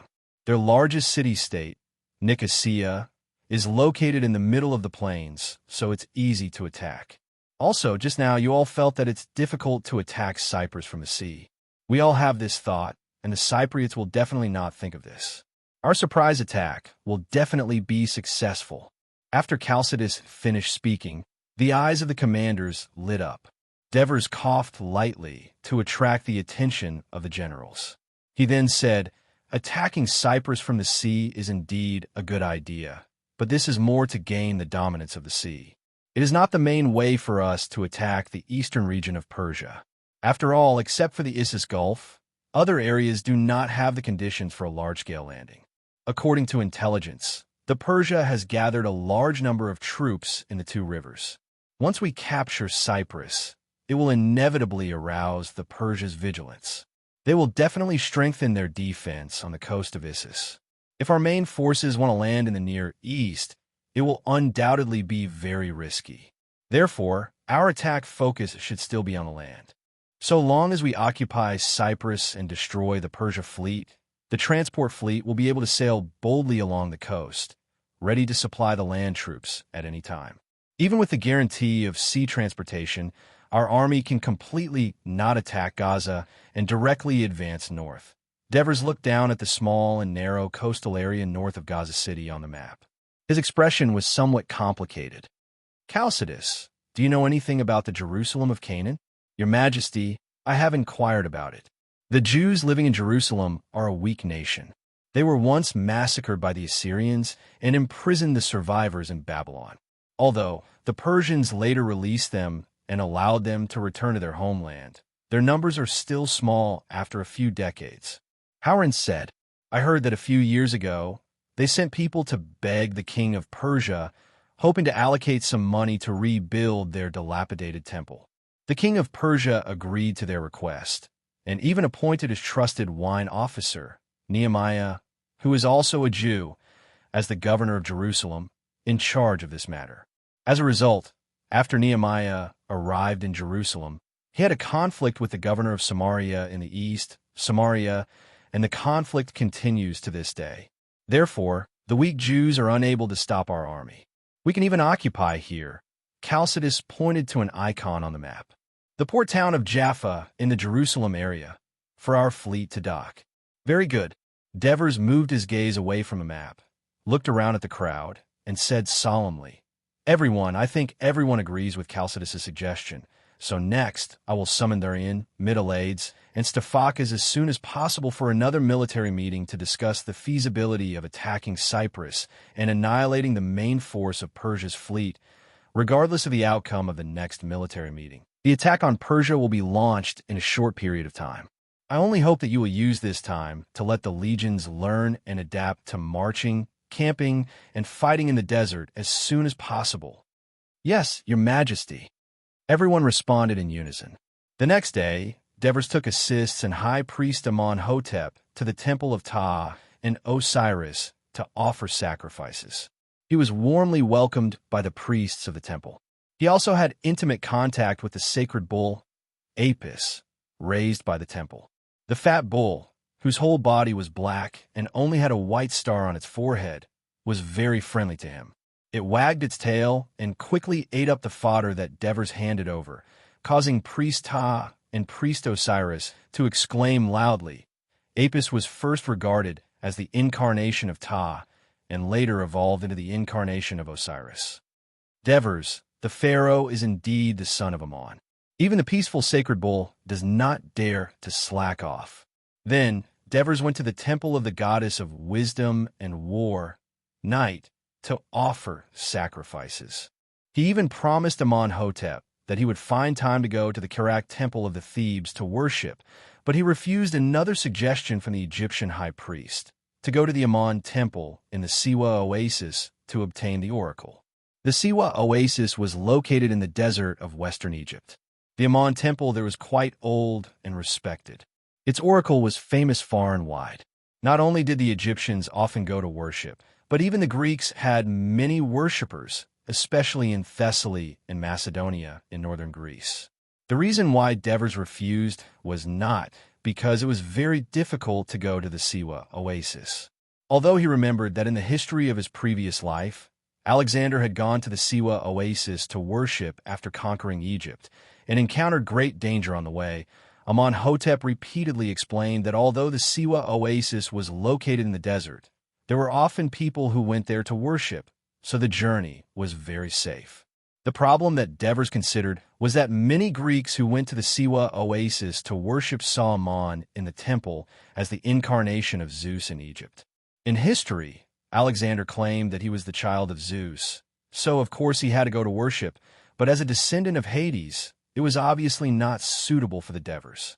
At the same time that King Devers arrived in Egypt, the Central Italian Coalition Army, led by Wolsey, Helnicki, and Sabin, also landed in Asia Minor. At this point, the Greek coalition army under the command of Leotychides had all gathered. During the time that the Greek coalition army arrived, he did not wait quietly. Instead, he had been actively attacking. Not only did he continuously force the cities near the Strait of Hellespont to surrender, but he also used the influence of the naval victory of Samos to lead the main force away from the coastline and deep into the interior of Mysia. At the same time, he also sent part of his army south into the territory of Lydia. Because the Persia army was unable to resist, the Greek coalition army was greatly boosted. Not only did the Greek cities along the coast, such as Bosworth and Chios, surrender, but even some of the cities in the interior of Mysia and Lydia surrendered. During this period, something interesting happened. The commander of the 10th Legion, Stephos, made a request to Leotychides. He hoped that he could lead a troop to the other side of the strait and force Byzantium to surrender. 30 years ago, the predecessor of the Dionysian army, the Persian mercenary army, was humiliated by Byzantium, including the king of Devers. Leotychides had heard about this, and he knew that this request was probably not the will of Stephos, but his father, Amyntas. It might even be the collective will of many old generals in the army. Of course, Leotychides would not refuse. Since there was not much military pressure at the moment, he generously approved that Stephos could lead the entire 10th Legion to Byzantium. As soon as Stephos and his troops landed on the beach near Byzantium and set up camp, a messenger from Byzantium arrived. The messenger humbly told Stephos that Byzantium was willing to serve the holy kingdom of Dionia. For the Byzantines, what happened decades ago was already forgotten. However, the Byzantines knew that Athens, Sparta, and even all of Greece were now under the feet of Dionia. In the past, Dionia's power hadn't reached the Star Ocean, so the Byzantines could pretend that they didn't know anything. However, now that the Dionia army was right in front of them, the Byzantines, who always knew how to play by ear, immediately gave in. Of course, Stephos would not bring up the embarrassing incident that happened decades ago. Instead, he made some harsh requests, such as providing a lot of food, tribute, fleet, labor, and support for the army. Byzantium accepted all of them. Since the Byzantines were so tactful, Stephos, of course, wouldn't make trouble for them. Therefore, he led 8,000 fully armed soldiers and marched around Byzantium. In the end, he asked the Byzantine government to build a memorial pillar at the port, and on top of it, the statue of the king of Devers riding a horse and wielding a sword must be mounted. Chapter 1291. When the new year came, the Persia army gradually gathered in the Phrygia region, and part of the army's vanguard had already pressed forward to the eastern border of Mysia. Leotychides felt some pressure, and he began to gather his scattered troops. At the beginning of February, the Persia's Asia Minor Coalition Army held an important military conference in the capital of Phrygia. The Western commander, Phanabotsos, presided over the conference, and all the participants were governors of various regions. There was only one exception, and his identity was very special: the former Thessaly, Tarchus, Iazon. 5 years ago, after the army led by Iazon was defeated by the Dionysian army, he fled to Persia alone. Unlike many famous exiled Greeks who prefer to stay in the western part of Asia Minor, he went directly to Syria and sought an audience with the king of Persia. At that time, Artaxerxes was preparing to personally conquer Persia, but unexpectedly, a major rebellion broke out in the Asia Minor region. He had no choice but to return to quell the rebellion. Iazon unified Thessaly, became Tarchus, and became the main force of the Greek coalition army against Ionia, gaining the upper hand in the war. These deeds had long been passed to the ears of the king of Persia through Datis.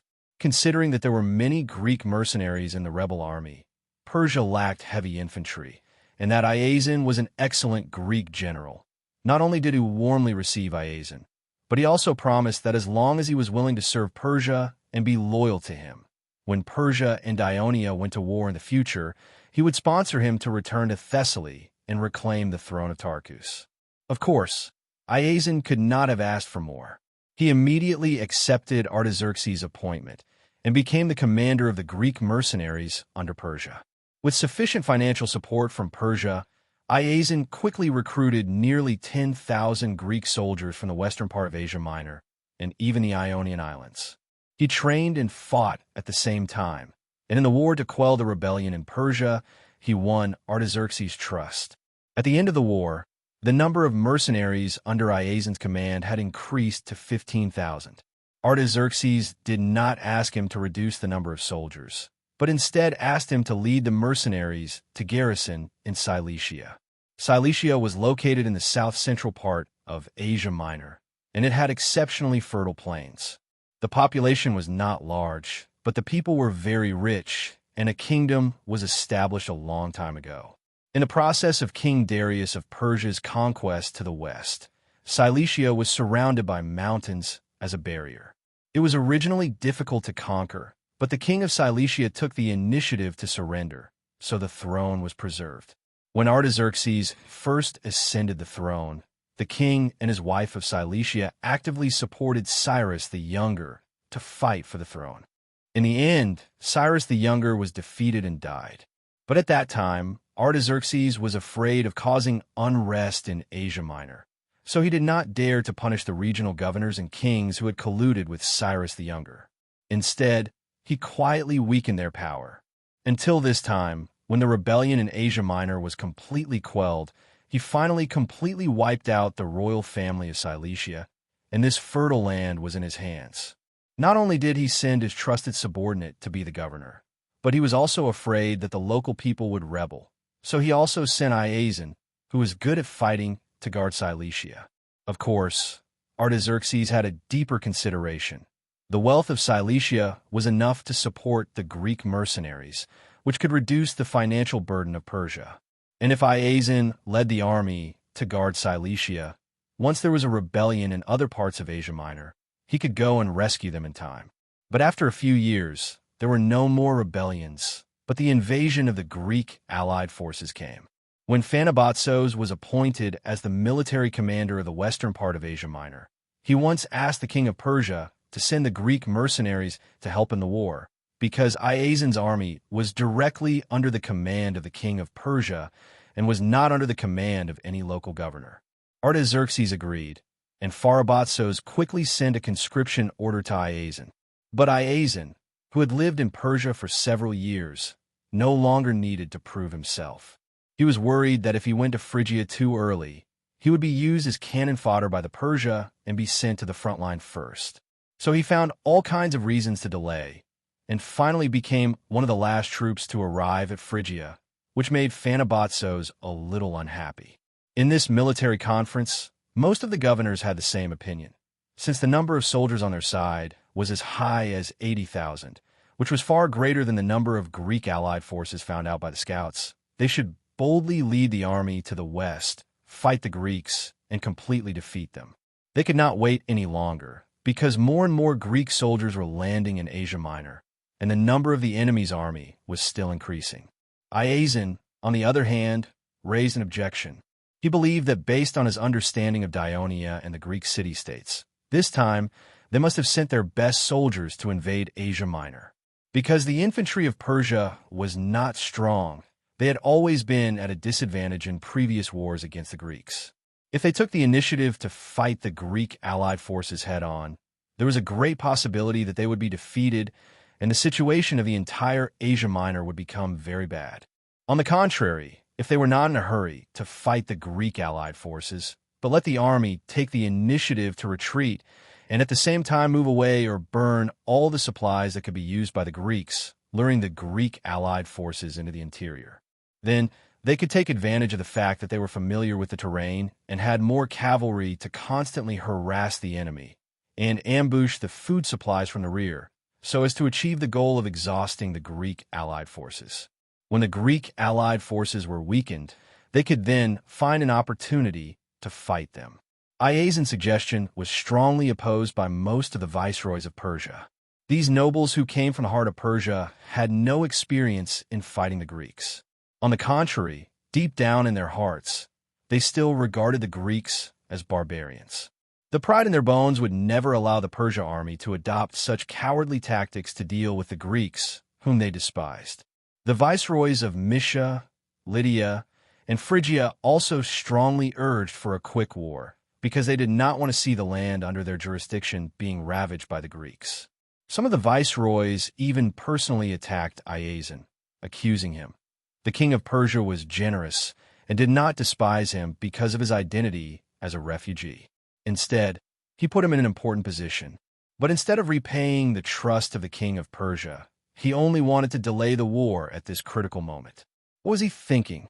Some even pointed out that after receiving the conscription order, Iazen did not immediately lead his fully organized Greek mercenaries to Phrygia. Instead, he delayed until the last moment. They were afraid that he had other intentions. To prevent him from suddenly turning to the Greeks during the battle, it was best to strip him of his military power and interrogate him.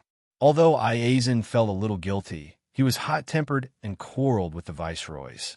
Under the atmosphere of the viceroys unanimously demanding that the Greek army be defeated as soon as possible, Phanabatzos had no choice but to accept their suggestion and take the initiative to fight the Greek allied forces.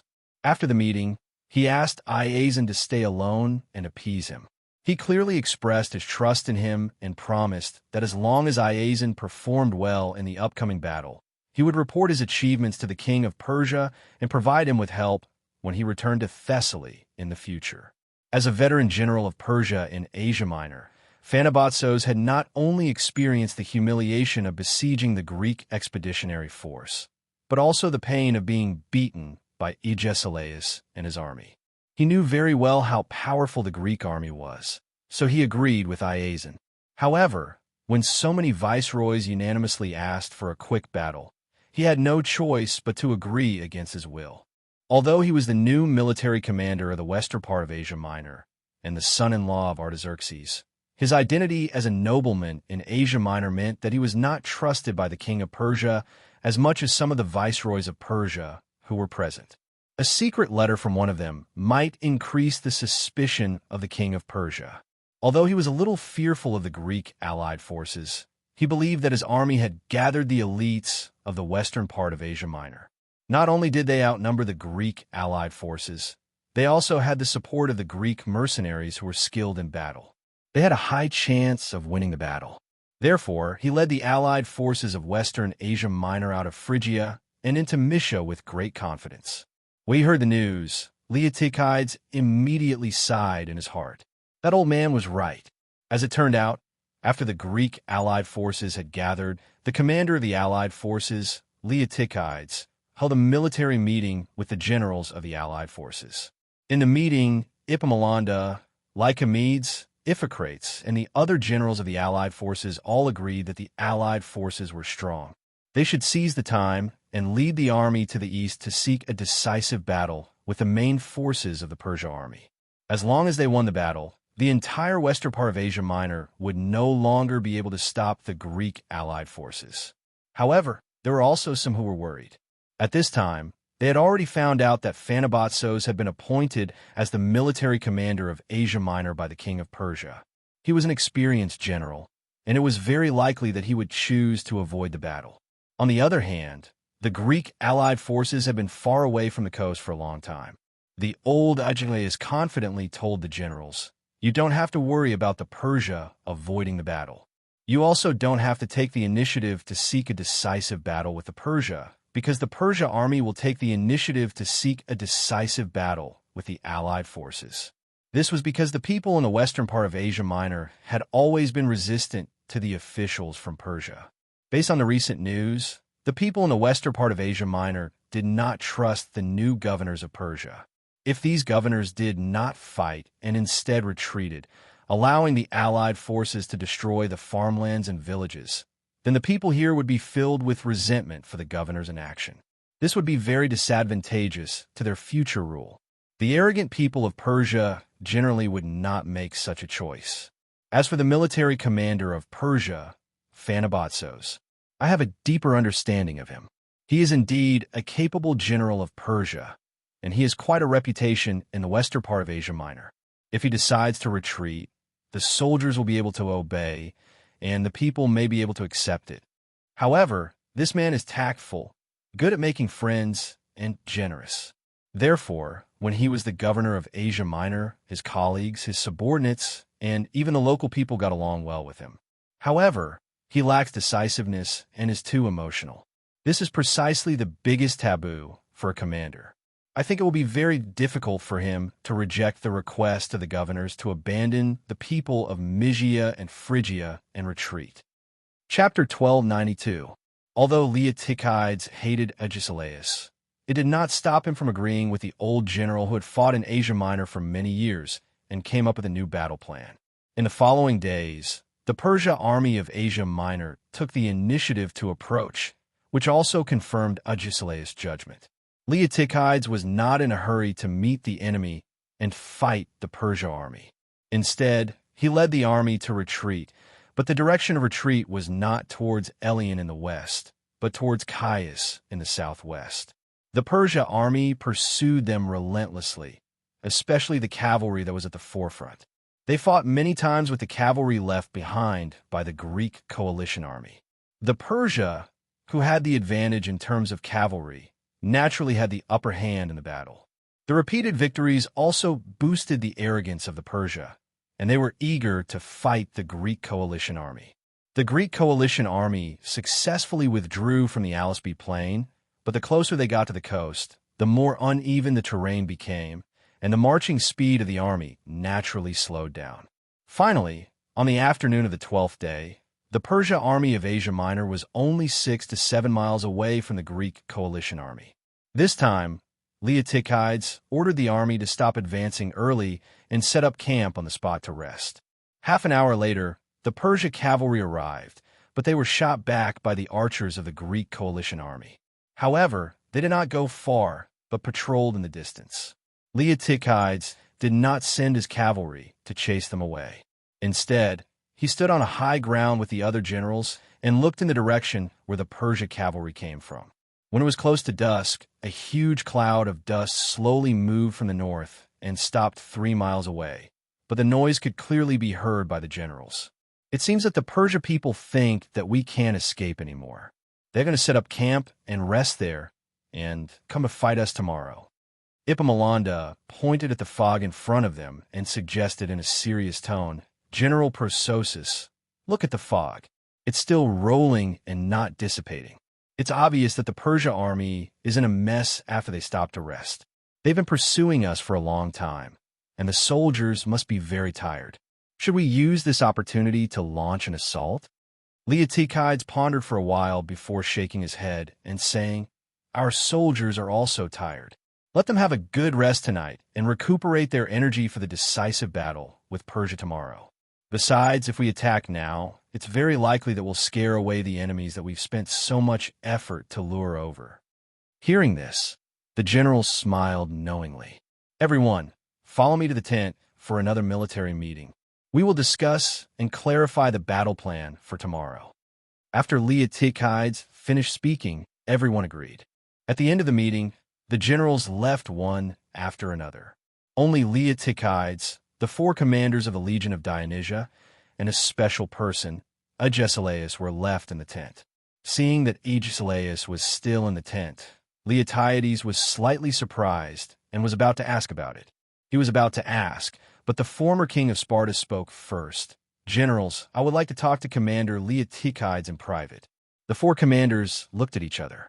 Seeing that although Leotychides did not speak, he did not refuse either, so they prepared to leave. However, Leotychides said, Wait outside the tent for a while. It won't take long. After the 4 of them left the tent, Agesilaus came in front of Leotychides and smiled with his wrinkled face. When I led the Sparta army to battle in Asia Minor, although we achieved some victories, we didn't achieve much after spending so much time.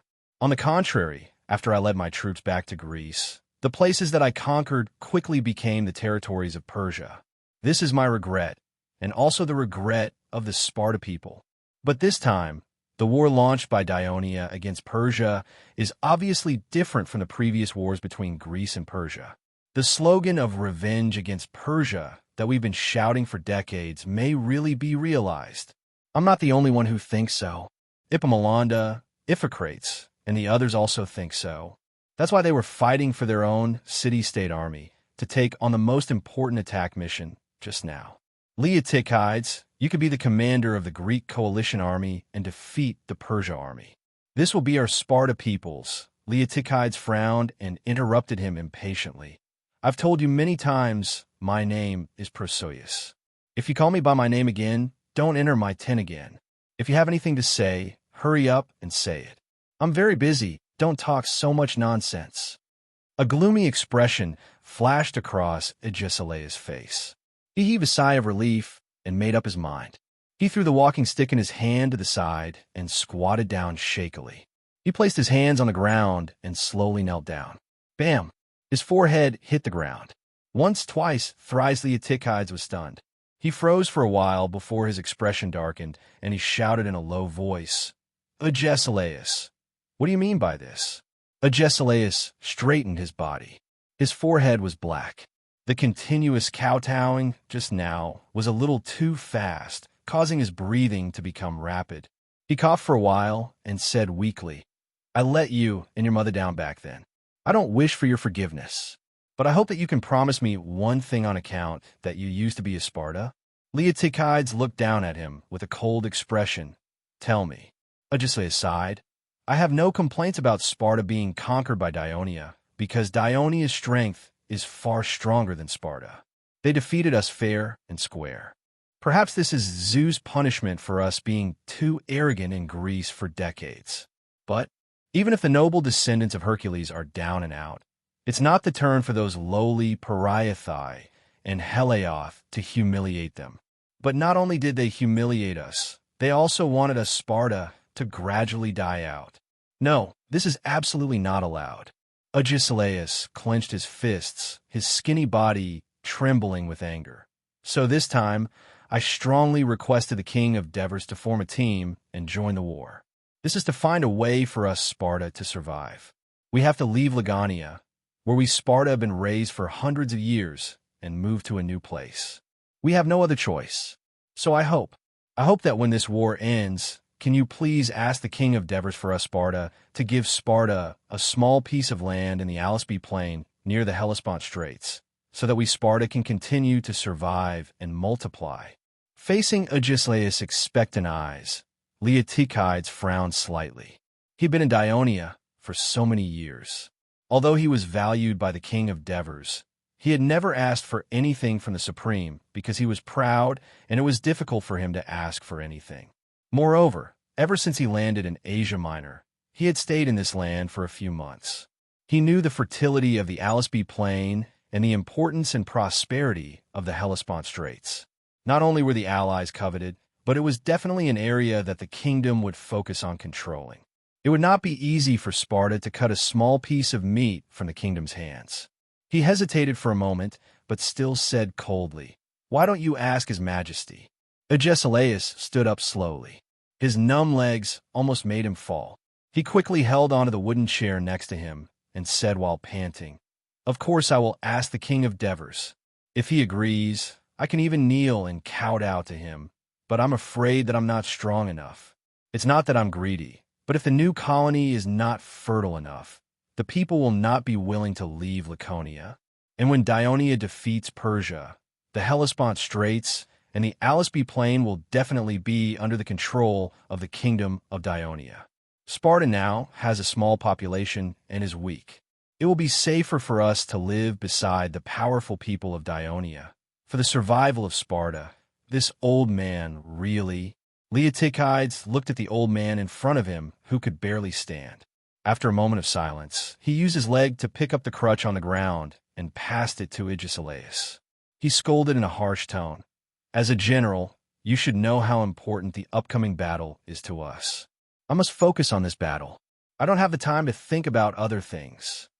Agesilaus took the crutch and smiled. "I understand. I understand. Don't worry.